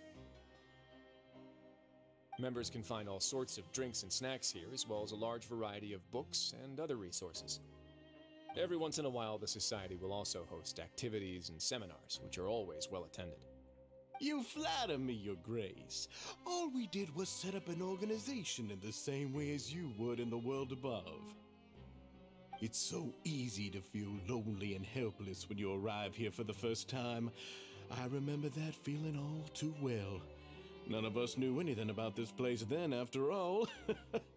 But that's when the thought came to me. If we could help everyone turn over a new leaf, they would no longer have to lead such gloomy existences.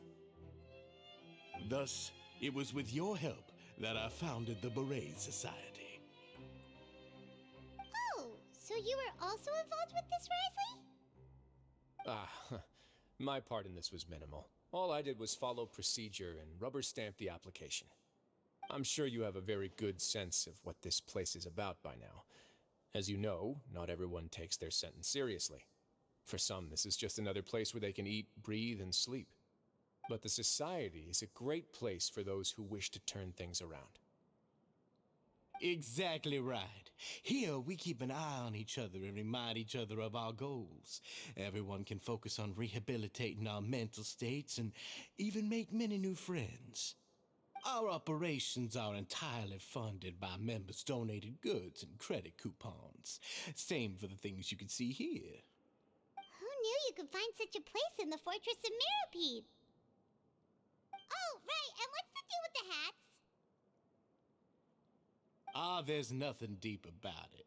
I just felt like we needed some kind of visible identifier.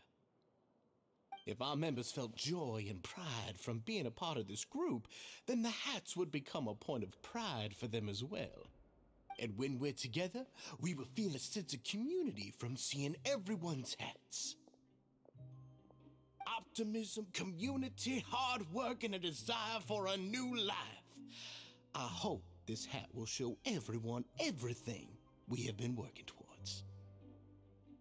In other words, that hat has come to represent something like a model citizen, which also helps them recruit new members. Once again, you are exactly right, Your Grace. That's a part of our goal as well. Let's take a little old seat over here. There's no need for us to stand. I'll ask the members to get us some drinks. Please wait here just one moment. Feel free to look around too if you want to learn more about us.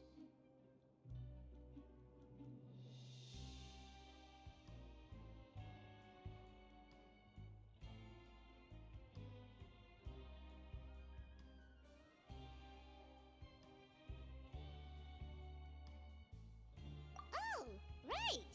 What happened to your slow day, Risley? Seems like I shouldn't underestimate an adventurer's keen sense of observation. I'll bear that in mind the next time I need to do something low-key. Kidding, of course. We're just discussing some small matters. It shouldn't take long. We've also already gone over the organization's vision. Instead of listening to me try to explain some more, maybe it'd be better if you took a look around for yourself.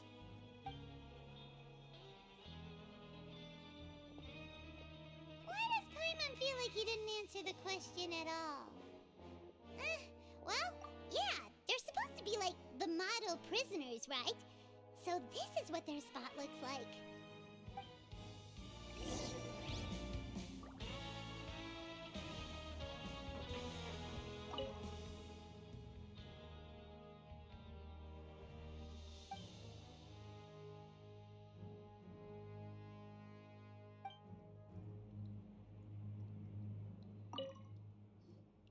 Hey, what are you doing over here?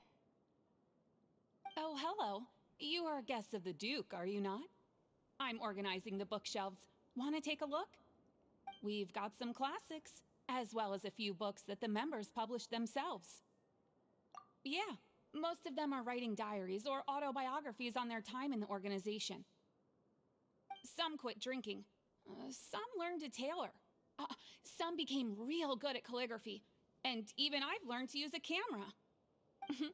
We find it kind of funny. You see, had we managed to stay above ground, none of us would have ever had the time to learn any of those skills. Ah, it's because you all have a lot more free time now. Not only that, but we've also now got the mental space to think about taking on new things. Before we came here, we were constantly exhausted just trying to live. With how the Duke and Mr. Dugier have organized our lives down here, though, all we need to do is think about the things that we want to do. You never know what you may be good at until you give it a try. And while you're here, no matter what you do, you won't get judged for it. After all, there's no need to conform to societal expectations when you're already in jail. So this is something like a safe space. Yeah, that's exactly right. After all, not everyone is good at fighting, or have the physical strength to do hard labor. The society is exactly what some of us need. And that's it. I just finished organizing this shelf as well, so feel free to check it out if you want. Just remember to put the books back after you're done. Don't worry, we will.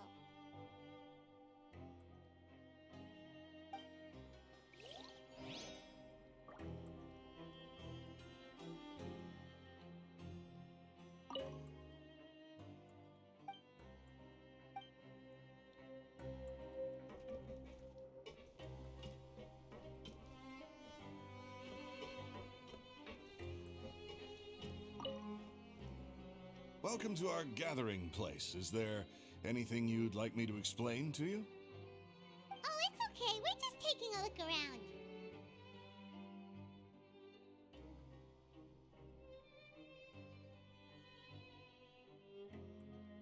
Well, that's not a bad comparison. It is my job to explain our amenities and benefits to our latest members. I'm sure Mr. Dugier has already explained some of it, but allow me to fill you in some more. Besides this space, which our members use to rest and relax, we also have an entertainment room, a fitness room, and a self-study room. These rooms are open to all of our members. We want everyone to be able to use their free time to the fullest. Wow, that's pretty cool. Do you have a restaurant too? If you did, you also wouldn't have to eat at the big cafeteria anymore. Unfortunately, we don't. For matters like that, we still have to rely on His grace. We started a collaboration with the cafeteria a while back, though, so they'll let us borrow their kitchen to do some simple research into recipes and cooking.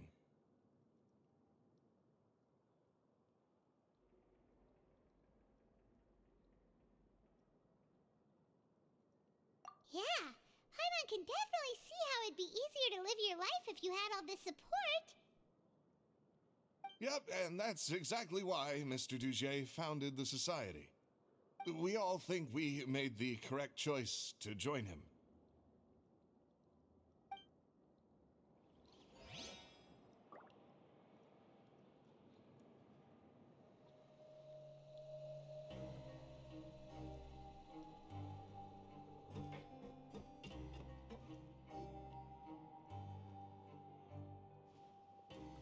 Hey, you there, newbie!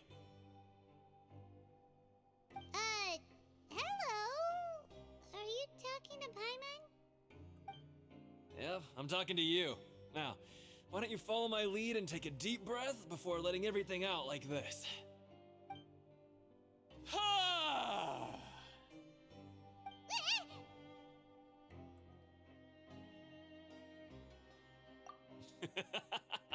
That's how I pump myself up every day. A lot of my friends have found it super useful too. With one shout, you can release all the fatigue, resentment, and unpleasantness from your lungs and return to the day with all the optimism in the world. Why don't you also give it a try, huh? I promise that it'll work. Paimon's gonna pass. Feeling shy? That's alright. As long as you remember this trick, it'll come in handy one day. Just remember to take a deep breath and let it all out if you find yourself at your wit's end.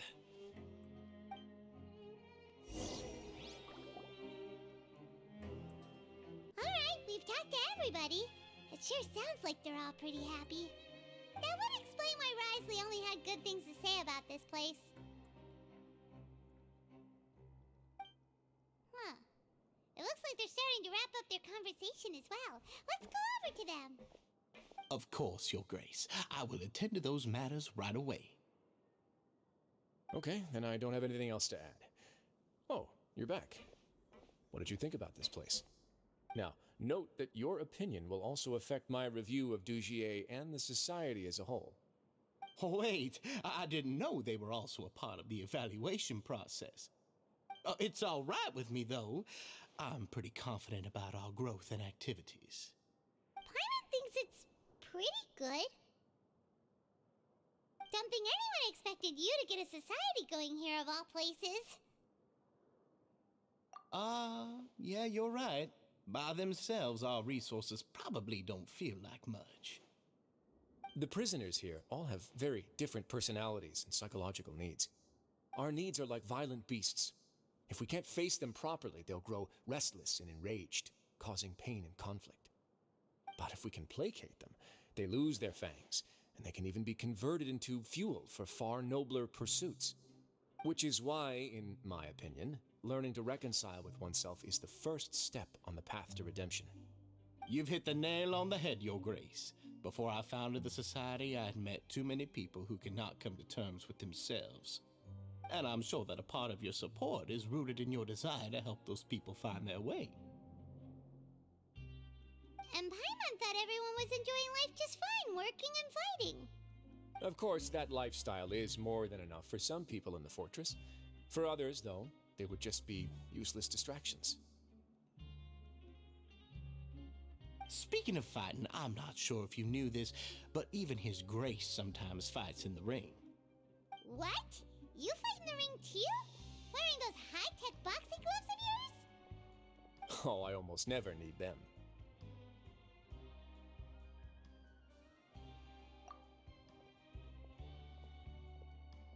Hey,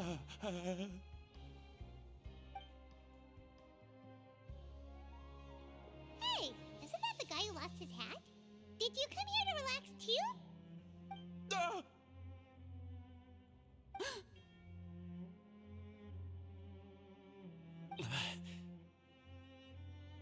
What's wrong? Did you forget about us already? Are you feeling all right?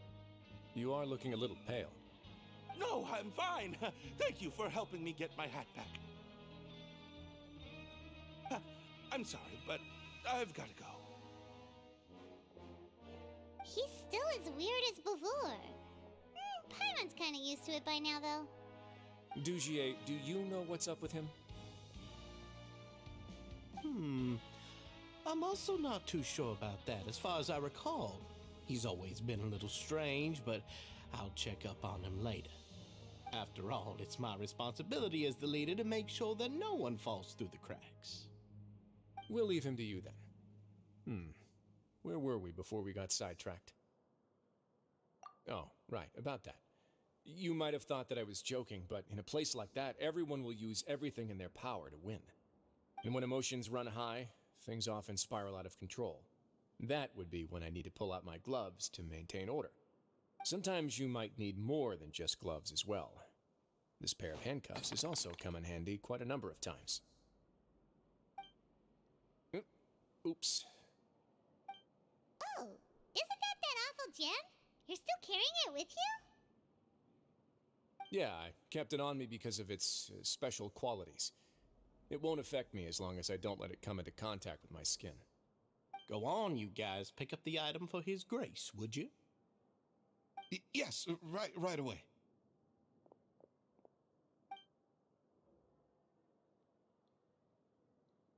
That gem shines with quite the dazzling light.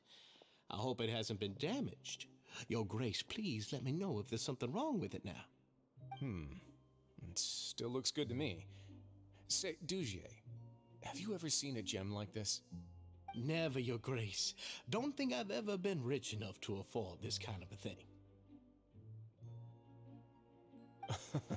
I guess that's fair. We've already gone over most of the things that I wanted to talk about, so let's wrap up for the day. The Traveler also has some other plans, after all.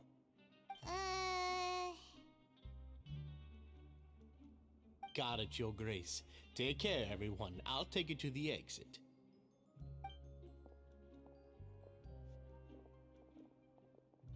Traveler, Paimon, it was an honor. I'm sure everyone would love it if you were to visit again. And that goes for you as well, Your Grace.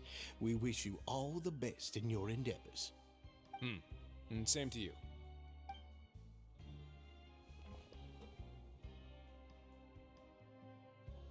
Paimon doesn't think we made any plans for the rest of the day. Why did you lie to him?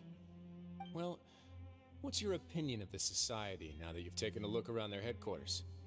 Paimon thinks it's pretty chill.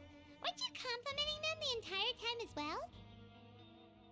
Paimon doesn't remember exactly what you said, but wasn't it something along the lines of encouraging people to embrace their new lives with optimism? There's only one potential problem. If the Society does too good a job managing and rehabilitating its members, you may be soon out of a job. That is certainly a possibility. But at this point in time, they're still reducing my workload by managing and rehabilitating prisoners in my stead. I wanted to see just how much they've managed to accomplish, and also get a sense of Dugier's plans for the future. I arranged for a meeting out of curiosity, but then I noticed some faint hints of dissonance. Dissonance? I'm sure the Traveler has sensed it too. As expected, you also picked up on it. The whole truth is a bit complicated, so I'll explain everything to you later. I can tell you right now, though, that this was an unexpected turn of events. I had hoped to take care of it in secret, but now a confrontation may no longer be avoidable. It's hard to predict what might happen next. You've completely lost Paimon. Why don't you take this opportunity to check back on the gathering place? Just tell them you left something of yours there by accident. If my hypothesis is correct, Dugier should already have left. And with his watchful eye removed, you may well get a very different reception from the members. Can't you just tell us exactly what to expect? I'm just following the most popular playbook in Fontaine. Investigate, obtain evidence, and then use the truth to render judgment.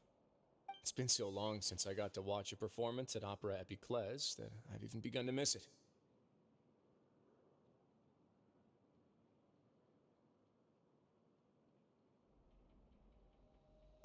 I'll explain everything to you later, but right now we need to seize this opportunity. Find out what you can from them now while they're all in one place. We might not get another chance like this anytime soon.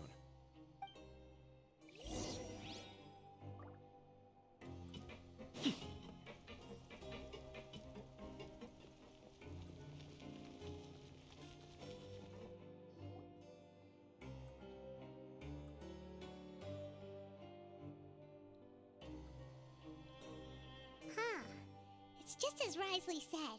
Seems like Dugier is no longer here. You said you felt there was something off about this place, right? So let's see if we can feel something out. Paimon will do her best to help.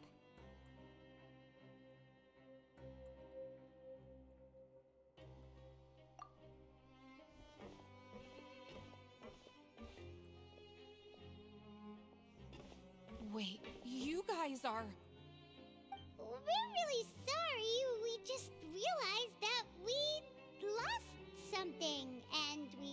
figured we might have left it here by accident. We'll be on our way as soon as we find it. Oh, okay.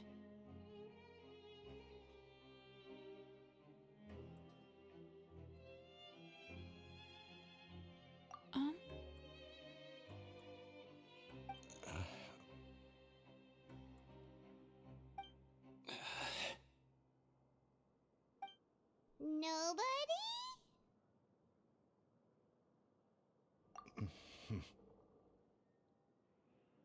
It's okay. There's no need to be nervous.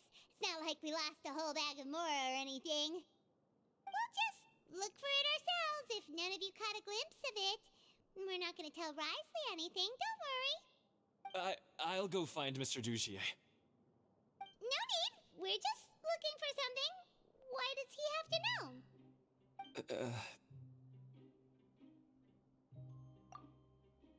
We can look around for it, yeah?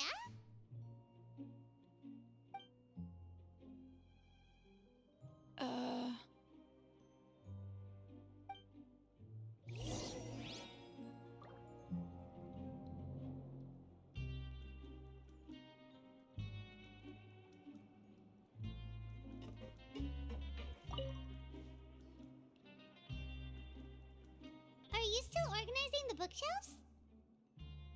Yeah, and I'm sorry.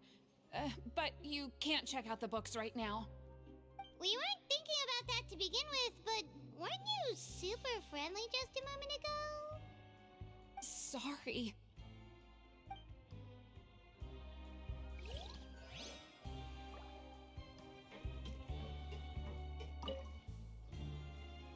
Hey, hello?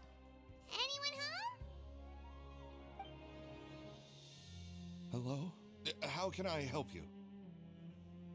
The Beret Society offers a variety of resources and benefits to its members, and, I mean, you've already heard my spiel. I don't know anything beyond what I've already told you. You don't know anything? Sorry, that's not what I meant. It's just... there's nothing more I can tell you.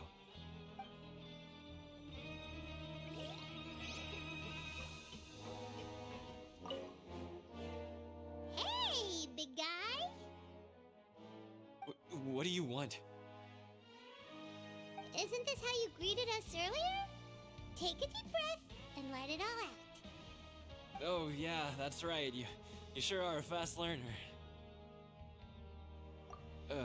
I ate something earlier, so I'm falling into a bit of a food coma, and, I mean, not everyone can be super upbeat all the time, right?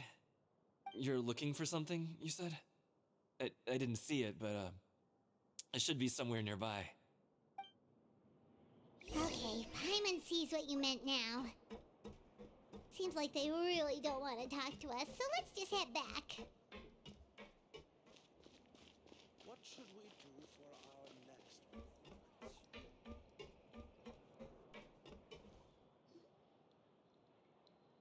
Oh, you're back. How are things at their headquarters? It was as if they had all turned into completely different people. That would prove my suspicions. The dissonance I mentioned earlier was precisely that fleeting moment of fear behind the cheerful facade. Right. He was acting super scared too when we saw him at the gathering place. Actually, hasn't he just been acting super paranoid since we first met?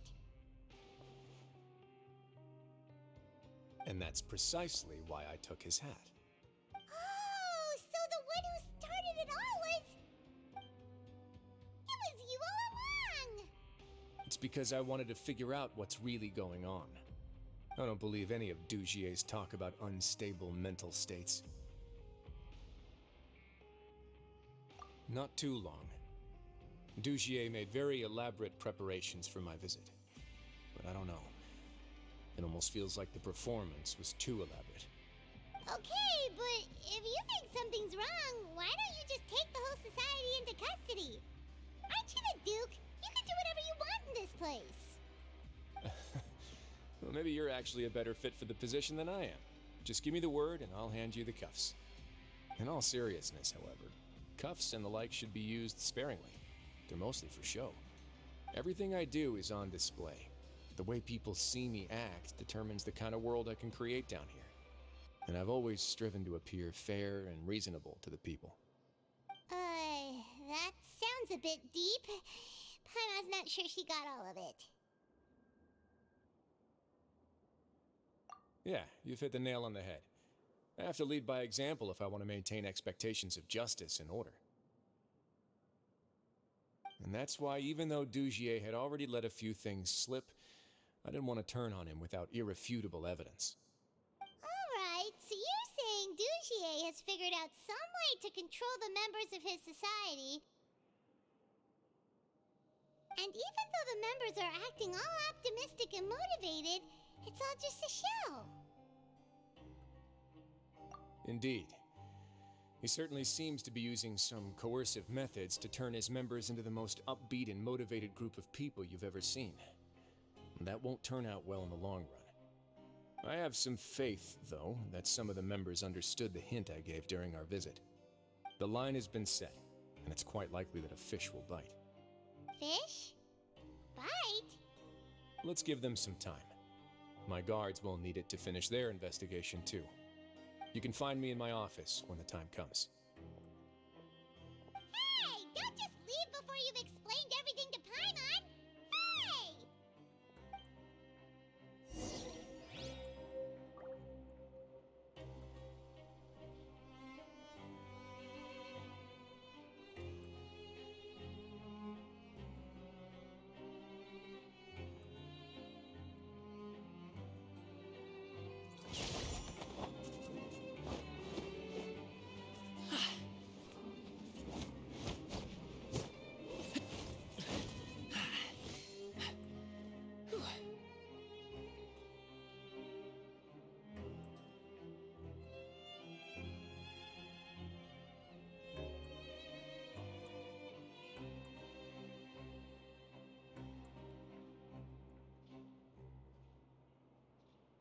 Whether it takes me uphill, downhill, or out to the sticks, I get the goods from A to B.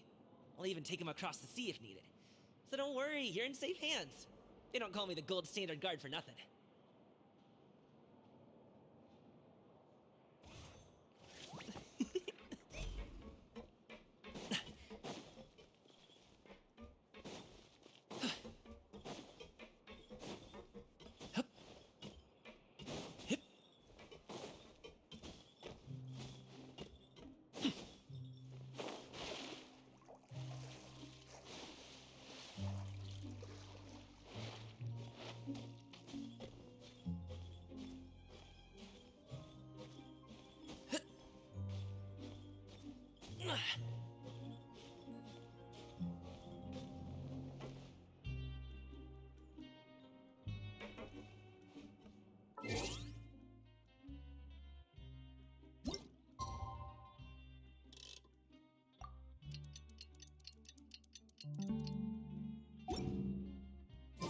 It's finally evening.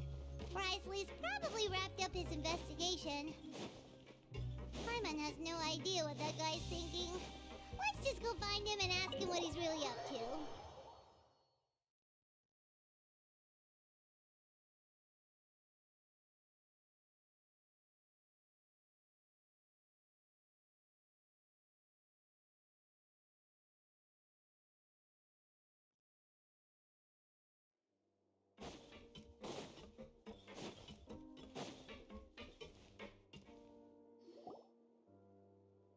Oh, here you are.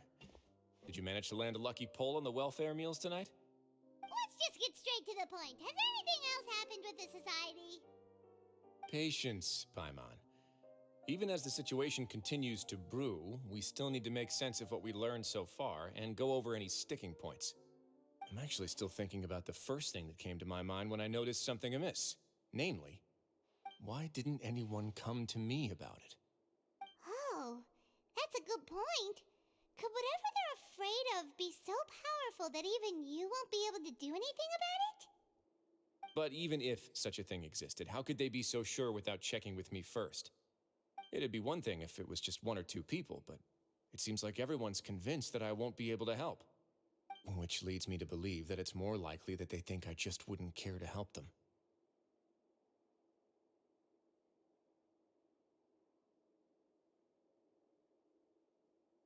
Yes, something like that. Dugier must have told them something to make them think I won't take their side. So it became imperative for me to refute that and prove my true stance. Of course, I had originally planned to do this in a more covert way, but I had to improvise when you identified the guy who'd lost his hat with everyone present. There was no way to keep our investigation a secret after that. That makes sense. Wait, then does that mean it was all Paimon's fault? The last thing that guy wanted was for Dugier to find out that he'd lost it. He would have never brought the matter up on his own. But now, not only has Dugier found out that he'd lost his hat, he's also realized that we were the ones who found it. That likely set his internal alarms off all at once. Yes, that's the conclusion I came to as well. It's the only thing that could explain the fear. If we didn't act right then and there, Dugier would probably come up with some other way to hide the truth and we'd be back to square one. So after giving the matter some thought, I tossed that black gem onto the ground. I must say, I was pretty satisfied with the results. Ah, so you did that on purpose? Yes, that's right. Of course, that box was discovered as part of our investigation of the Society from the very beginning. I had no way to know if any of the members had actually seen the gem before, but since I had to do something, I decided to gamble. Right. And I said back there that I had no idea what the gem represented. That should have been enough to let people know that it's still early days for my investigation. And since I was traveling with you, heroes who have never turned a blind eye to evil and injustice, they would also understand that we're here to help, rather than to tolerate or uphold the status quo. You used us as a part of your plan too! My apologies. There was no time and quite a lot to explain, so I figured it might be easier to just let you see a few things for yourselves. But I can assure you that I've now told you everything there is to know. Of course, you're under no obligation, but I would really appreciate it if you could continue to lend me your support and help me figure out the true secret behind the Society. Would you be willing to lend me your support? But Paimon's still mad at you!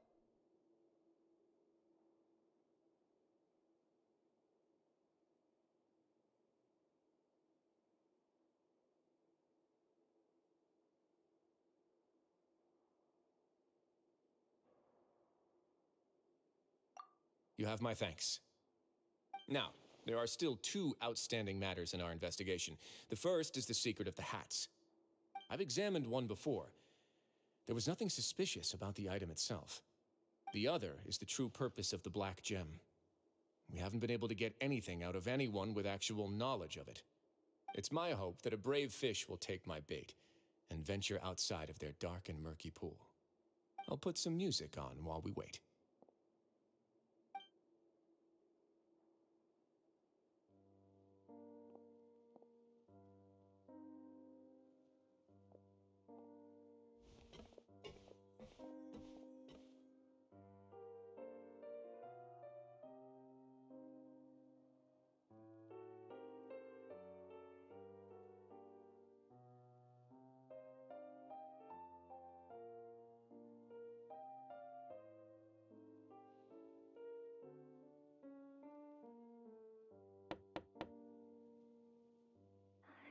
Excuse me, Your Grace, but may I come in? I'm afraid that someone's been following me. Please, do.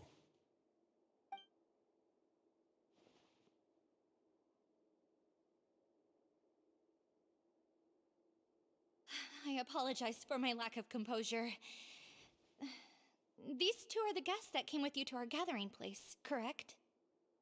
Yes, my lover Fasol told me all about you. Please, help us, Your Grace. He's in great danger right now.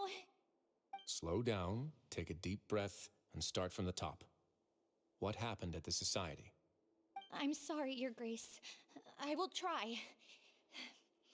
I think I should start from when you saw Fasol last. You mean when we saw him at the gathering place? Yes, he fled immediately, but many members are hot on his heels. Thankfully, he still managed to meet up with me and explain everything that had happened. Now that he's lost Dugier's trust, what awaits him is agonizing censure. Censure? Censure is Dugier's method of establishing control, as well as the thing we all fear the most. Rather than listening to me explain what it is, Your Grace, please, just let me show it to you. Every secret may be found within...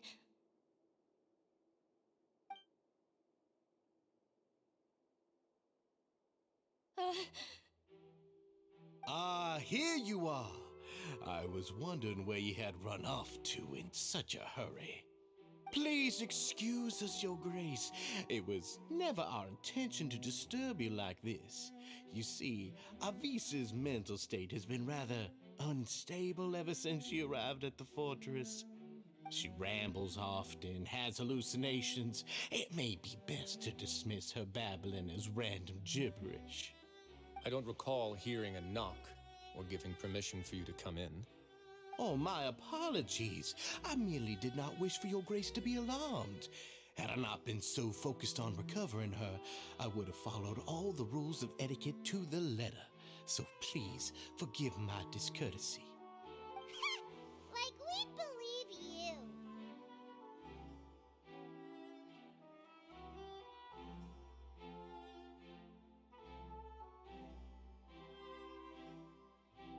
Please, there's no need to be upset. It's only natural to want to side with the poor sick girl, but I know His Grace to be a reasonable man. Well then, what if the reasonable man wants to hear the lunatic out? That would be perfectly fine with me. Oh, and just so you know, we've also found the missing Mr. Fasal. I had no idea why he was so upset about losing his hat, really. Thankfully, he has already returned to his senses. We've brought him back to our place, so there's no need to worry. I'm sorry, Your Grace. I don't have anything more to say.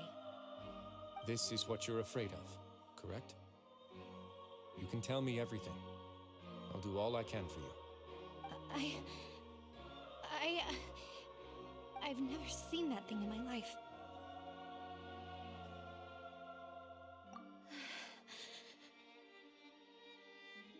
Your Grace, I don't think there's anything else she would like to say. Pressuring her will not get you anywhere. It's all right, Elise. As long as you tell me what it is that you're terrified of, no matter what it is, it will no longer be able to hurt you. I swear this on my name and honor as the Duke. Your Grace, forget it. I'll keep my mouth shut. I've already said everything I could say about the matter. I'm sorry, Your Grace, but I really don't have anything more to say. Please, don't press me further.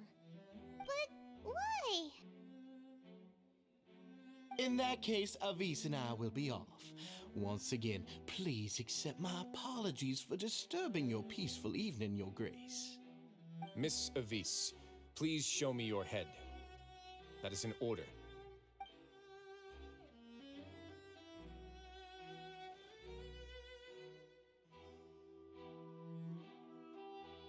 There's nothing there.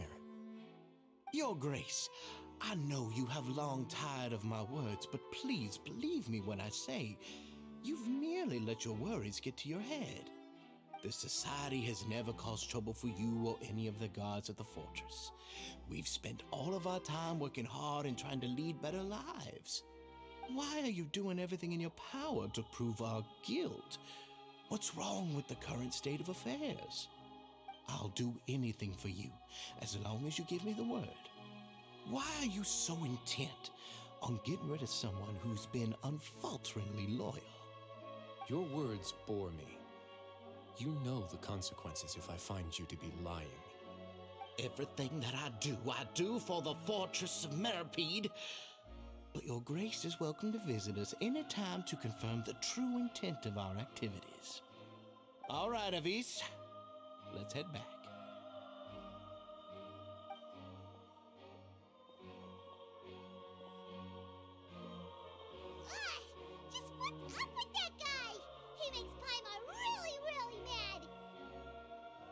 have shown him his place. Sooner or later, all will pay the price for their arrogance. Oh, he must have been well prepared for this exact scenario, or he wouldn't have dared to be so openly hostile. All the more reason for us to be patient. The entire society are his hostages. His subordinates would definitely react if he were taken into custody. And that's why he dared to bare his fangs right in front of me. The true secret of the society is neither on the hat nor on the members' heads. Dugier probably knew this from the very beginning, which is why he didn't panic. However, if we were to look at the rules, it would also seem like the head has to be the place where they're keeping all of their secrets. Yeah, none of this makes sense to Paimon either. What are they trying to hide?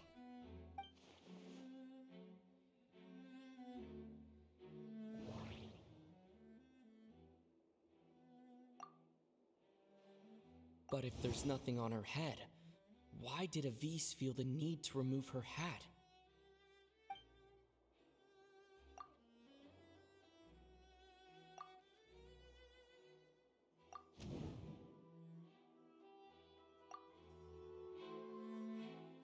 I have an idea, but...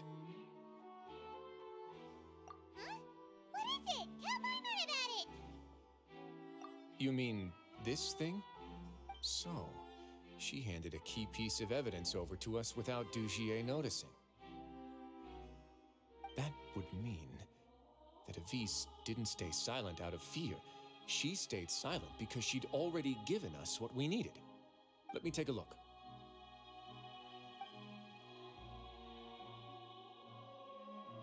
I managed to remove this from the hair clip. It's long, slender, and conical, it's hollow on the inside, and looks something like a cross between a nail and a thorn.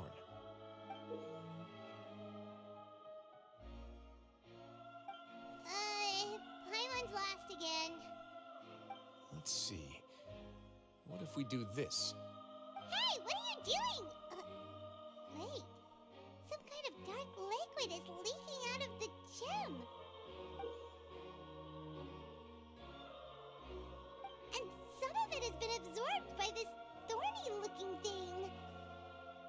You've probably heard before that water is filled with the strongest emotions of humanity. With that in mind, this liquid is probably a highly concentrated solution of fear. Oh, so that's why even touching it will make you remember unpleasant things. Dugier would be able to censure others. I can only imagine how it would feel to have this directly injected into your brain. The moment it hits you would be like being flooded with all the terrors you've ever experienced in your life.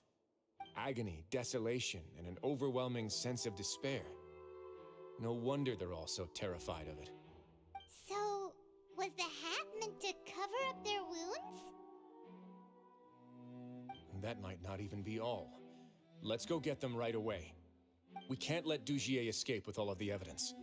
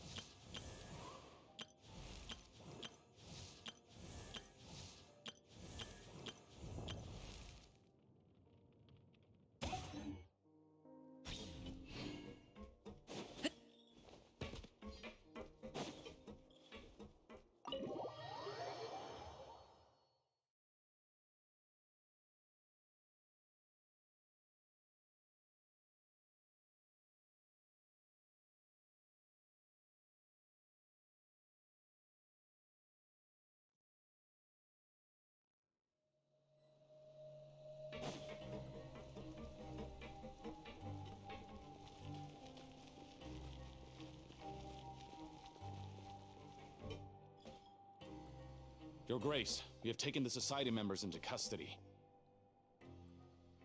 They all tried to flee just a little while ago, as if they had received some kind of order. We decided to forestall their plan, and were just about to send the word when you unexpectedly arrived.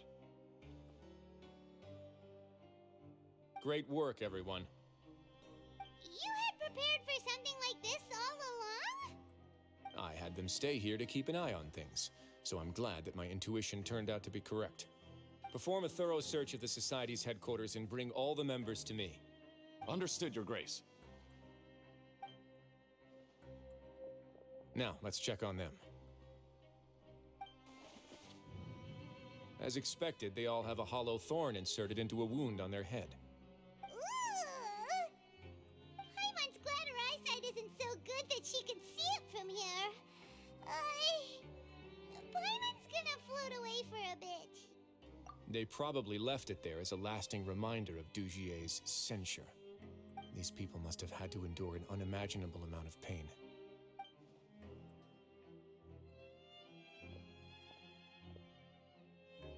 Let's go check out the other areas, too.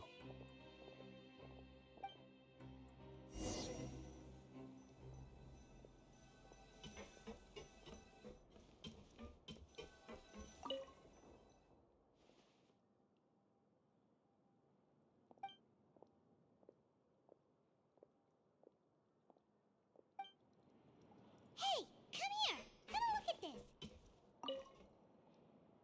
This is a book that Paimon found in a box next to the bookshelf. Its contents are exactly the same as this book on the shelf. The colors of the covers are completely different, though, and the names of the authors also don't match up. Yeah, and they dared to claim that they wrote these too. Huh!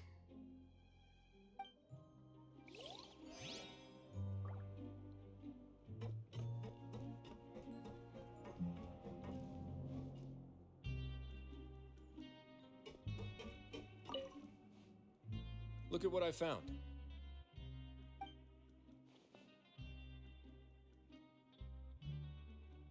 This is a surveillance port. With this, Dugier would be able to remotely monitor everything that's happening at the gathering place. So even if Dugier's not there in person, he'll still always have eyes on the members. Indeed. It's easy to become lost and confused when you're given no instructions or any kind of script to follow. And if any action you take may be deemed a mistake, then perhaps it's better to do less, or to not do anything at all. Dugier has already tamed them to his will.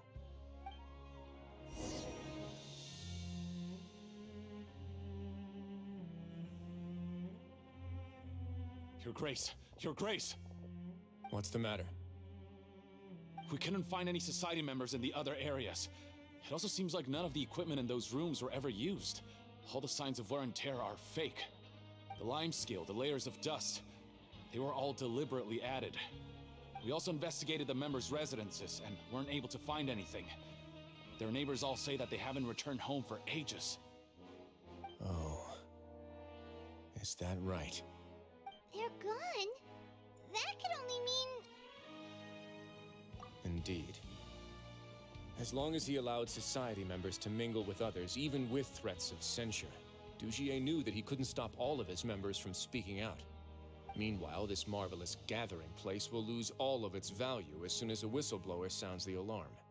So instead of being his real base, this is just an elaborate performance. The rest areas, the fancy equipment, even the members that we saw, they were merely part of the front. And only the most docile and well-trained members were selected as his performers. But then, where can we actually find him? Let me think. Dugier must be holding all the rest of his members in another place. And if the overseer of my fortress guard has never alerted me to anything of the sort, he must be in Dugier's pocket. I'm of the same mind. Let's go. You two, follow me.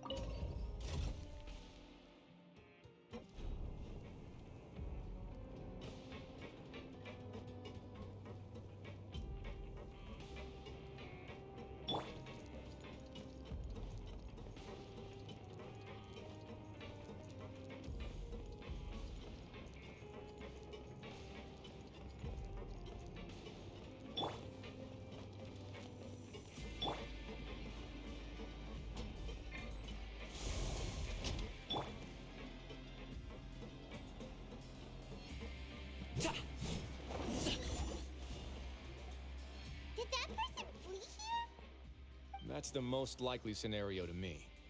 He's probably already caught wind of Dugier's declaration of war against me, and has fled to seek his protection. Let's keep heading down. There are some abandoned areas in there. Since he needs space, I'd guess Dugier probably converted them into his headquarters. We should be on the right track. Now we just need to find that turncoat. Let's go. We can take this path. You guys take the other.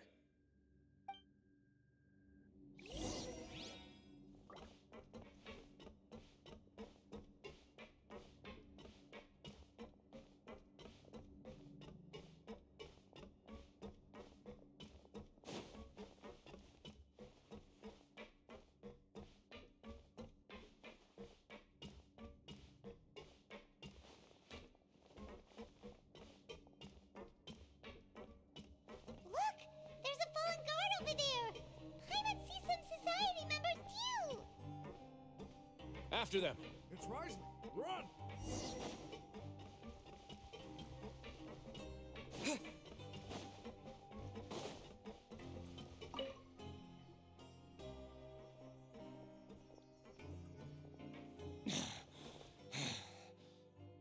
Did Dugier send you? Why did you attack that guard? Come on! It's time to talk! Can't you see that he's trying to help? I will take your cooperation into consideration when it comes time to hand out sentences. But Mr. Dugier, he didn't want this guy to expose our true location. We were just about to dispose of him when you caught up to us. So, in other words, your headquarters should be this way. Yes, it's just down this way. You'll make it there once you've seen him pass through a large drainage pipe. Guards, take them away. Let's go.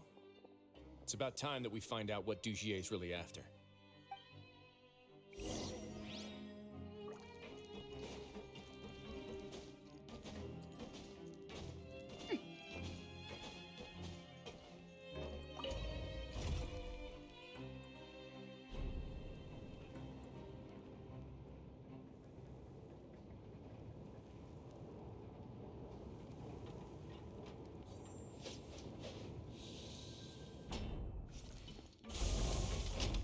Body and mind.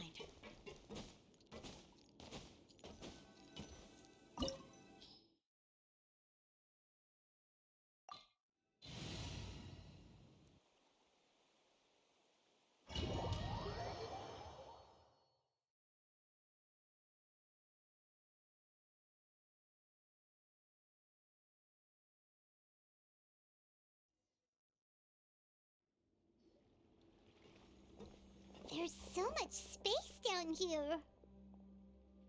Yeah, these are all former work areas. They've been left abandoned due to a lack of funds. There are usually guards on patrol here. It would seem that all of those guards have been bought as well. Stay sharp. He's got a ton of surprises waiting for us, I'm sure.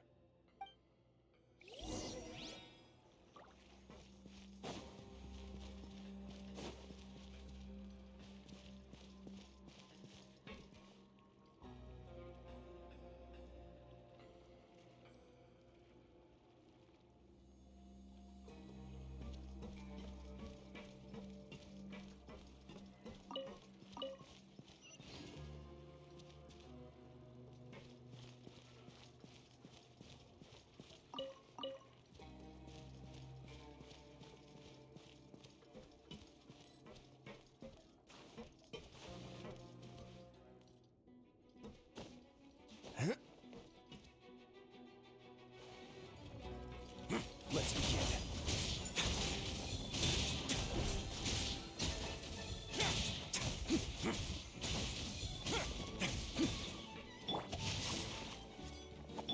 Wheel of life. Stay put!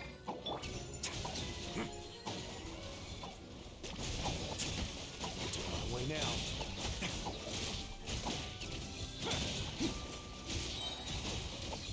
It's gonna get a little chilly.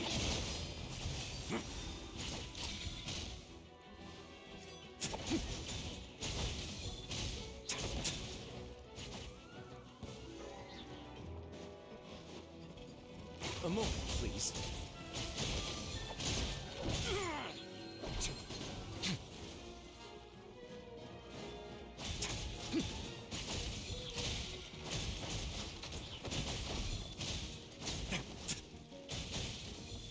On the way now.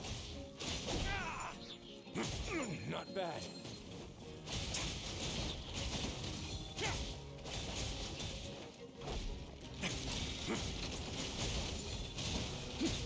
No need to fear. Have a safe trip.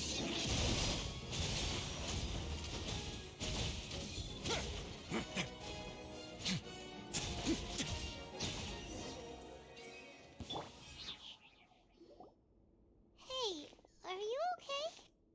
You're safe now. Just follow the guards and leave this place. Who knew that there'd be Gardamex here? Dujier really prepared for everything. And that would explain the strange decommission requests I received, as well as account for all the Gardamex that had mysteriously gone missing. Seems like he's prepared for an all-out confrontation with me. Hey, what's this? Seems like some kind of handbook. Let me see. Ah, this should be the Society's real rules book. It lists all the rules that they're expected to follow. Members are not permitted to speak to each other or to leave without formal permission. 5 members shall form a group, and the whole group will be punished for any single member's wrongdoings. Anyone who reports a fellow member's misbehavior shall be rewarded with food and water. I see. So it's much as I expected. But that's just cruel and unreasonable. To obtain food and water, prisoners are forced to snitch on others, and in the process cause pain to those around them.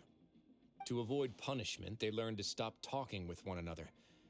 This leaves the wounds they've already received to fester, however, and so resentment builds until every prisoner has become an island. Finally, isolated and without hope, they accept their fate as Dujier's slaves. Do you remember what happened to Paimon? She rejected all the snacks in the box once she was spooked by that black gem. She's usually all for tasty snacks, but she chose to go against her instincts after a negative experience. Ugh, is that the best example you could come up with? Anyway, Paimon still thinks she made the right decision. It never hurts to be careful. No, your decision was valid. However, it's also valid to interpret that as a decision that you only made under emotional duress. The human heart is like a raft in a vast and empty ocean. We convince ourselves that we're in control, but in truth, a single wave could sweep us off course and send us crashing into the path of a storm. Those who use fear to lead others astray must pay for that crime.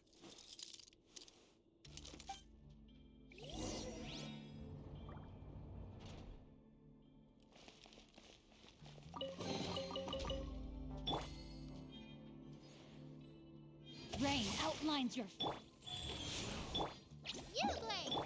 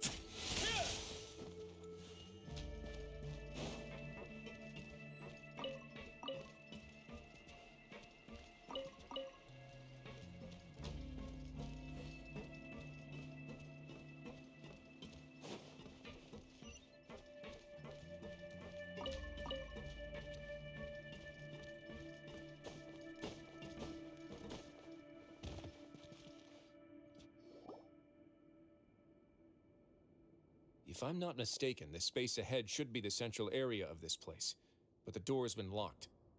Rather than confront Dujier, I think it's more important right now for us to rescue as many society members as possible. You guys should wait here. We'll try to open the door and check out some other spots.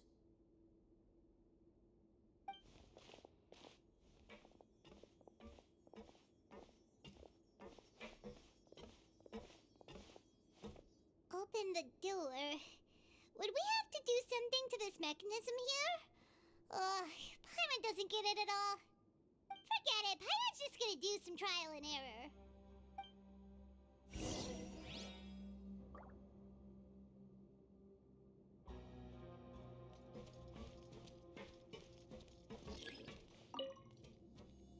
Whoa, it's turning! Is it because we touched this thing? The other side's open! Let's go.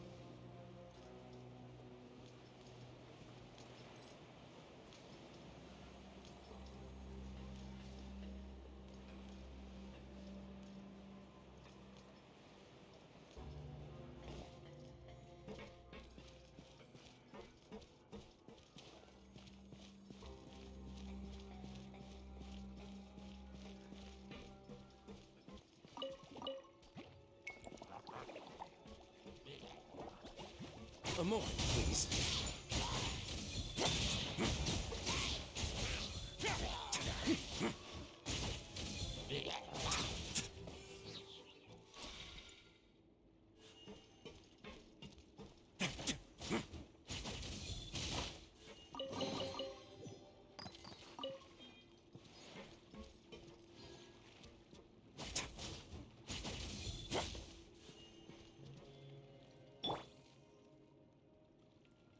No, my sword! Rise.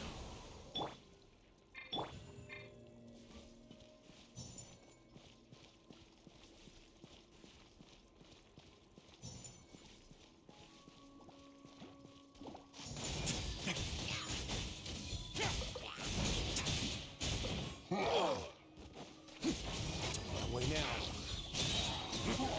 This could get a little chilly.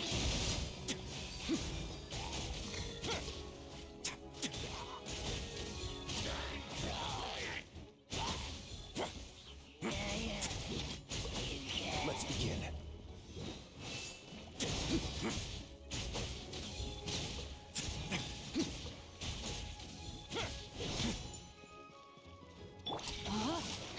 Witness the power of... Go. Opening box of Adepti tricks. Go get it, you agree? Mighty mythical beast!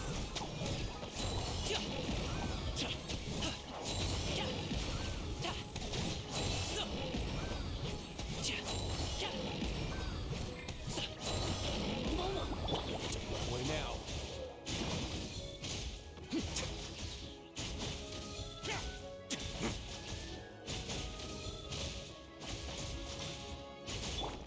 Life goes on.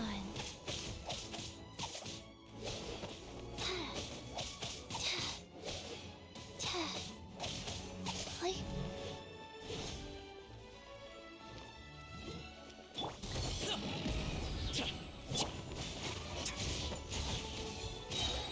Have a safe trip.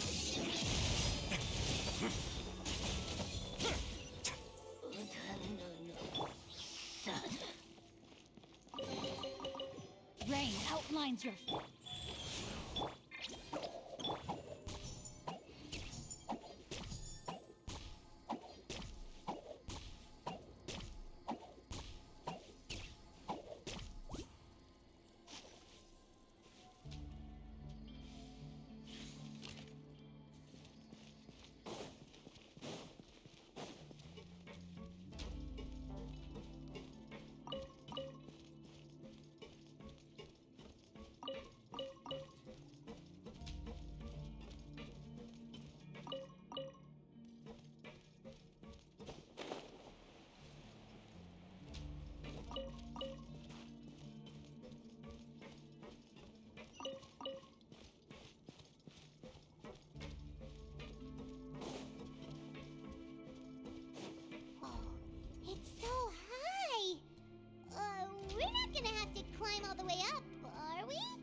activate the mechanism in front of us first, just like before.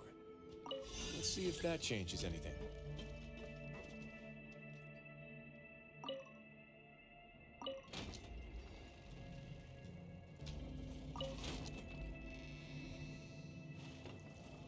Ooh, the water level's gone way up. So that's how we'll make it to the top.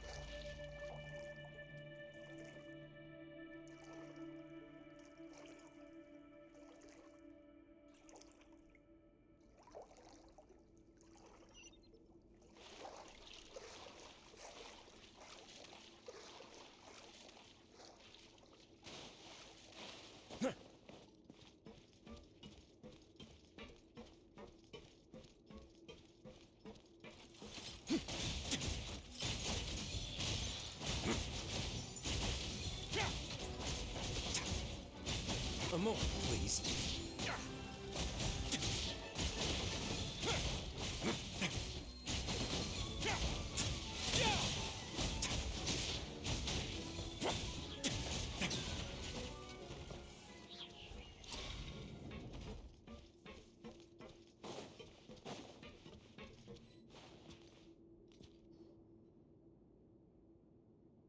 These should be the prison cells.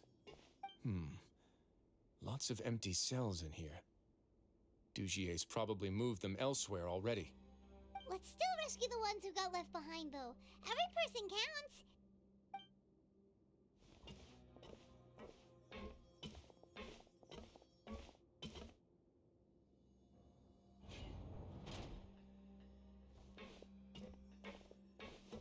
Hey, it's all right now. You can leave this place. No, I won't try to leave anymore. I'll never try to leave again. Don't get close to me. I don't want any trouble. No, we're not gonna do that. Please calm down. We're not bad people. We won't be able to get through to her right now. Not with the stress response in the way. I'd also guess there are many others here who are more or less like her. Let's let the guards take care of them for now and keep pushing forward. All right. Let's search for an exit first.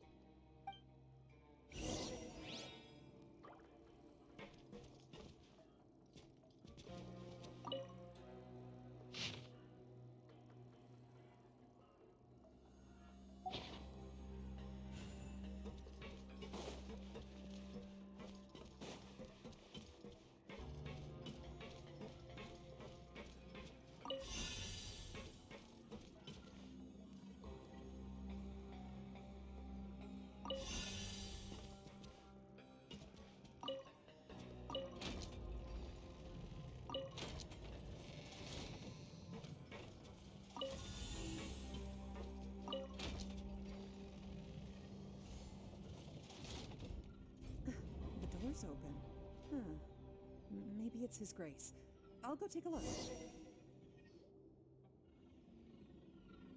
I leave this area to you. Make sure to bring everyone out safe. Understood. And please take care as well, Your Grace. We'll return here right away and await your orders.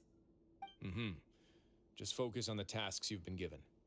I already have reliable help over here. Let's go back. We have unfinished business, do we not? That mechanism from the first room. Maybe we'll also need to hold it in place using the same device to open the door that leads to the central area. Don't forget to bring these along.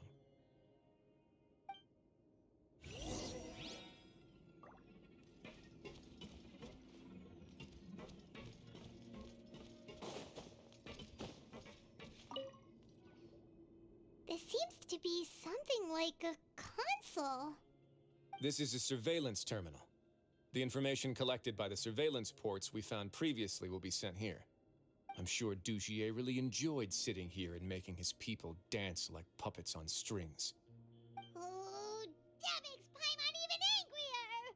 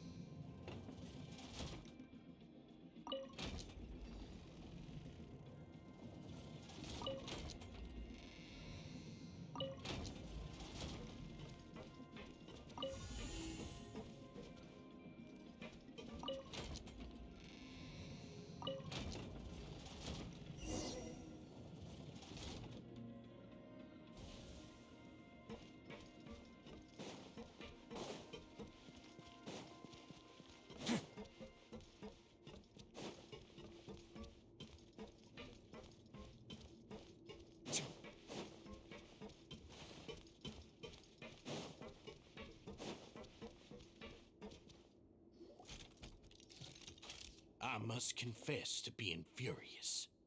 To think that there are still some of you who find it permissible to spit upon our rules. Remember their names. Fasal and Avis.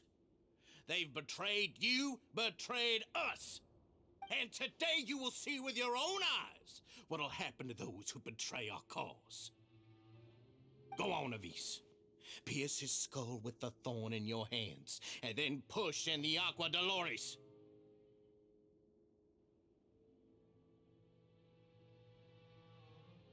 Of course, you will do it one drop at a time. Let it do its magic again and again, and don't stop until you've pushed all of it in. Thistle, I'm sorry. It's okay. I'll find a way to endure. Oh, shut your wretched mouths! When did I give you permission to speak? My rules are the paramount law of this place. Only more pain will come to those who dare to disobey. That's enough, Dugier. Your rabid screams have been beyond nauseating. Is that His Grace? Oh, Risley. I knew you would come, but I didn't expect you to be so quick.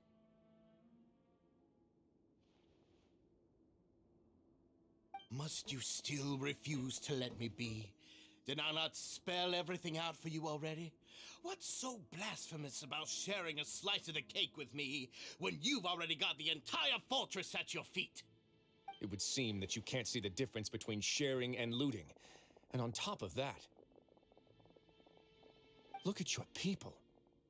Are they not starving as you wolf down your cake? You.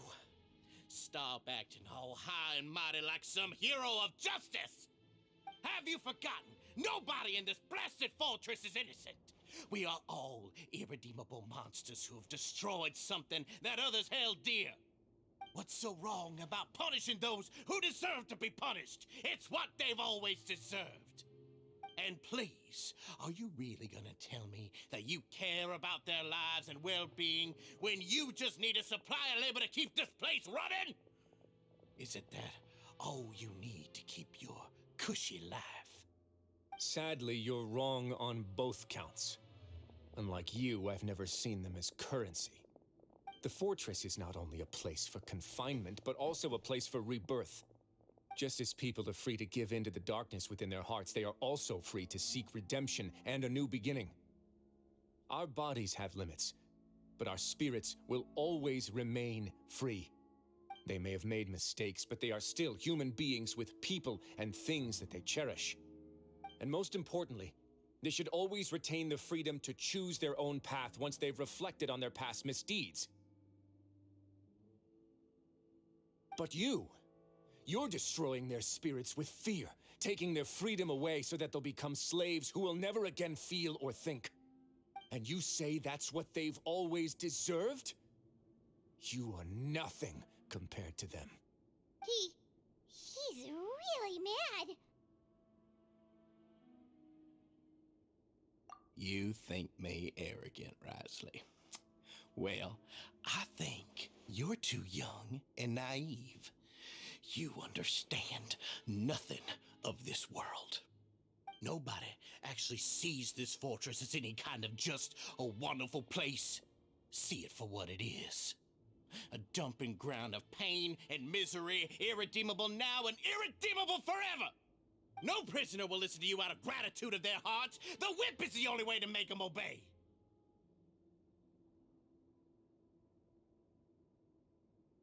Had you been just one step slower, I would have already taken control of all the garden mechs in this place. Your vision gives you strength. But how long will it hold against these powerful constructs? You talk big, but in the end, you know nothing outside of power and control. In that case, let me give you a small taste of what real power looks like.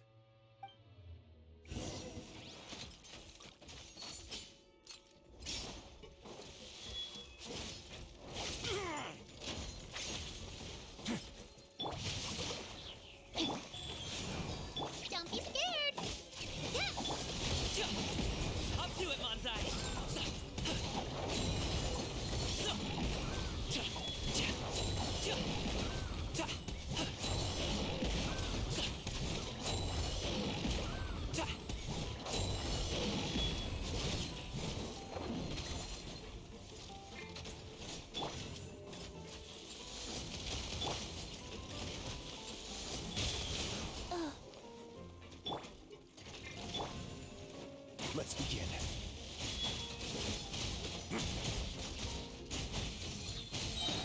This could get a little chilly. Rain cutter.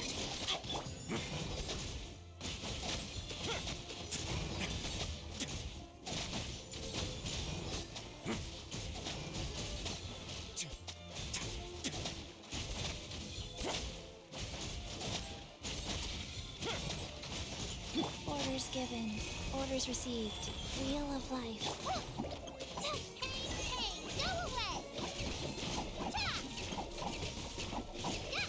Ha! Oh, hit! Mighty mythical beast!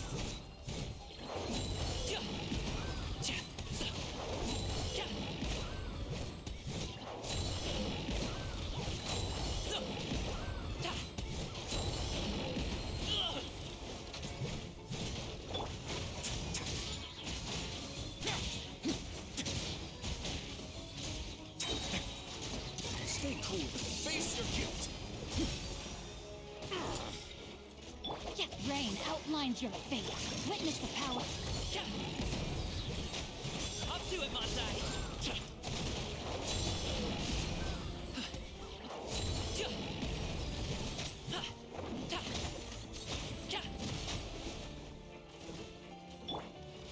Life goes on.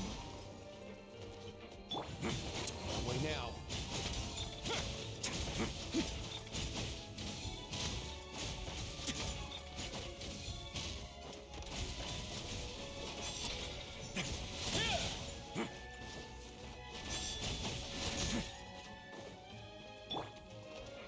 Sacred name, fortune preserver.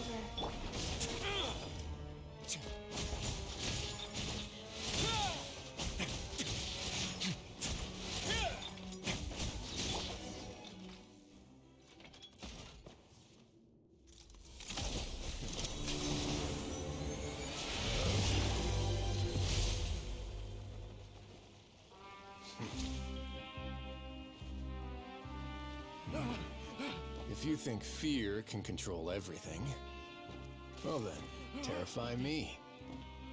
Don't high road me. You're just another crook. And it's time you got treated like one.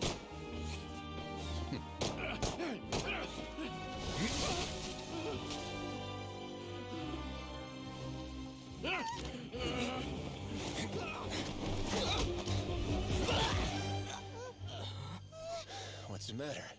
Too scared to shoot straight? I'm warning you! Unauthorized punishment and torture are prohibited here. As the Duke, you should set an example. Funny how that slipped my mind. Well, from this point on, you can forget about that rule. The rules of the fortress are there to keep the likes of you in check. But if the Duke wants somebody dead, he needs no justification. Understood?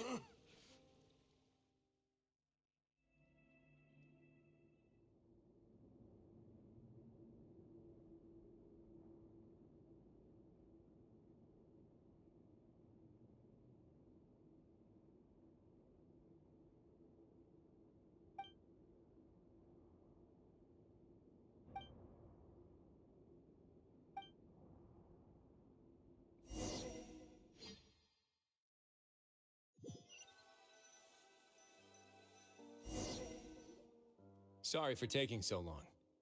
Did I keep you waiting? No, not at all. Paimon didn't know you were so considerate. If you ask me, I'd say I actually feel very helpless.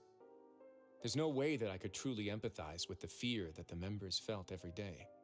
I could comfort and compensate them all I want, but it might still not be enough to repair the damage that has been done.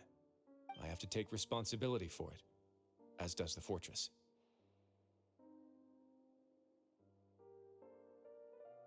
Yeah, it's the least that we could do. So, do you have a plan for how you're gonna deal with him yet? Oh, Dugier? I've already got an idea. For now, I think I'll do nothing. Huh? Why? I think it's a very fitting punishment for him to have to imagine the sorts of punishments that will soon be coming his way. He'll be left in the dark with regards to both the dates and the details of his punishment. Of course, that's not to say that I'll be letting him off scot-free. It's not often that I actually get the chance to be creative with my punishments. I'm going to talk to the members of the society. He'll get a chance to experience everything that he's ever inflicted on them. Paimon didn't know you could also be so harsh. Looks like she should watch her tongue when she's around you in the future. Why do you think I'd do that kind of thing to you? You offend me, Paimon. Anyway, jokes aside, thank you so much for all of your help. There's still a lot for me to take care of, so... How about this? I'll treat you to a meal in 2 days at the Coupon Cafeteria. We should have a better handle on things by then. No, Paimon's had enough of that place. Don't worry, it won't be the same old welfare meal. I'll make the necessary arrangements. Oh, then you've got yourself a deal.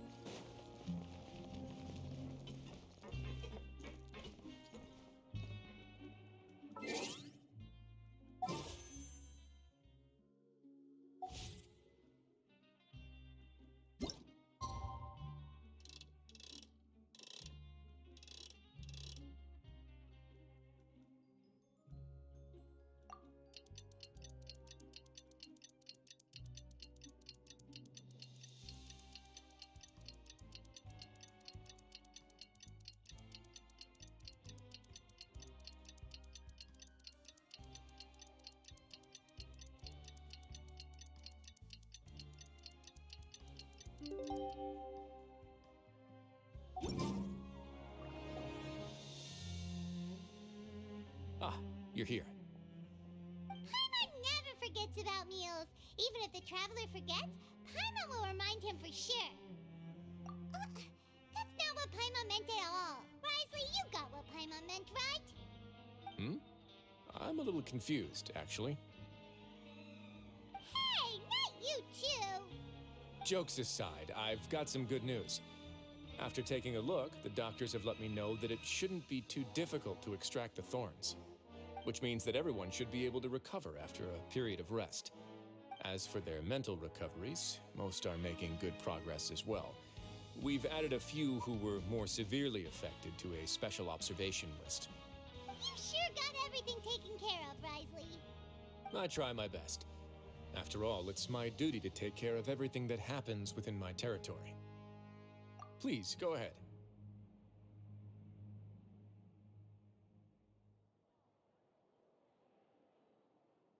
Ah, that's a bit of a long story.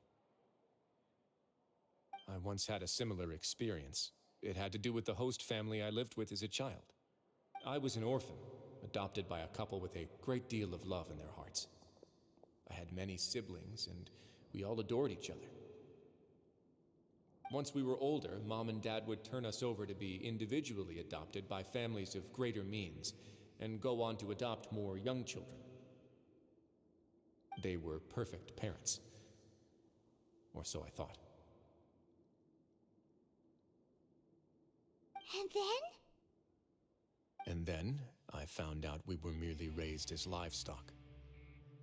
Once we had reached a certain age, our parents would bring us to the market for sale. All children that were sold would leave the house, and nobody would know what became of them. As for those who didn't sell, they were merely disposed of. Did you know I once considered myself an extremely lucky child? And all of my friends, all of my siblings, they all felt this way as well. I was also not the first to find out about the truth. All those who found out before me were simply added to the disposal pile. I could never shake the feeling of irony every time I juxtaposed their tragic ends against our parents' adoring smiles. Yes, like the society, my parents created a facade of joy, lied to satiate their desires, and even employed incredibly cruel methods to keep their grasp on power. They did all of that, but never considered how their actions would utterly ruin all the children they took under their wing. Worse, perhaps they never cared about that at all. But I did. So in the end, I killed them and set all of the remaining children free. I was convicted for my crimes and exiled to the fortress of Meripede. Ah. My methods were extreme, yes, but I was still a teenager at the time. I'd been betrayed by those I trusted most, and I didn't think that more moderate ways would solve the problem. My doubt and helpless anger pushed me forward until I got what I deserved. It's all right. You don't have to tell me what you think. I've already committed to this path, regardless of what anyone may say about it. The least I can do is to make sure that the same tragedy will not happen again in my new home. Sorry to disturb you, everyone. Oh, it's Avis and Fasol. Are you two feeling better yet? It was all because you arrived in time. I managed to escape unscathed. We came here on impulse today, because we were hoping that you'd be able to lend us a hand, Your Grace. Please, go on right ahead. I'll do my best to help. Within reason, of course. It's... I'd like to be wedded to Avis here at the fortress. You're getting married? Yeah, we met each other through the society and both fell into Dugier's trap. But even during our time there, we never doubted each other. We always believed that Dugier was manipulating us, trying to make us mistrust each other. And after this incident, we've come to believe that we've found the one for the rest of our lives. You could say we managed to make the best out of a bad situation. He didn't abandon me, and I didn't forsake him either. But we're still both prisoners. And we also aren't sure if the fortress is the best place to host something so celebratory. So we are just wondering, is our request a bit too out of line? You're right in that the fortress has never hosted a wedding before. But that's no reason to say no, is it? I'll help you make the arrangements. If you need anything special shipped in from the surface, just say the word. Oh, we can't thank you enough, Your Grace. We are actually also planning to stay here after the conclusion of our sentences. Yeah, we've already made tons of special memories here. So now, it'd be too hard to leave. And we have full confidence in the fortress's future with you at the helm, Your Grace. Your trust is the highest form of praise. Hey, loosen up a bit. Shouldn't you be the happiest man in Teyvat to hear that people would like to stay of their own free will? Yeah. I'll always take a genuine expression of faith over any obligation to obey.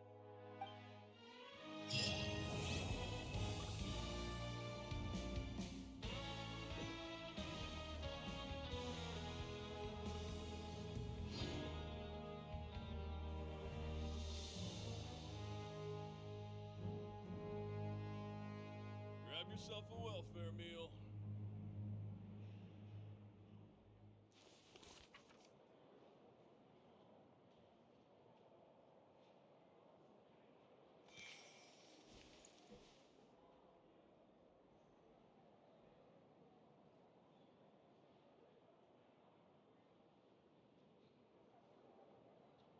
Grab yourself a welfare meal.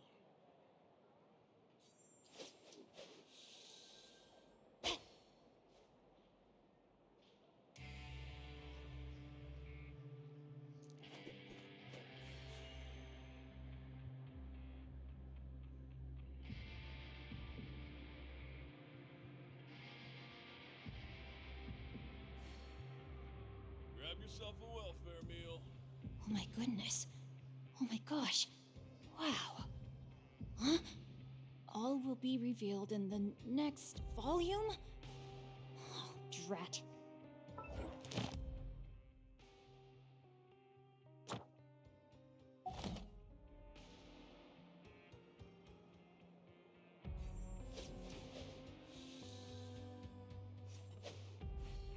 Grab yourself a welfare meal.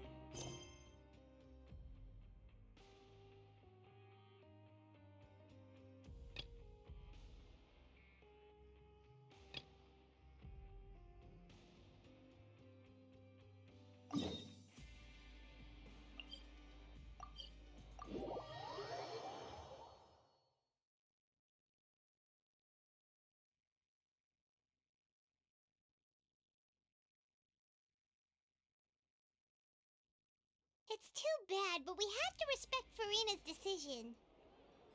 Maybe the thought of performing brings up too many painful memories now.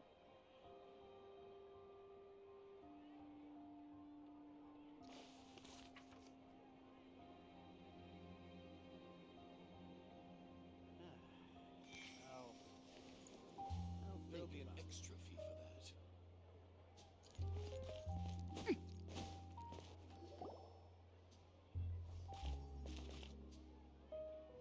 Huh? What's going on? Are they arguing?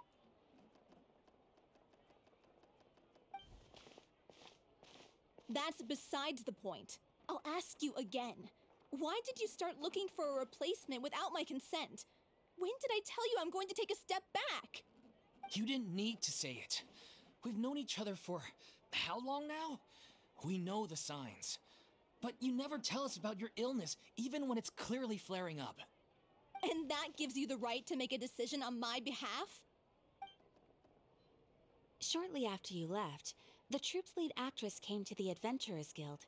She believes that she's healthy enough to perform. Excuse me, but can you both take a moment to discuss something else for now? The adventurer assigned to your commission has returned. Sorry, I was just dealing with a little misunderstanding. So, how did your conversation with Farina go? Sadly, it's a no from her. We tried to persuade her, but she wasn't having it. She doesn't want to play the role for personal reasons. I see. Well, circumstances have changed a little, so maybe that's not such bad news after all. You see, our leading lady has just informed me that she's well enough to make it to the show after all. Staging the musical with the full original cast was always the dream, of course. Oh, right! Sounds like everything worked itself out then. Yeah, she'd be livid. We'd get the scolding of a lifetime. Jeez, is Lady Farina really so harsh with people? Only joking, calm down. So, guess we can consider this case closed now, huh? Despite the fact that we failed to complete the commission, we were still racking our brains for ideas on the way back here. Look, there's no point arguing with you about this anymore. You've made yourself very clear, so I'll stop looking for a replacement. This is the last chance we have, though. If your illness flares up again, there won't be time to find anyone to replace you. So, are you absolutely sure you'll be able to handle it? The whole team is putting everything they have into this final performance. We have to make sure it goes ahead. Yes, I'm completely confident. I've been taking a new medication from the doctor, and it's working brilliantly. I'll definitely be able to tough it out until the performance day. I share everyone's desire to commemorate all our years as a troupe with a proper farewell show, so the last thing I want is to be left out. Every one of us thinks of this troupe as their home, myself included. You're right. I'm sorry. I let myself get too worried about the show. I should have asked for your permission first. All's well that ends well. Sounds like the show will go on.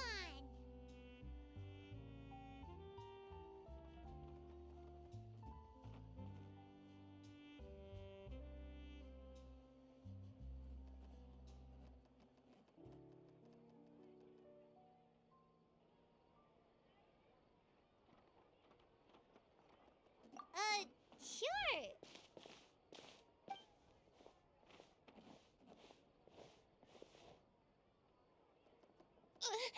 Hey, how did you... I was just passing by because I realized I forgot a couple of items on my shopping list. All right, I'm coming. No need to drag me.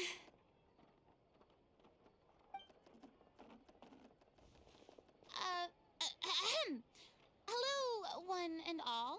I couldn't help but overhear your conversation just now. Farina? Didn't you say you were gonna take a rest at home? What are you doing here? I was just ever so slightly concerned about the situation you mentioned. Yes, a teensy bit concerned, that's all. When you came to talk with me earlier, I jumped right to explaining my position and said some strongly worded things. And all before I even had a full grasp of the situation. Anyway, I just feel a bit bad about how it went down. I'm sorry, Paimon. Oh, it's totally fine. Paimon didn't take any of that personally. You really have a knack for asking the most uncomfortable questions, don't you? I felt very sheepish, having had a change of heart after flatly refusing you. And then, to make matters worse, you caught me. But in any case, it sounds like the issue has already been resolved. Yeah. When they said they were gonna ask for your help, I almost had a heart attack. I mean, how could we be worthy of having Lady Farina star in our show? There's no need to think like that, and no need to keep addressing me as Lady. Just Farina is fine. I was wondering, if this troupe is so important to all of you, why does it have to disband? If the difficulties are purely financial, then there must be a solution. You could put the shows on pause while you look for a sponsor, for instance. Everyone seems so devoted to the troupe. I'm sure if you keep chipping away, you'll find a way through. We all want to believe that, but some things are just beyond our control. Everything's been going downhill ever since we lost our director. She was the heart and soul of our troupe. She kept us going. Her name was O'Reilly, and she was the founder as well as the artistic director of our troupe. And tragically, she was a victim in the serial disappearances case. What? That's actually how I recognized these two.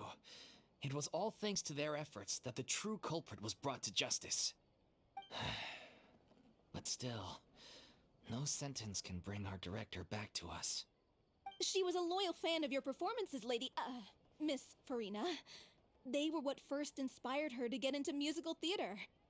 She rallied many people around her who were destitute or had lost their sense of purpose in life, and convinced them to join her troupe. She wrote her own scripts, acted on stage, and mentored each and every one of us. People loved our performances back then.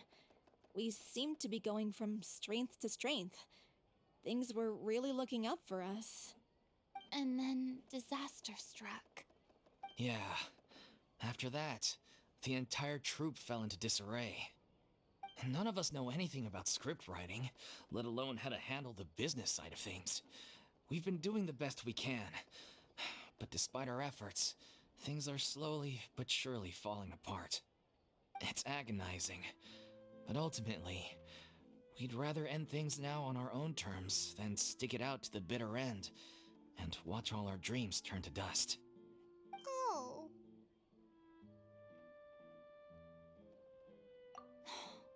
What a terrible waste. A gifted artist from humble beginnings who achieved so much and no doubt had much more to give. And then her life was so cruelly taken. I suppose it's fair to say then that this final show, besides being your farewell to the stage, is also your final gift for her? Yes, exactly. We all miss her terribly. Well, good thing I followed the traveler here. After hearing this tragic tale, I can no longer stand by and do nothing. Farina. I know what you're thinking, but I by no means plan to cross the boundary I've set for myself. Besides, they're no longer looking for a replacement anyway. I can, however, provide some artistic guidance from the vantage point of a highly experienced audience member.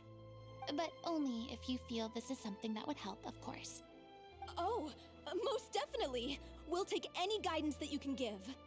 We unfortunately don't have any budget for a consultant, though. Will that be a problem? I don't need any compensation. All I'd ask in return, if you're willing, is that you tell me some more about the life and work of your late director. Something I've begun to realize since my departure from the Opera Epiclese is that there's a lot you don't see when you observe everything from on high. The law only judges criminal behavior and does not weigh human emotion. The court's verdict can settle the question of criminal liability, but what about all the unresolved emotions of the parties involved? What happens to them?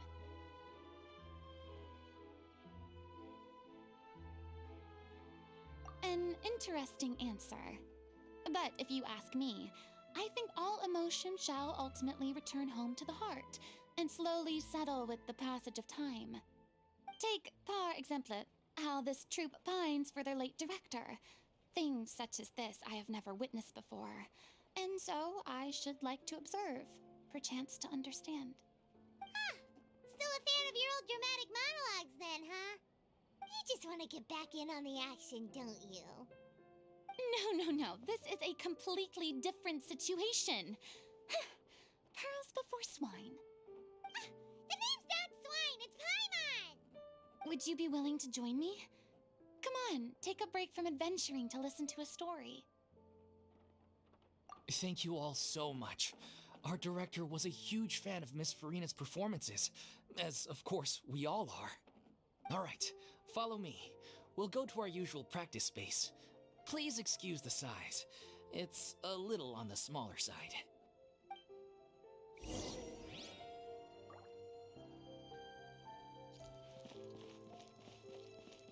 Body and mind. Ad Astra Abyssal. Thank you for completing.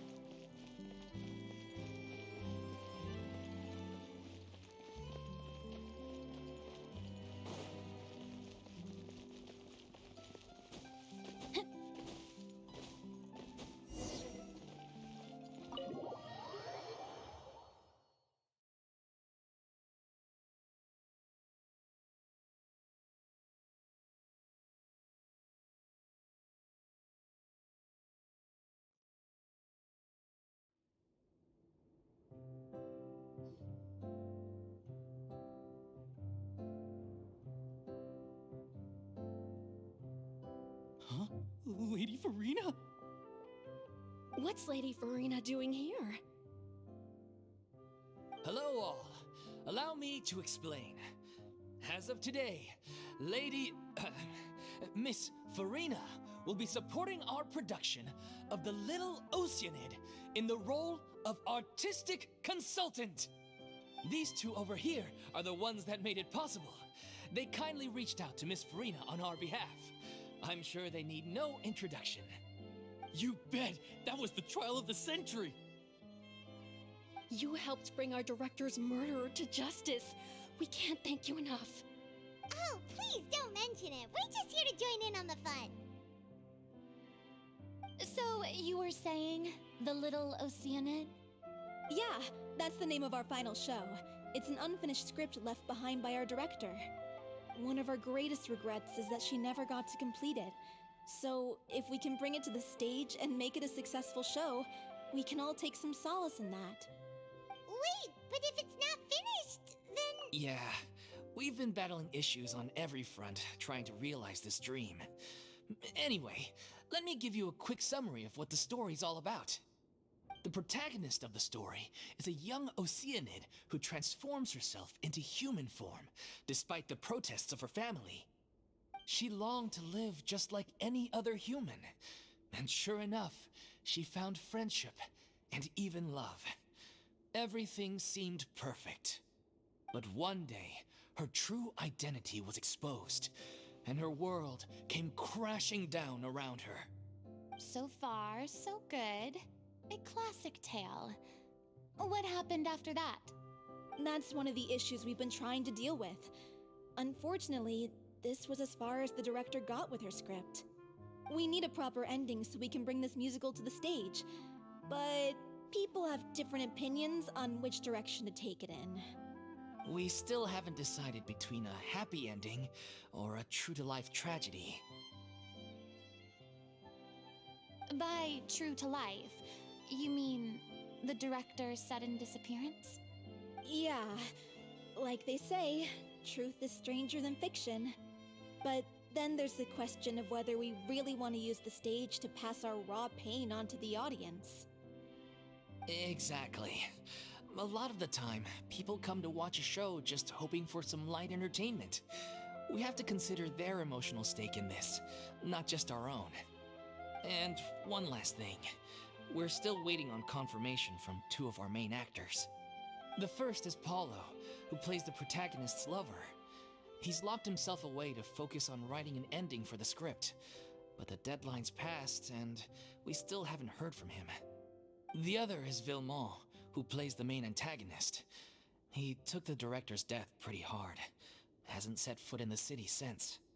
He did write to us, promising that he'll be there for the final performance, but we haven't seen or heard from him since. So we're not really sure what to make of that. Huh. Although, now that we have Miss Farina helping us, maybe we should take the opportunity to get everyone back together. What opportunity? What do you mean? Maybe you're unaware, but your name has always been like a rallying cry for us. Our director was constantly singing your praises. All of us look up to you as a role model. Oh, stop! You're making me all flustered. Although, not in a bad way. I suspect the reason they're dragging their feet is that they have their doubts about whether the show will really go ahead, considering all the issues you've been facing. But one by one, all the obstacles are being removed. Now is the time to rally the troops. Makes sense. Okay, priority number 1, let's check in with Paulo and see where he's at with the ending. He went back to Poisson a few days ago, said that staying in a friend's home might help him to relax and escape the feeling of isolation. I thought the last thing his friend would want right now would be to take visitors, given that Poisson was flooded not too long ago. But I guess it's the opposite. A friend in need and all that. Yeah, maybe he could use some company. Poisson?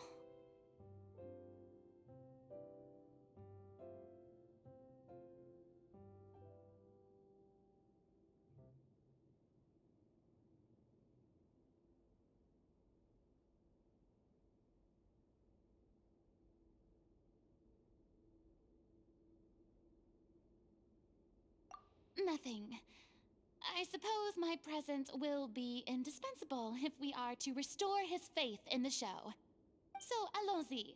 To Poisson!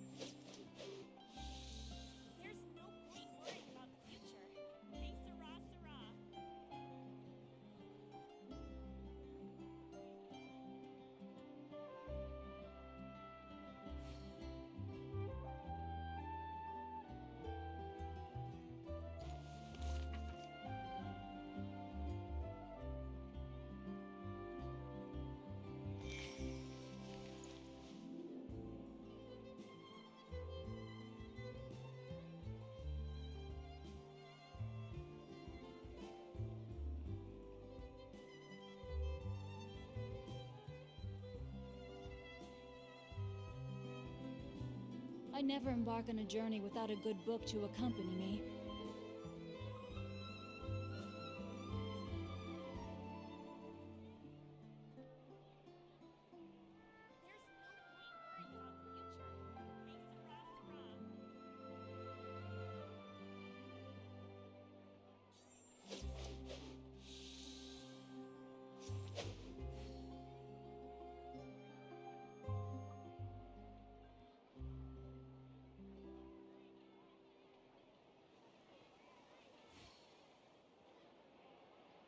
Twas on a deserted moonlit night that the hero approached the vile dragon's limpid lair.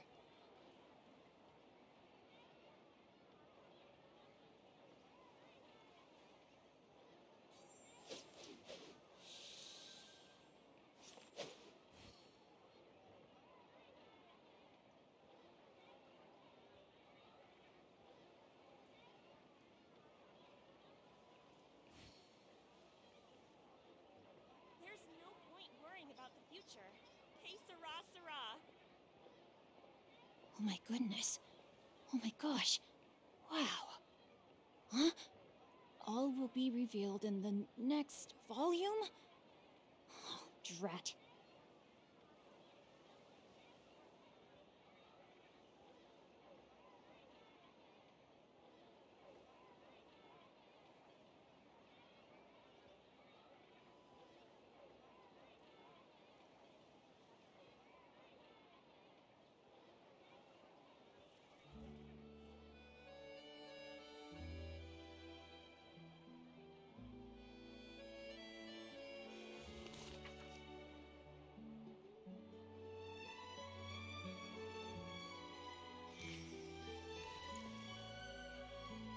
There's no point worrying about the future. Que sera, sera.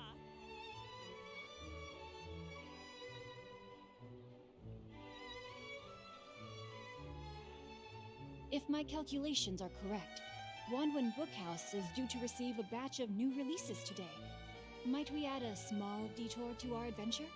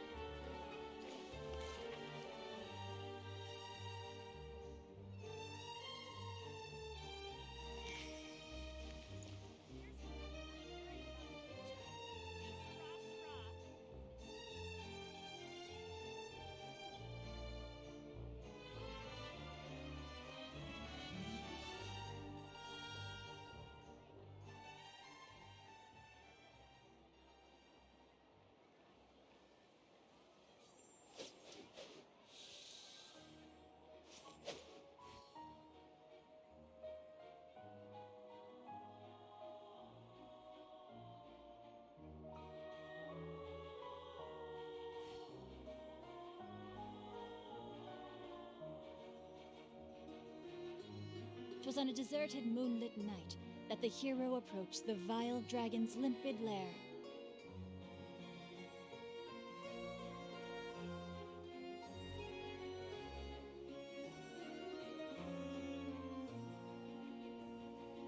There's no point worrying about the future.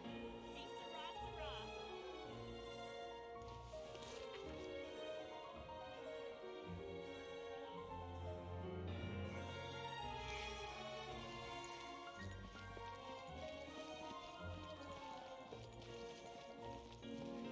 No, my sword! Wheel of Burn. Uglay, you're up!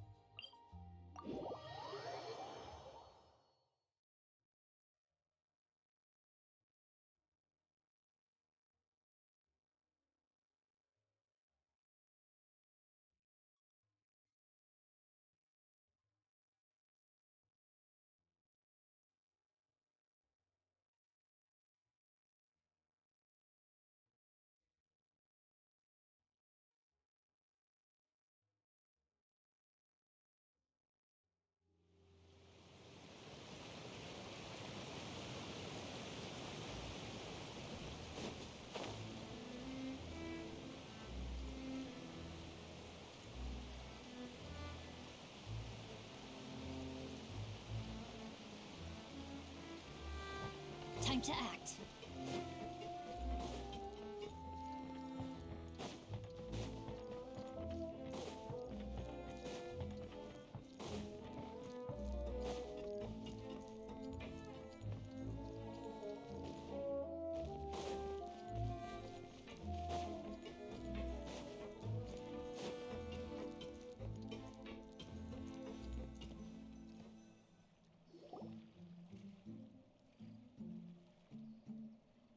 If I remember correctly, this is where he's staying. Who is it? It's me. Is the script ready? You came all the way here for that? All right. Forget that for now. Just come on out. We've got some great news. Nice try. Look, just give me some time, okay? I'm just wrapping up this last part of the script. I'll be out once I'm done. Okay then. Looking forward to your masterpiece. So, as expected, he's missed the deadline. The ending is one of the most important parts of the show. Even once he's done, it isn't final until we've all had the chance to read through and make sure we agree on it. Someone told me they'd just seen you in Poisson. I assumed it was a case of mistaken identity, but sure enough, here you are. And Farina, too. I was wondering if we might run into her. So, you're here for Paolo? Looks like he could be a while, so feel free to take a stroll around town in the meantime. I've made all the arrangements already. Oh, it's okay. We can just wait here. Thank you for being so considerate, Miss Navia. That sounds wonderful. We'll take that stroll. Get over here, you! How oblivious are you? How are things in Poisson now? Any better? Things are on the mend, but it's a slow process. Some people may never recover from the trauma they experienced. I'm sorry to hear that. I wish there was something I could do. Please, must our conversations take such a depressing turn every time we meet? We all have painful memories, but we don't have to let them cloud everything we do. And if you're trying to make a new start, perhaps it's best if you don't bring up the past all the time. Thank you for your words of comfort. You make a very good point. But for now, at least, I think I should stay with the way I'm feeling for a while longer. It's okay. These things take time. Moving on from a painful experience is easier said than done. Which brings me to why I'm here. I thought you should probably know that not everyone here is ready to forgive and forget after the Hydro Archon's inaction in the face of catastrophe. To avoid upsetting the peace, I told the townspeople that everyone here is a member of the theater troupe, and that you are just an actress playing the role of Farina. It's not a perfect solution, but hopefully it means you won't have to lie low while you're here. That's so thoughtful of you, Navia. Well, what do you expect? I am the courageous and considerate president of Spina di Rosula, after all, like my father before me. Anyway, that was all. Look after her now.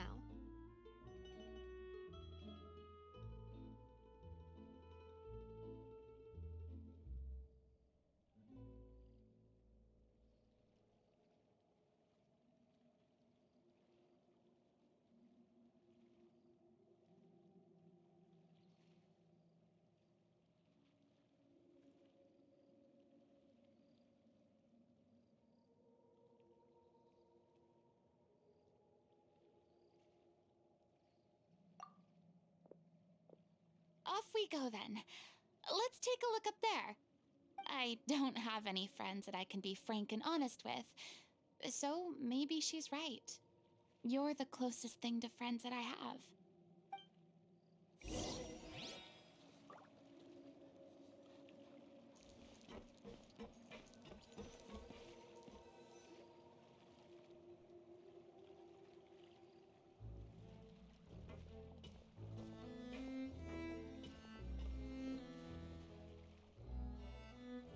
I'm so grateful that Miss Navia was so understanding. To be perfectly honest, I didn't know if I was ready to meet her. It's always easiest to just run away from your problems. But that never fixes anything. You can't get around the obstacles without facing them. So that's why you were nervous when they brought up Poisson. Yeah. I'd be lying if I said I wasn't scared of coming back here. Still, I felt it was something I had to do. As I was saying before, I want to see for myself the things that I never could in the past. I'd be overjoyed if the people here could find it in their hearts to forgive me. But they're more likely to unleash a tirade of vitriol against me, which, of course, I completely understand and accept. Yeah, I can tell people are watching me.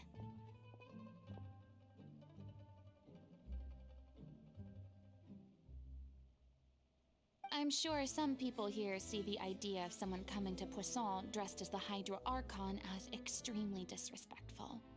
I used to be terrified of the gaze of other people, especially when they had suspicion or resentment in their eyes. I guess I wasn't quite ready for this after all. I'm surprised you're making yourself go through all of this.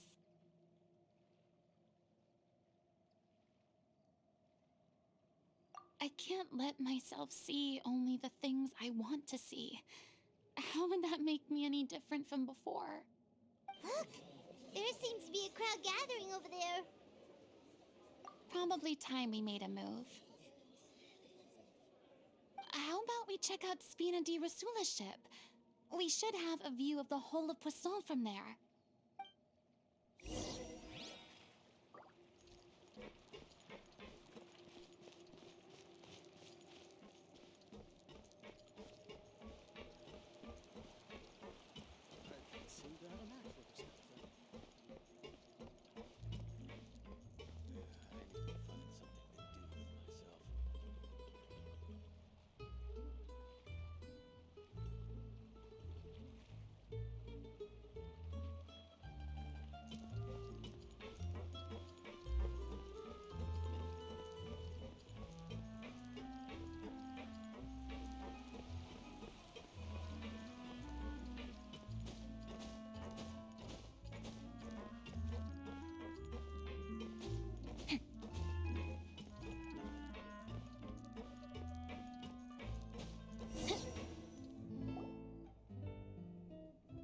I'm sorry.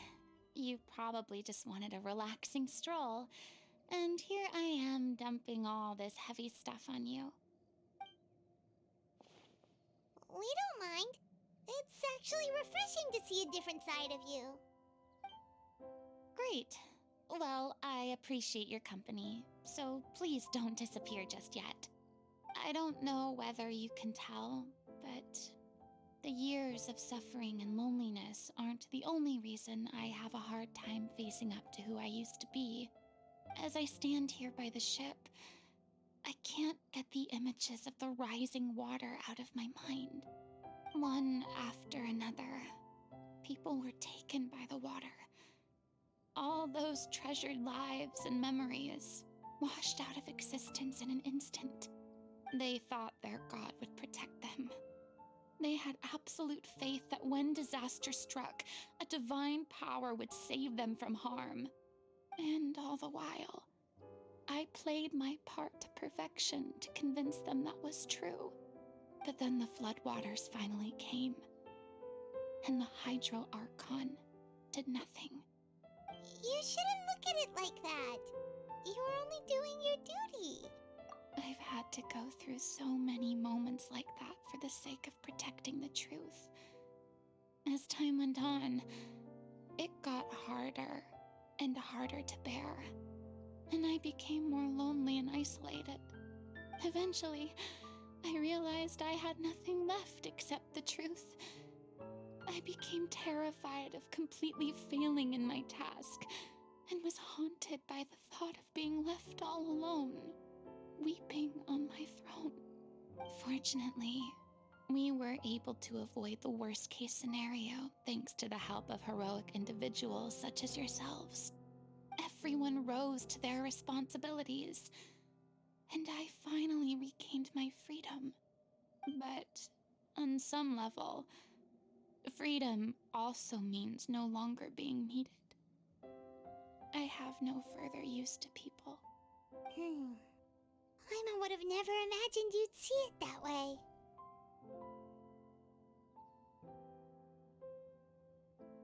Reward?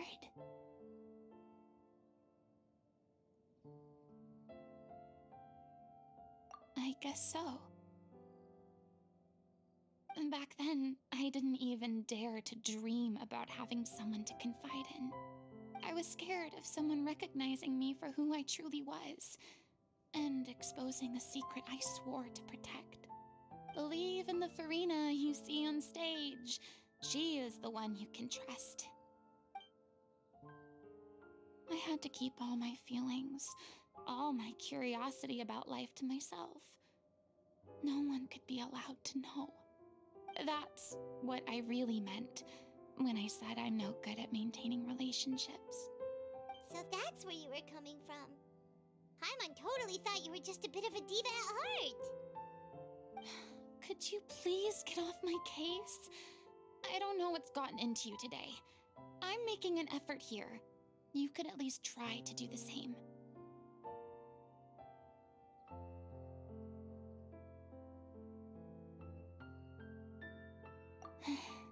I do. I once had nothing but the truth, and now I'm finally free to live my own life again.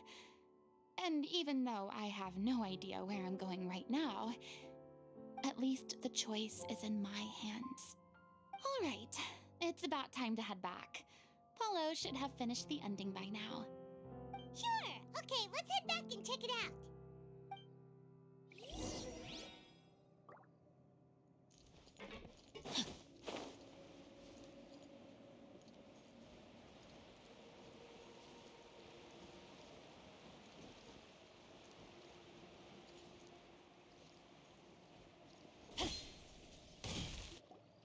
Didn't you say you needed to watch what you eat? You're supposed to be cutting down on fried foods, not wolfing down copious quantities of fish and chips, you know? Come on. It's not every day we get to dine at Spina di Rosula's expense. Can you believe how generous she is? I'm not about to pass on free food. Anyway, my character doesn't need to be slim and good-looking. That's your job. Are you kidding me right now? It's not your character's health I'm worried about, it's yours. I've spent my whole life battling the effects of ill health, and it kills me to watch you willingly ruin yours by filling yourself up with junk all the time. Oh no, looks like they're arguing again. We're back! Could you maybe put your differences aside for a moment? Ah, you're back. We've been enjoying Spina di Rosula's VIP treatment in your stead. Paulo's nearly done. We shouldn't have to wait too much longer. Great! So you were discussing your characters, right? We heard she's playing the Oceanid who turns into a human girl. What about you? Me? I'm an Oceanid too. He was originally supposed to take the form of a crane, but he outgrew that role. Well, the costume at least. So now he's playing the boar instead. Sorry. The boar's not a bad character, actually. He's the one who raises the little Oceanid, yes? That's right. He has some pretty memorable lines too, like when he imparts some solemn words of wisdom to the little Oceanid. If you become human, you can reveal your secret to no one. You will face suffering and loneliness. Is this truly what you want? Wait, that sounds kind of familiar. It's the most important line in the whole script. I think it's a symbolic statement about our director's life and legacy. She kept quiet about all the trials and tribulations she faced in running our troupe, allowing us to devote ourselves fully to performing. It was only after she was gone that we realized how tough her job really was. You mentioned earlier that the troupe is like your home. Yeah. I was born with an incurable illness, and once my family found out it couldn't be treated, they decided they didn't want me anymore. I spent some years taking whatever work I could find and trying to manage my illness with various medicines. But whenever I had a bad flare-up, I'd be lying in an alleyway for days at a time. It was like that until the director found me one day. She told me I had a great voice and asked if I was interested in studying singing from her. I said yes. She took me under her wing, taught me to both sing and act, helped me find Mora for my meds, took care of me when my condition decided to flare up. I know it was all a huge burden on her. She sounds like a really incredible person. She really was. She gave everything she had to her troupe and the people in it. All of us were so proud to call her our director. I was a lost child too when she found me. As the child of a murderer, my parents weren't around when I was little, so I got sent to an orphanage. The other kids were always picking fights with me. They'd say things like, "Come on, you must be pretty tough if you're the son of a murderer." It was just to taunt me, though. I was an easy target, and they knew it. One day, I got beaten up so bad that I just couldn't take it anymore, so I ran away. I lost all faith in humanity by that point. Thought the whole world was out to get me. Let me guess. Fortunately, the next person you ran into was the director. Yeah. For the first time in my life, I was somewhere I felt safe. And I promised myself I'd stay here until the day the group parted ways. The day you hoped would never come. How times change. Oh, you're finally done? Get your butt over here. There's someone I need to introduce you to. This is our new artistic consultant, Miss Farina. Farina? The Farina? Oh my god, how did you manage to wrangle that? Please, the honor is all mine. I was profoundly moved to hear about your troupe and your wonderful director. I just wanted to do something to help. Same here. Even so, this is just... Oh, wow. I'm sorry. I'll try to calm down. Now, where was I? Ah, yes, the script, of course. Let me give you a rundown of how the story unfolds in my version of the script. I'm sure you're already familiar with the beginning of the story. A little Oceanid decides she wants to become a human against the wishes of her family. She finds love and friendship in the bustling city. But then, disaster strikes. The people start to notice that all the fresh water in the surrounding area is slowly disappearing. The soil is becoming arid, plants and flowers are withering, and the people begin to panic.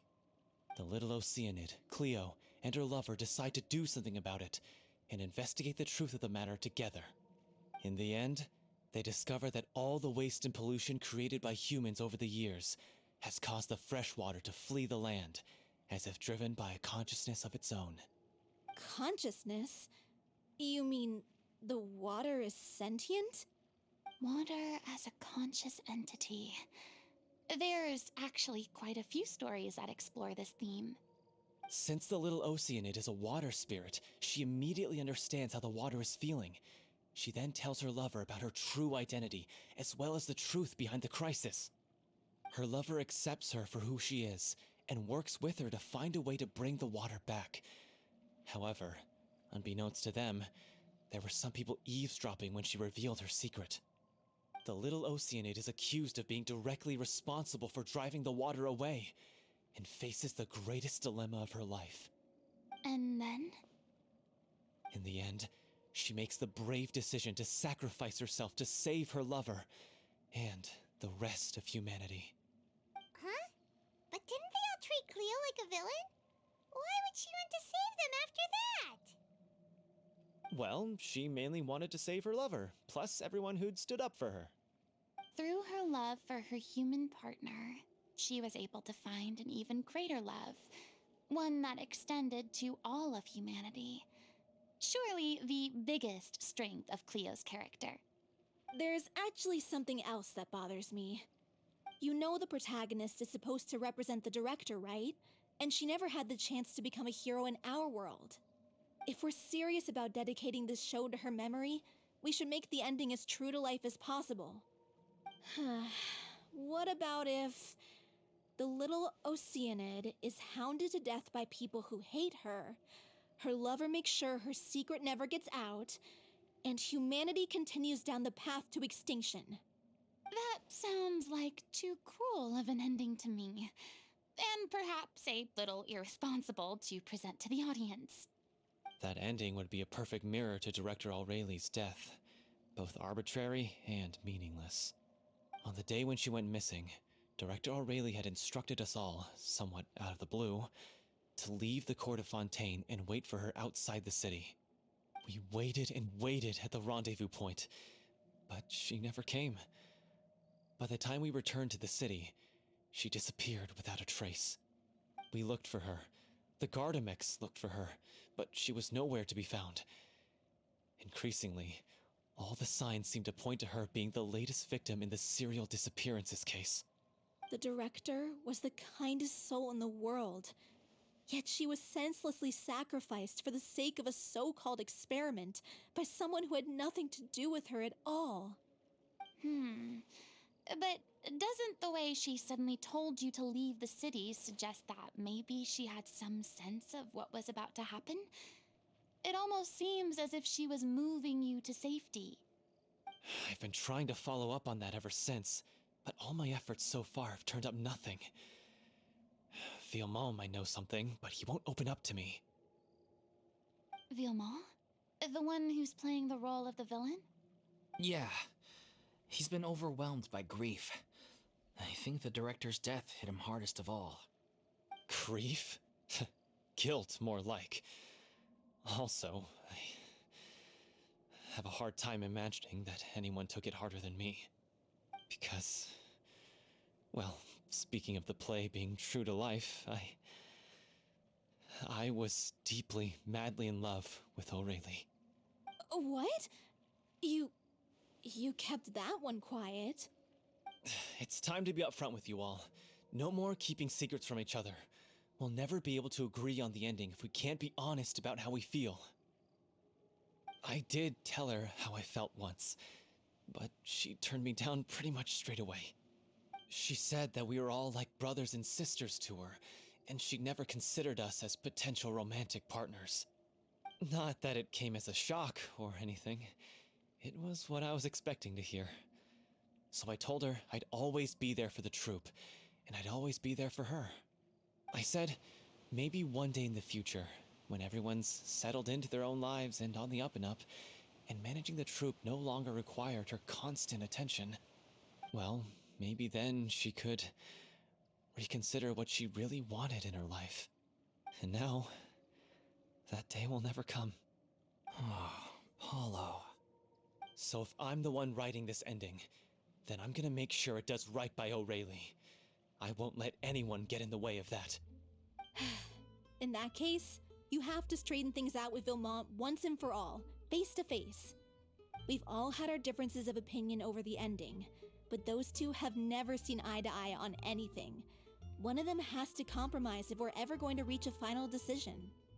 Well, if that's where we're at, looks like it's time to go visit Villemont. Are you ready to face the truth? Honestly, I'm slightly terrified. But for the sake of our final performance, I'll do whatever it takes. Funny you should ask, though. You really do get what I'm going through right now. I certainly do. Come on, everyone. Allons-y!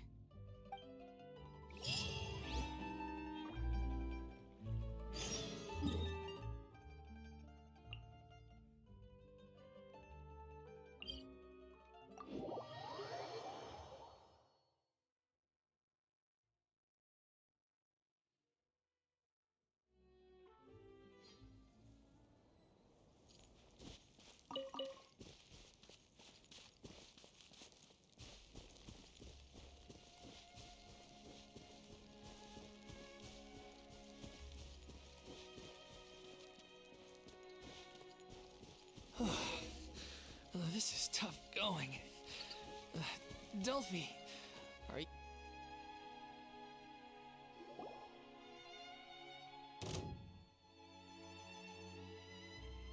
Ugh, as if this journey wasn't tough enough already without a roadblock. Don't worry. We should all be fine with the traveler here. We don't need to take a detour. Wait, why are you all looking at me? You're not seriously expecting me to fight, are you? We're just curious, that's all. I don't think anyone's ever seen Farina in a fight before. Yeah, but don't you remember why? The Hydro Archon willingly gave up all her power so it could be converted into Indemnitium. Miss Farina said so herself. Precisely! And I'm not even the Hydro Archon anymore, so all my power is gone anyway.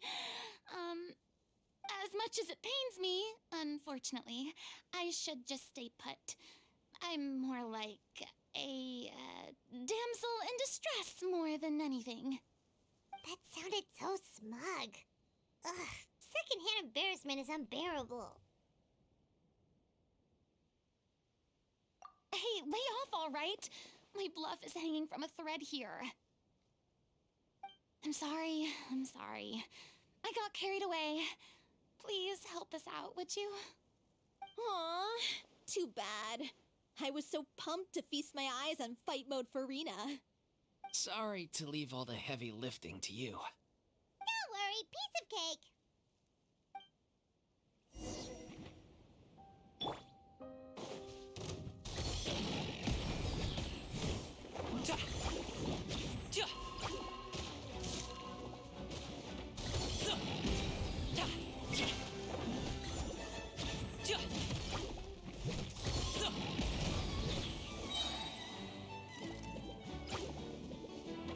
Mighty mythical beast! The feeling's mutual.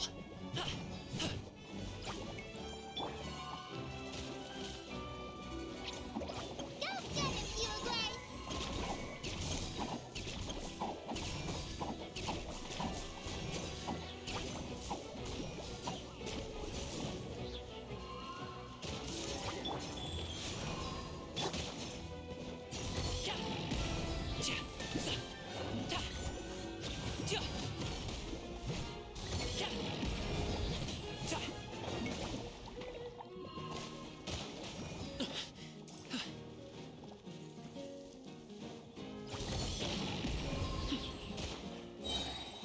Up to it, Manzai!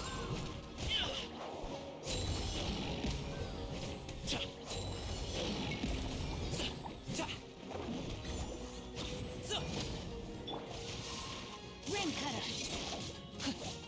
Go.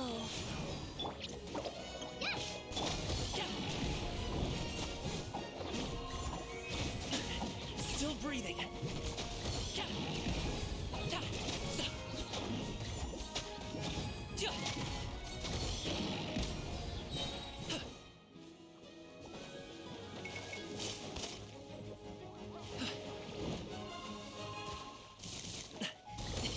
Sorry, pal.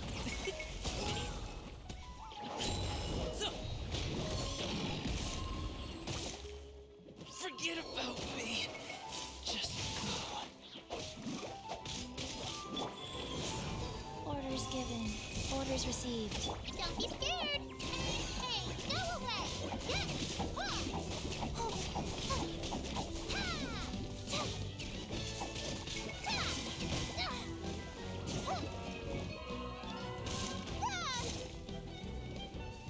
Stay put! Oh.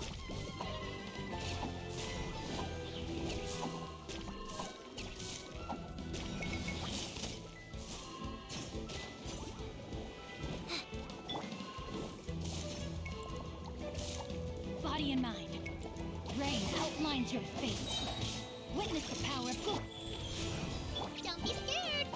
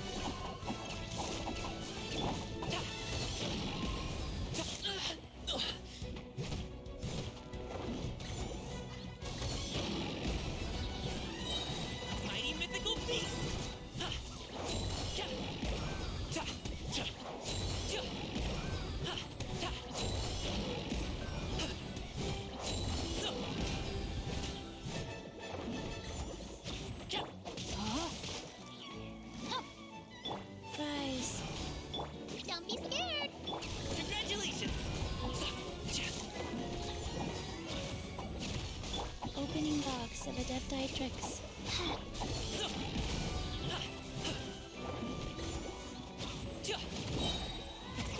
Many happy returns!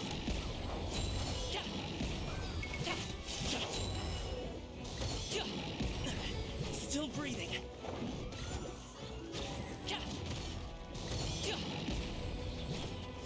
No, my sword! Go. Ring cutter!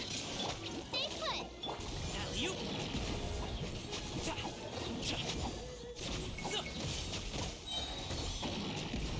Mighty mythical beast!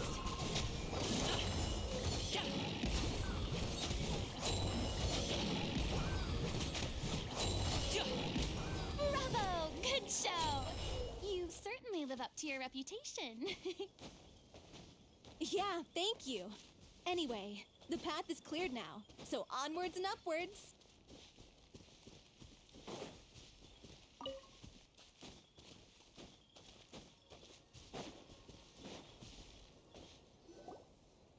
Vilmont, are you there? Huh? Oh, it's you guys. Wait, what's Lady Farina doing here? I can explain. We've been rounding up the whole troop. We now have everyone except you. So, you think knowing the truth about the director's disappearance will help you write an ending to the script that pleases everyone? I care just as much as everyone else about making the Little Oceanid a success. That's why I wanted to wait until after the show. If I open this can of worms now, I just don't want to make things difficult between us. We're supposed to be a unit when we're on stage. Vilmont, avoiding the truth will not help anyone. Unless you mean to suggest that Aurelie's death had something to do with you. I don't want to talk about it. Listen, Vilmont. I used to think that my love for Aurelie was a point of shame. I never brought it up to anyone. But now, I've made up my mind to put it all on the table. I'm prepared to face everything, to sacrifice everything for the sake of the show. The Little Oceanid cannot be complete unless we do justice to Aurelie on an emotional level. This is why people think of you as not being the smart one. As you all know already, the troupe was kept afloat not from ticket sales, but donations from the audience. Of course, that was nowhere near enough. We took on side jobs when we weren't performing, but even then, the troupe's financial situation was pretty dire. So, anyway, one day after a show, a merchant came to me and offered us a huge sponsorship. In return, we just had to provide the audience with their drinks during performances. It seemed like a win-win, so I said yes to it on the spot without consulting the director. It was only when the merchant came to deliver the goods that I realized the drink in question was synth. Isn't that the drink peddled by the culprit behind the serial disappearances case? I freaked out when I saw the boxes. And I told the director everything right away. She was completely shocked as well. But she didn't reprimand me for making the decision without consulting her. Instead, she contacted the merchant and stated that the troupe could not agree to this collaboration. The merchant was furious, berated us for going back on our word, and threatened to sue us for damages. The amount was astronomical. There was no way we'd be able to pay. And then? I was going to sort it on my own, but the director stopped me. She said that this was an issue for the whole troupe, and it wasn't my fault. But things only got worse from there. The synth merchant just wouldn't let up, and then suddenly the director told us all to leave the city one day. I knew then that things must have reached a boiling point. I admit this whole thing was my mistake. I didn't dare to tell any of you the truth back then, and after the director disappeared, I was even more afraid to say anything.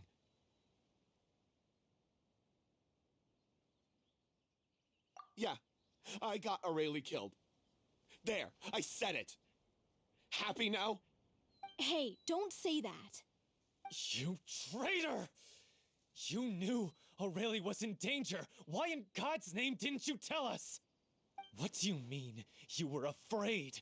This was a life and death situation. We could have saved her! How could you be so stupid? Please, try not to get too worked up. Yeah, listen to him. You need to stay calm. Stay calm? How can I stay calm? This guy got Aurelie murdered. She was the love of my life. And he has the gall to try and high-road us, claiming that he kept his mouth shut for the sake of the show. How about taking some responsibility for what he's done? All I can say is I'm sorry.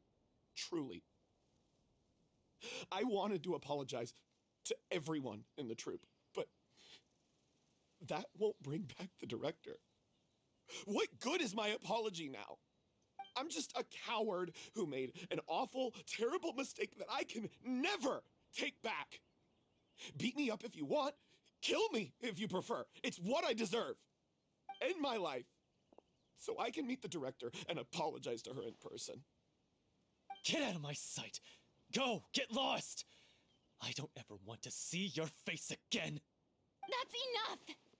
You've screamed and shouted at each other for long enough. Now pipe down, both of you!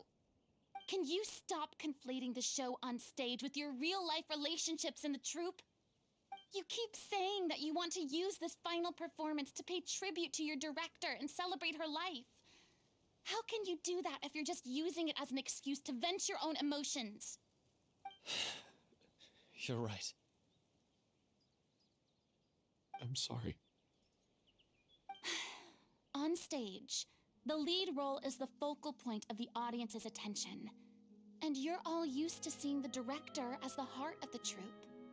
But in her own life, her greatest desire wasn't to be the center of attention. I can tell how much she loved you all, and how much she loved the troupe. What she wanted was to build a warm home for all of her brothers and sisters. To shield you all from the storms that rage in the world outside. That's how you should remember her. And that's what you should be celebrating. I understand why you're trying to make her the hero of the story, but isn't she your hero already? After everything she did for you? Yeah. So think hard about what that means. And then think again about what you hope to achieve by arguing with each other. If you really hate each other and can't reconcile your differences, then you could just call it quits now. Why bother with the final performance if the group is already fractured? But you can't bring yourself to do that, can you? You care too much about Director Aurelie and the home she built you all to let go. What are you laughing at? I don't see what's so funny. Sorry, I didn't mean it that way. It's just that, for a moment there, it felt like our director was back with us again. If she'd seen Paulo and Vilmont at each other's throats like that, she would have scolded them exactly like you did, in that same stern voice. Really? But she sounded like such a gentle person. Of course she was. Even her harshest lectures came from a place of kindness, and it showed. She really was a truly outstanding person. What you said, it really puts everything into perspective. I'm truly sorry. I really meant for this to be a genuine apology, but I ended up making it all about me and my self-pity. It's all right. Let's save all this for after the performance. So, the ending.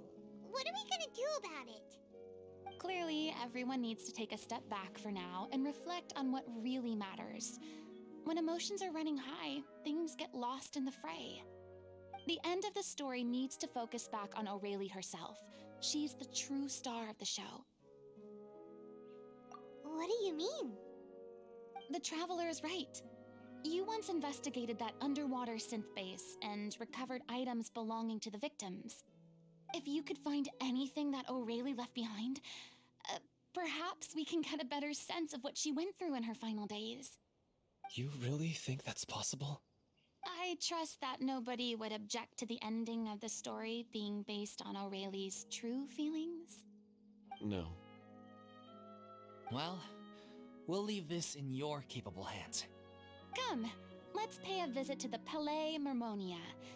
The rest of you, head back to the rehearsal location for now, and wait for our good news.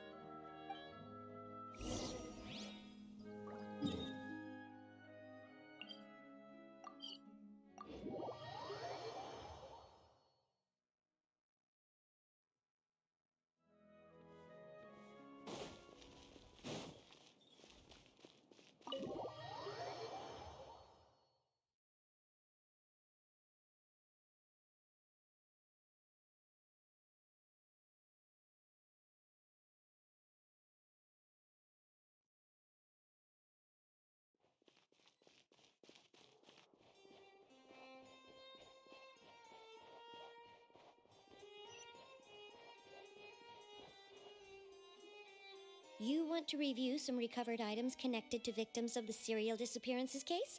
But, that case has been closed for quite a while now. Still, since you were the ones who discovered and submitted the evidence in the first place, you don't actually have to submit an application. Okay, please hold on. I'll have someone dig them out.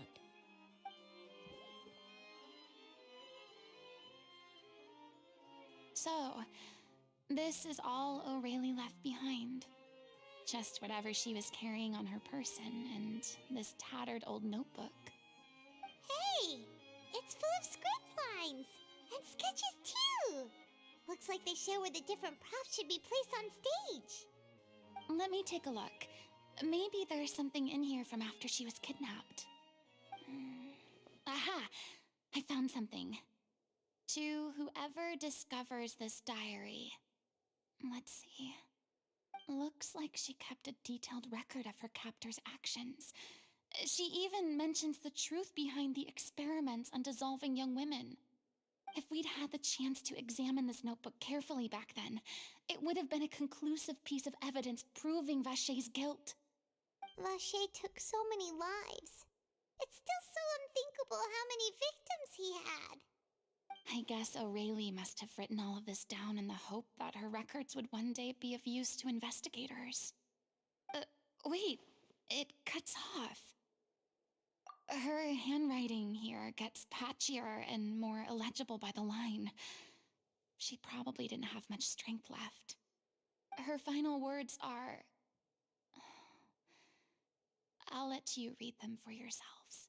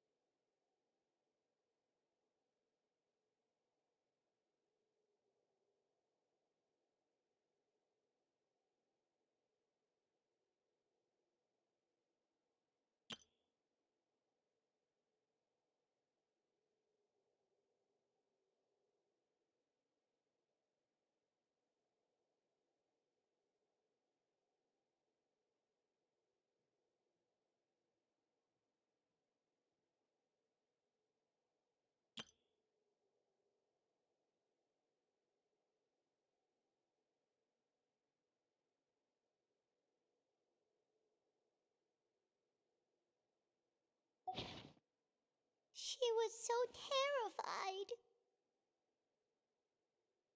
She may have been a mighty hero in the eyes of her troop, but at the end of the day, she was only human. I can't bear to think how painful and lonely her final days must have been. Wait. This part on the last page sounds strangely familiar.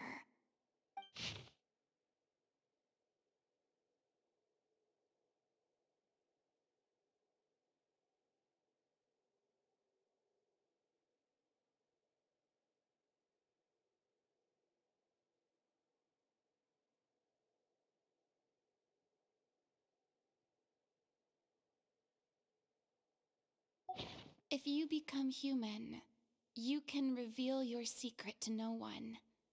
You will face suffering and loneliness. Is this truly what you want? Isn't that the most important line in the Little Oceanid? Because I am an older sister to them. Oh. So she didn't regret her decision, even as she sat in silence, waiting for death to come. I'm sure this is what the troupe would have hoped to hear as well. She had their utmost trust, admiration, and love, and she truly deserved it. Let's go. It's time for them to learn Director O'Reilly's final thoughts.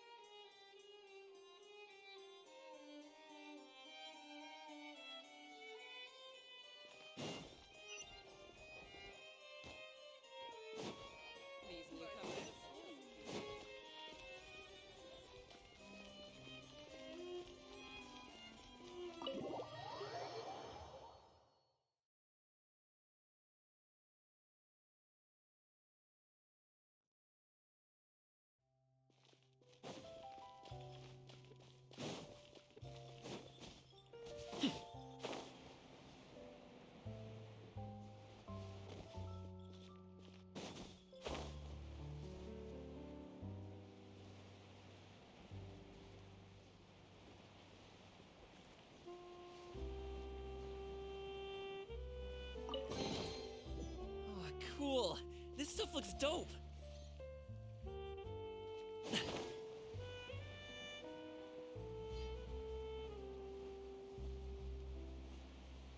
Yeah.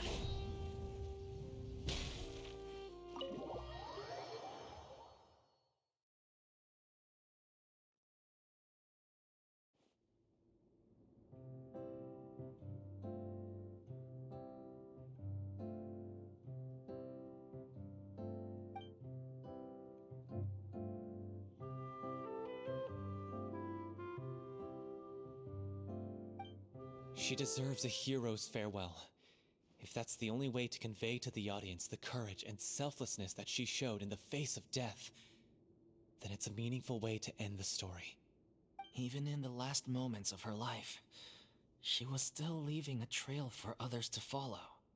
She did her best to protect as many people as possible, even if it meant sacrificing herself. We know what choice our little Oceanid would have made now. I don't think any more discussion is necessary. Well, Vilmont, if we put the past aside for now, do you think you can bring yourself to go ahead with the show?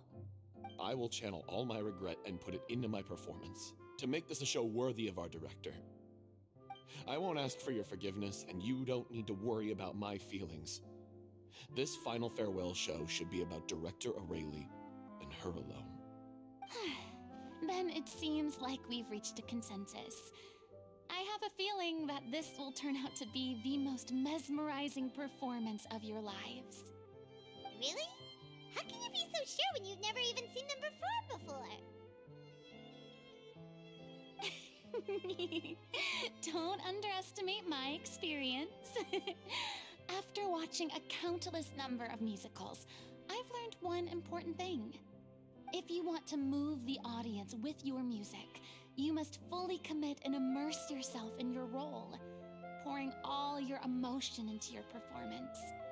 And aren't human emotions, love, hate, regret, and hope, just the most mesmerizing things in this world? I don't believe anybody could be more committed to bringing this story to life on the stage than they are now. Thank you for the vote of confidence, Miss Farina. And thank you for supporting us through all this. Then, let's not delay things any longer. We need to discuss the details of the ending and get it nailed down once and for all. Actually, before that, I'd like to make a proposal. During the curtain call, please allow me to use the director's name instead of my own. Huh? But then... After all, this role was originally meant to be played by the director. I'm just filling in for her. Besides, a role commemorating her life should be associated with her name. Well, if you're sure you're okay with that, I have no objection to it.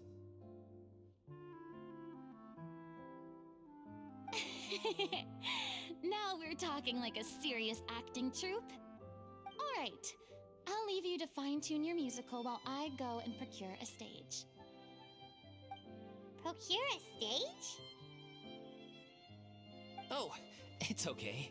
Our usual place doesn't need a reservation. That place? Oh, don't be silly. For an extraordinary show, we need an extraordinary stage. By which I, of course, mean the Opera Epiclese. Whoa, wait, what? No. That's never going to work. It's far too fancy for the likes of us. What are you afraid of? Surely you don't think that Aurelie's story is unworthy of the grandest stage in Fontaine? No, though that's not what I meant. It is supposed to be your grand finale, right? I have no problem with it then. How about the rest of you?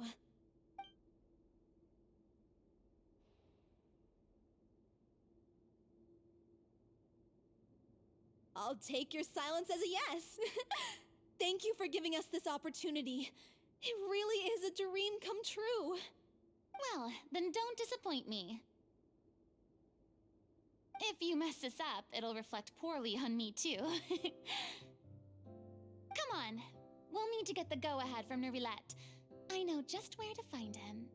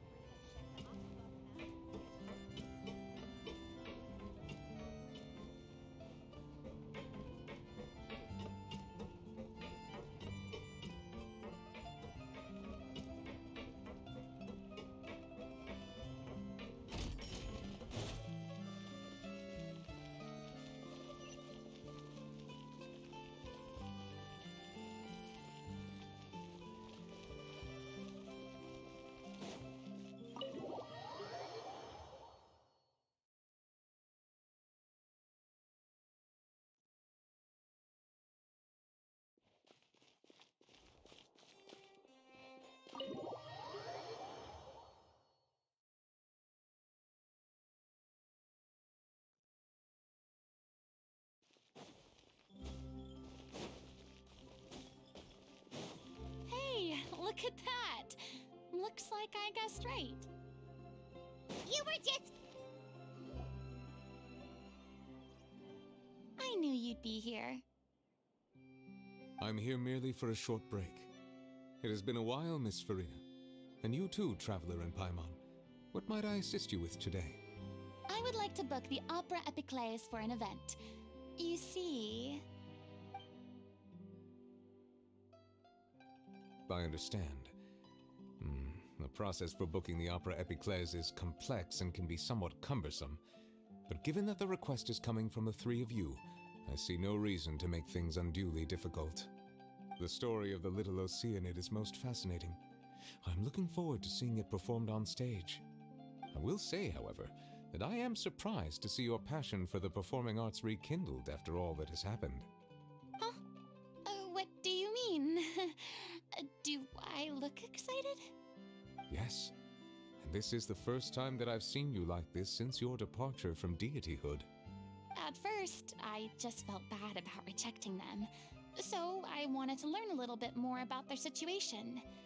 But one thing led to another, and... well, here we are. In the past, we sat in our high chairs in the court, giving our opinions on isolated cases, all while knowing very little about the human stories behind each and every one. Maybe it's because I finally become an ordinary person and gained my freedom, but I've developed a great sense of curiosity about their lives. I am truly delighted to see you find a new lease on life. Now that you've regained some confidence, have you had any thoughts regarding a return to the stage? Why would you suddenly ask a question like that?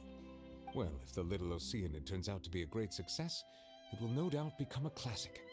Many theater companies are certain to add it to their repertoire. The experiences and decisions of the protagonist, Cleo, are all modeled after your own. Naturally, this makes you eminently suited to playing the leading role. It would truly be a shame if you did not take this opportunity to allow audiences to enjoy your outstanding acting talents once more. Haven't I already made myself clear? I won't act or perform in any role ever again. No exceptions. Nor do I think it is any great shame.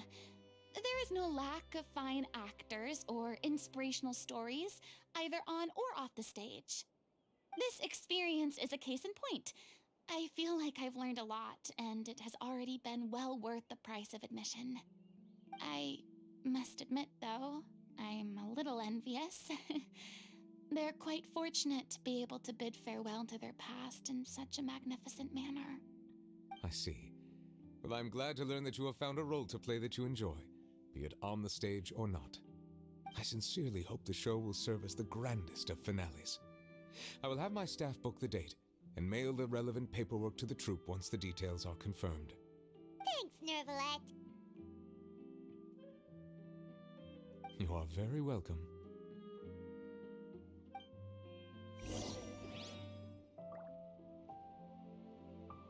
Many people were once enthralled by Lady Farina's performances, myself included.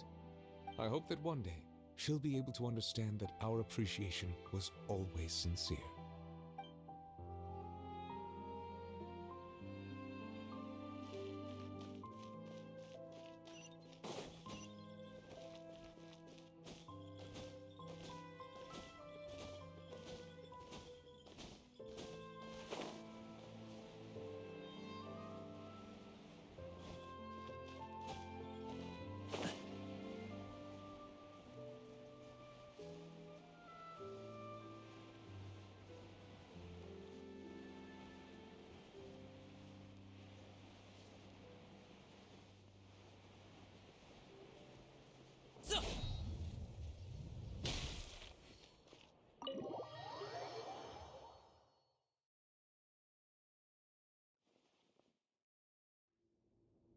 Good news, everyone!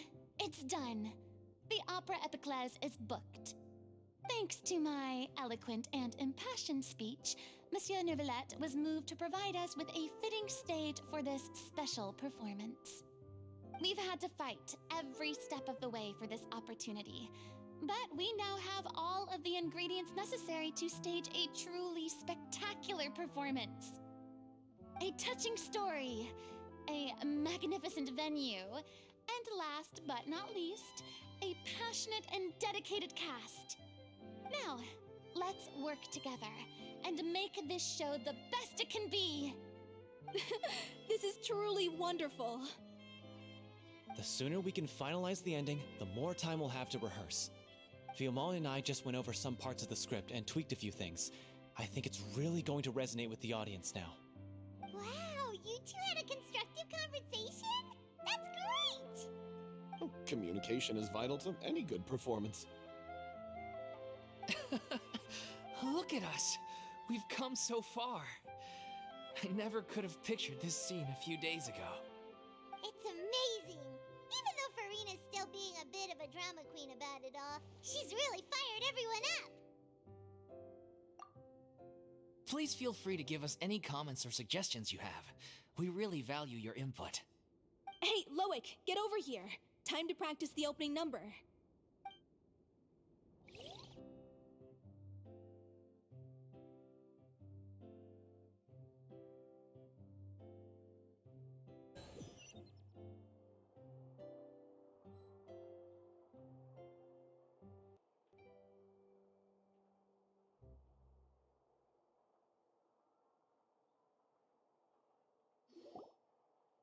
Cursed Cleo. She stole the waters of life from us. She's a fraud, and she must pay for her crimes. This has nothing to do with her. The ignorance and hatred of our people is to blame. How can we hope to win back the water's favor if we don't change our ways? This guy could be useful. Take him hostage.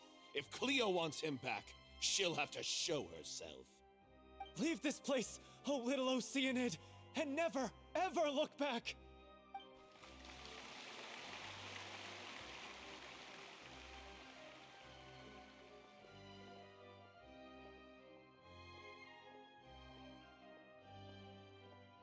Everyone's really throwing themselves into their roles. I haven't seen such a fine performance in a long time. If only... What should we do? It's almost time for her to take the stage! Why does it have to be now? Hey, what's going on? You're due on stage any second now. Oh no, not again. But why? What about your new meds? Did they stop working? They've been getting less and less effective over time. I've had to keep increasing my dose. What? I thought they cure it. So they were only managing your symptoms? I figured whatever it took to get me through this final performance. How could you do this to yourself? And after that lecture you gave me about not looking after my health. I'm sorry. I've let everyone down. You... This is a conversation for another time. How can the show go on without its star performer? Miss Farina, I'd like to make a request of you. Say no more. If you're sick, you need to rest. I know what you're going to ask. Loic, your character has no more scenes, correct? Oh, yeah. I think my scenes are all done. Although, I do have one more line. But I guess another guy in the troupe with a similar voice register could take it. Why? Please take Delphi back to her place to rest. I'll sing the finale. From the sublime to the ridiculous. After all that, everything's come full circle. Thank you, Miss Farina. I'm so sorry to put you in this position after everything you said. Never mind. What's done is done. It's really my own fault for getting in too deep. No one likes regrets, myself included. Leave it to me. I've watched you rehearse so many times that I've learned Cleo's part by heart. I do not doubt your acting skills, but please allow me to ask just one more question. After all, this show is dedicated to the life and legacy of our director. What, in your opinion, is the reason Cleo shines so brightly? It's her pure heart. Despite all the pain and loneliness she had to endure, She never once stopped believing in the beauty in this world. Well said. I leave Director O'Reilly in your hands.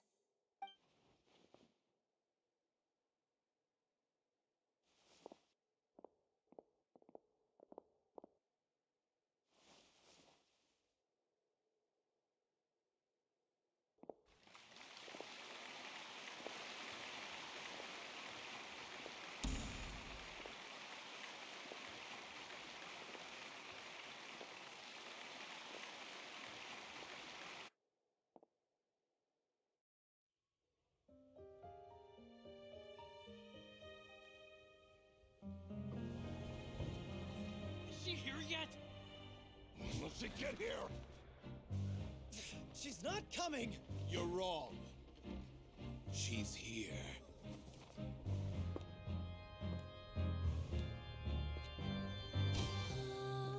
Si je pouvais vivre dans l'eau, le monde serait-il plus beau? Me pardonneras-tu, ô chère mère? L'eau dans son courant fait danser nos vies, et la cité elle est nourrie, ainsi que toi, mon doux amour. But what about your wish? My wish.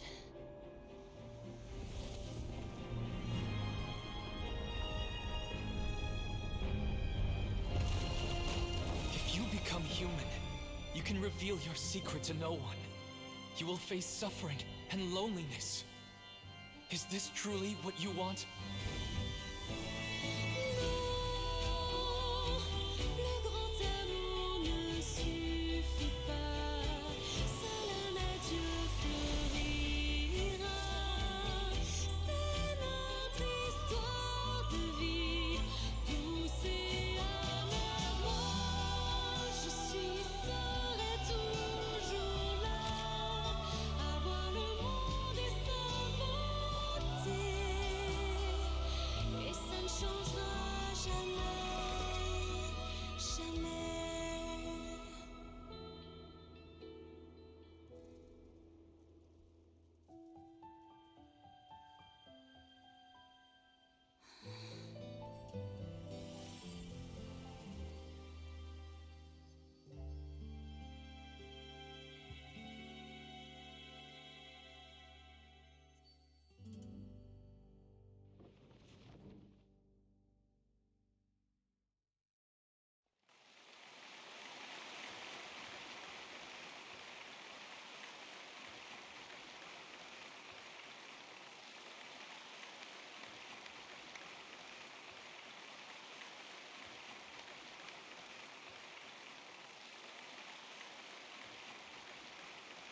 Is it just me? Or was that Lady Farina on the stage just now? She hasn't been seen for a while now, and she just appears out of nowhere? Gotta say, though, her acting skills are as superb as ever. The Little Oceanid, Cleo, played by Aurélie Fumont.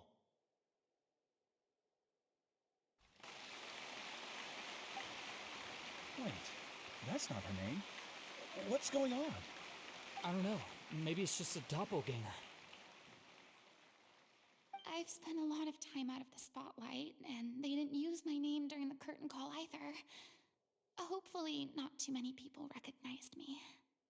It's too bad that I had to break the one clear rule I'd managed to make for myself, even if I had no choice. Still, I have to admit that, despite everything, it felt good to be back on the stage again. Finally, we would like to give a special thanks to our artistic consultant and event coordinator, Miss Farina. Hey, that's not what we agreed on! Oh, so it was Farina after all. She's back! Honestly, what is he doing? He should have run that by me first. All right, calm down. Don't be mad. This was a group decision. We just didn't want your contributions to go unacknowledged. After all, it's been the rule in Fontaine since ancient times that everyone's work, visible or invisible, is equally deserving of recognition. Yes, I know the rule, but it should still be applied on a case-by-case basis. I wasn't ready for this yet. It's no big deal. What's the worst that could happen? Oh, yeah?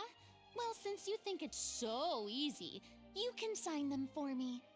This is a great chat and all, but can we talk about that crazy thing that happened during the show? It nearly gave Paimon a heart attack. Paimon flew over to where she was supposed to be and was about to drop the prop vision, and then suddenly, a real one popped out of thin air!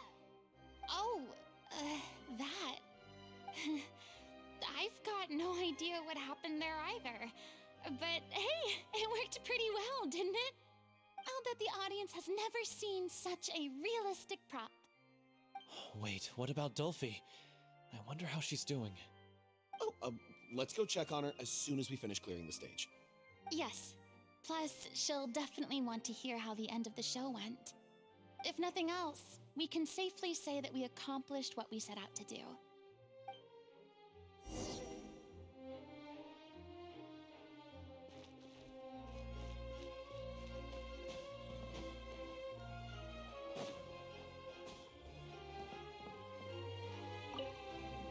Did anyone see where Miss Farina went? Oh, I want to get her autograph, but I can't find her anywhere.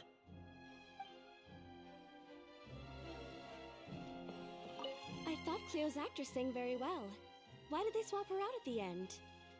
I don't know. Maybe that's just how it was scripted.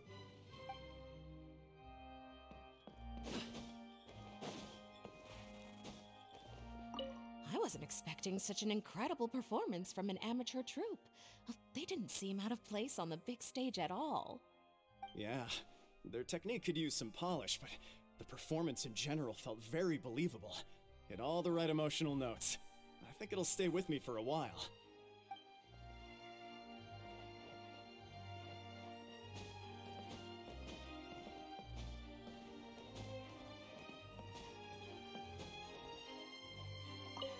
What a surprise! Seeing Miss Farina on the stage? This ticket was money well spent. Yeah, I agree. Say what you want about her, but she's flawless when she's on stage.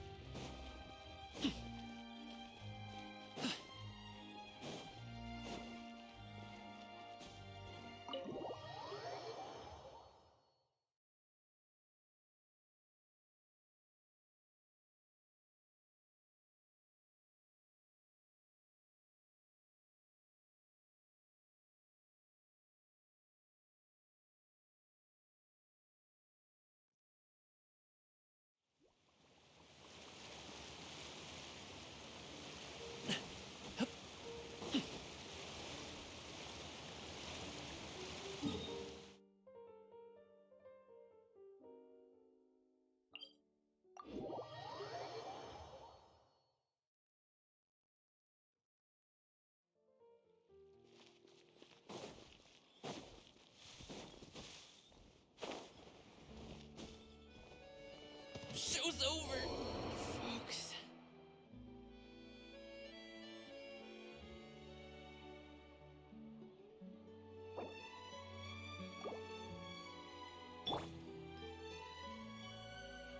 Don't be scared!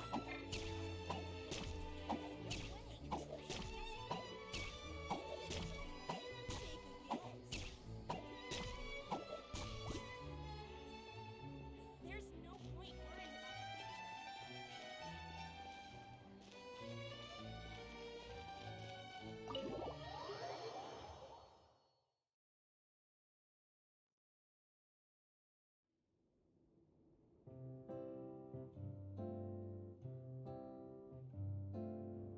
Ah, you're back.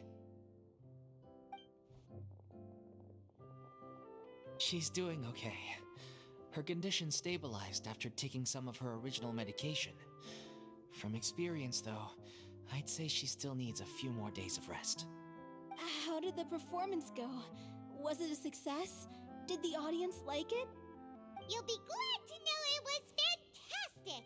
Also, you're not gonna believe what happened while Farina was on the stage. You'll probably be able to read all about it in the Steambird first thing tomorrow morning. That's wonderful. I'm so sorry I failed to see it through to the end. I guess I was wrong to try and tough it out to begin with. No, don't worry about it. Like they told me after announcing my name during the curtain call, everyone's work deserves recognition. Even though you couldn't see it through to the final scene, the audience was very impressed by your performance. It's safe to say that you made your mark on this memorial show. Well, one way or another, we did it. I've had bad luck ever since I was born, so I never expect things to go smoothly in life. I'm just happy to know that we went out on a high note. That's all that matters. Blaming your bad luck again, are we? Maybe if you didn't push yourself past your limits so much, your illness wouldn't be flaring up all the time. Oh, don't you start. I don't have the energy to argue with you right now. Aw, you two clearly care a lot about each other. I don't know what you're talking about. You mean we never stop arguing with each other?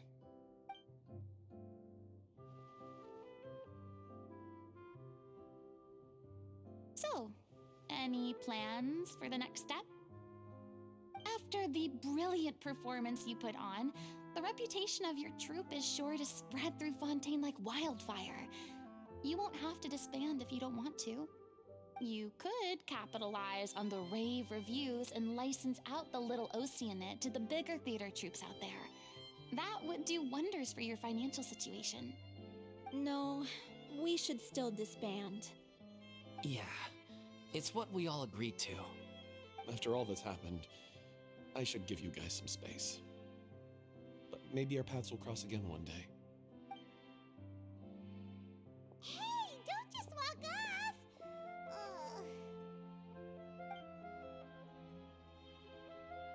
I still want to keep performing, so I might join another troupe. After watching Miss Farina's performance, I think I'm starting to understand our director's infatuation with musicals. You should do it. It suits you. I'd originally hoped to keep performing too, but I don't know if my health will allow me to. Oh, so now you finally got your priorities in order.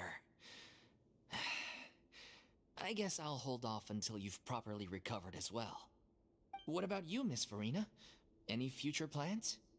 Well, frankly, I think a return to obscurity is no longer an option for me. I'm sure a slew of consultancy requests will hound me wherever I go, until I finally acquiesce. You rather sealed my fate there with your special thanks at the end of the show. Sorry. It's quite all right. No need to apologize. What I meant to say is that this whole experience has shown me that perhaps I'm not as averse to a return to the stage as I previously imagined. Maybe Nervilette was right. Maybe Cleo is the right role for me. I still don't wish to pretend to be someone else, but I do have a desire to express myself. So, maybe the show will go on for me after all.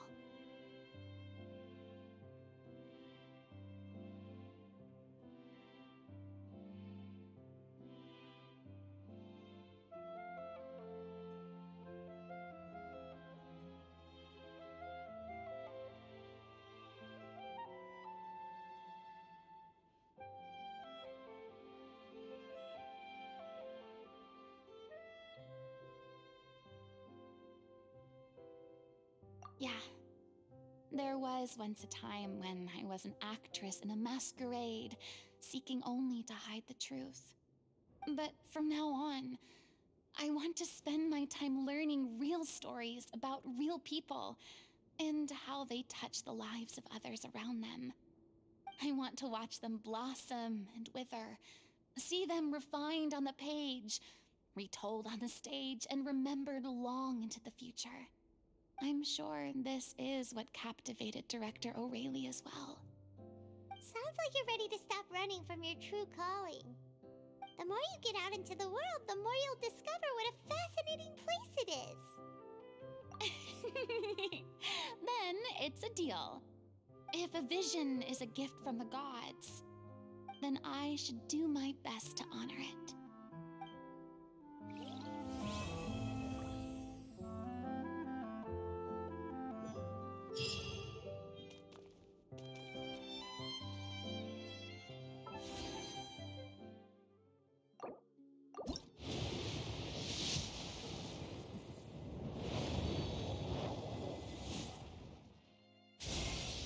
What?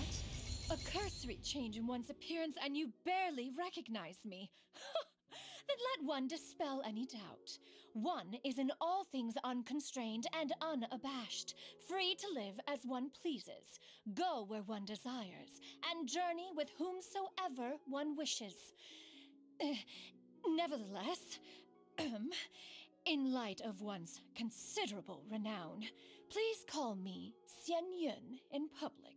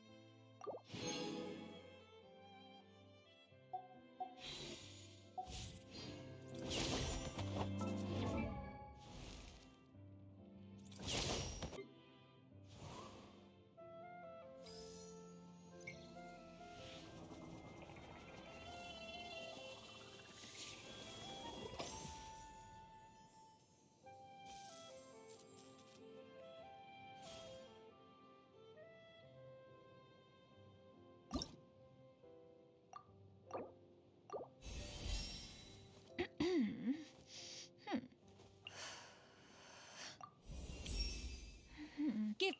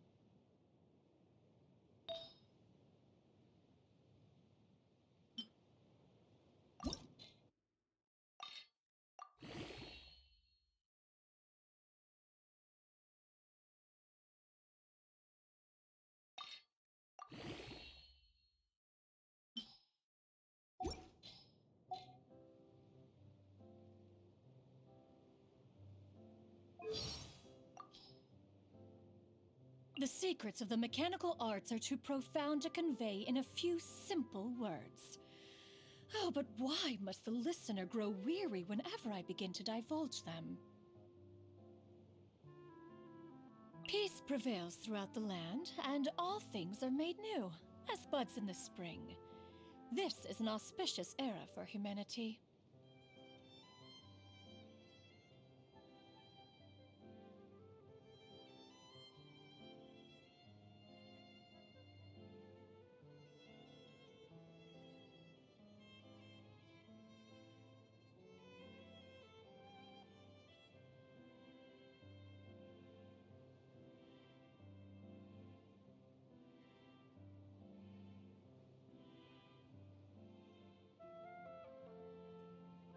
If you are presently unoccupied, perhaps we could stop a while at one's abode for some repose and conversation. In this era of fair winds and gentle rains, one needs not marshal the winds to deliver the rain clouds. Ugh, what a dreadful racket! On this fine day, the view from the heavens must be magnificent. Oh, don't fret. One has no intent to fly off and leave you on your own. Oh, what a soothing wind. Shall one attach some Adepti sigils to your person, so that you may join me for a flight in the firmament? In fact, one awoke quite some time ago, and simply had one's eyes closed in meditation. Oh, a most beneficial practice for spiritual cultivation. You might try it for yourself sometime. Spare me that look. Is it not your turn to prepare luncheon today? You wish to attend the night market together? One shall engage in no such fool's errand. Whatever novelty or knick-knack you desire, one can simply make for you. One is still wide awake. But you look dead on your feet. Go on, off to bed with you. One has always been a staunch defier of convention and expectation, preferring instead the freedom to live life precisely how one pleases. It is only natural for disciples to follow in their master's footsteps. So focused are they on their individual endeavors that they are quite content to go weeks without writing. Lonely? One is most certainly not. Still, were one to find time to pay them a visit, you don't suppose they would be unduly inconvenienced by one's presence, do you? One took the liberty of surveying the land from the skies above, so as to fashion this route-finding compass for your future traveling convenience. When have you ever met such a considerate companion as oneself, Already intimately acquainted with said terrain, you say? Well, be that as it may. Human memory is notoriously error-prone. One of these days, you'll get yourself hopelessly lost, and then you shall be thanking one profusely for one's foresight.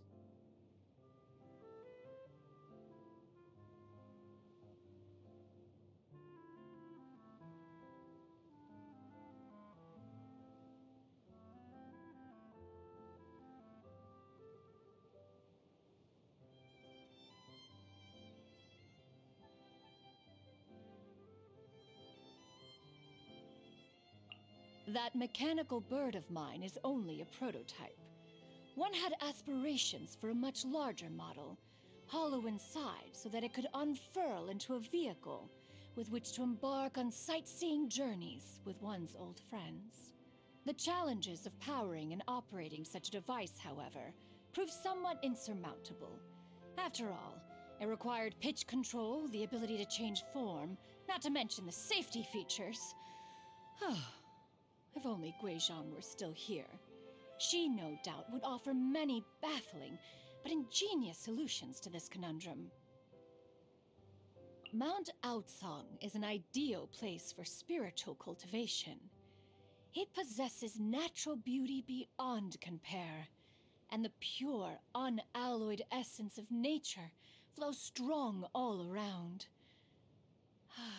Once upon a time, many curious birds and beasts would gather and watch as one meditated. And very soon the peace and tranquility would be replaced by a chaotic chorus of chirping and screeching. And yet, one never found it offended the ear. You wish to know more about one's past? One doubts there would be much worth sharing. It's all ancient history by now. One is more interested to hear about your travels to the far-flung corners of the world. What forms do the gods and immortals of other nations take? Are there any of them as amenable to conversation as oneself? Let us brew some tea, and then you can tell me all about it. When idle and in need of diversion, basking in the winds that travel through the mountains always calms the mind. Since moving to Liyue Harbor, one has had an endless procession of old friends and new arriving at one's doorstep, either to visit or to invite one out for meals. If this continues, one may soon be running short on Mora. Eating together with friends always leaves a pleasant taste in the mouth, regardless of what food was consumed. An adeptus devotes themselves to spiritual cultivation, to which end the delicacies of the mortal realm are not necessary. When one eats such things, it is not for nourishment, but to enjoy the flavor. So, if you prepare a dish and it does not taste exquisite even to yourself, you may spare yourself the courtesy of offering to share it with me. In fact, you might find you are better off leaving the cooking to me to begin with. A paragon of both freshness and flavor. Tell me, for how long have you been surreptitiously studying one's culinary secrets? The flavor is secondary. What matters is that you felt the inclination to cook for me at all. I commend your consideration. One supreme cuisine machine has been lying idle as of late. You are welcome to borrow it. Given that one spends so much time indoors, it is rather nice to perform a little exercise once in a while. Yeah! Skyward! Scatter! Seize the skies! Make way for the Adeptus! Stray clouds converge! These could be salvaged for parts. What trinkets have we here? Present them for one's perusal. Perhaps one should invent some form of curio discernment mechanism. The audacity! This one is no weakling! One shall not back down! Be wise to your limits. You should have called on one. Doesn't count! I hadn't eaten.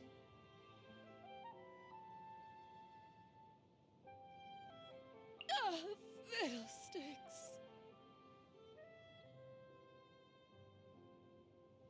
Wait! My mechanical masterwork. Derivative. Inconsequential. My contraptions are calibrated. We may now depart. I trust you have packed ample foodstuffs. One is fast on one's feet. Try to keep pace.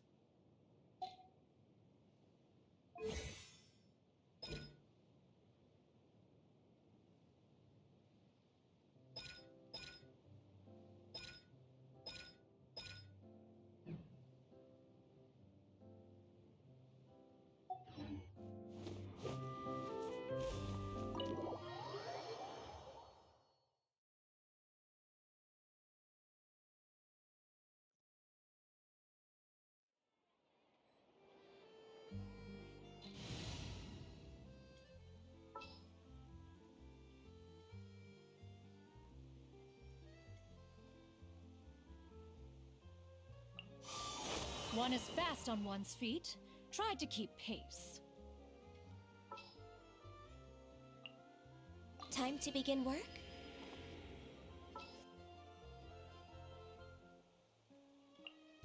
Understood. I just have to stand here, right?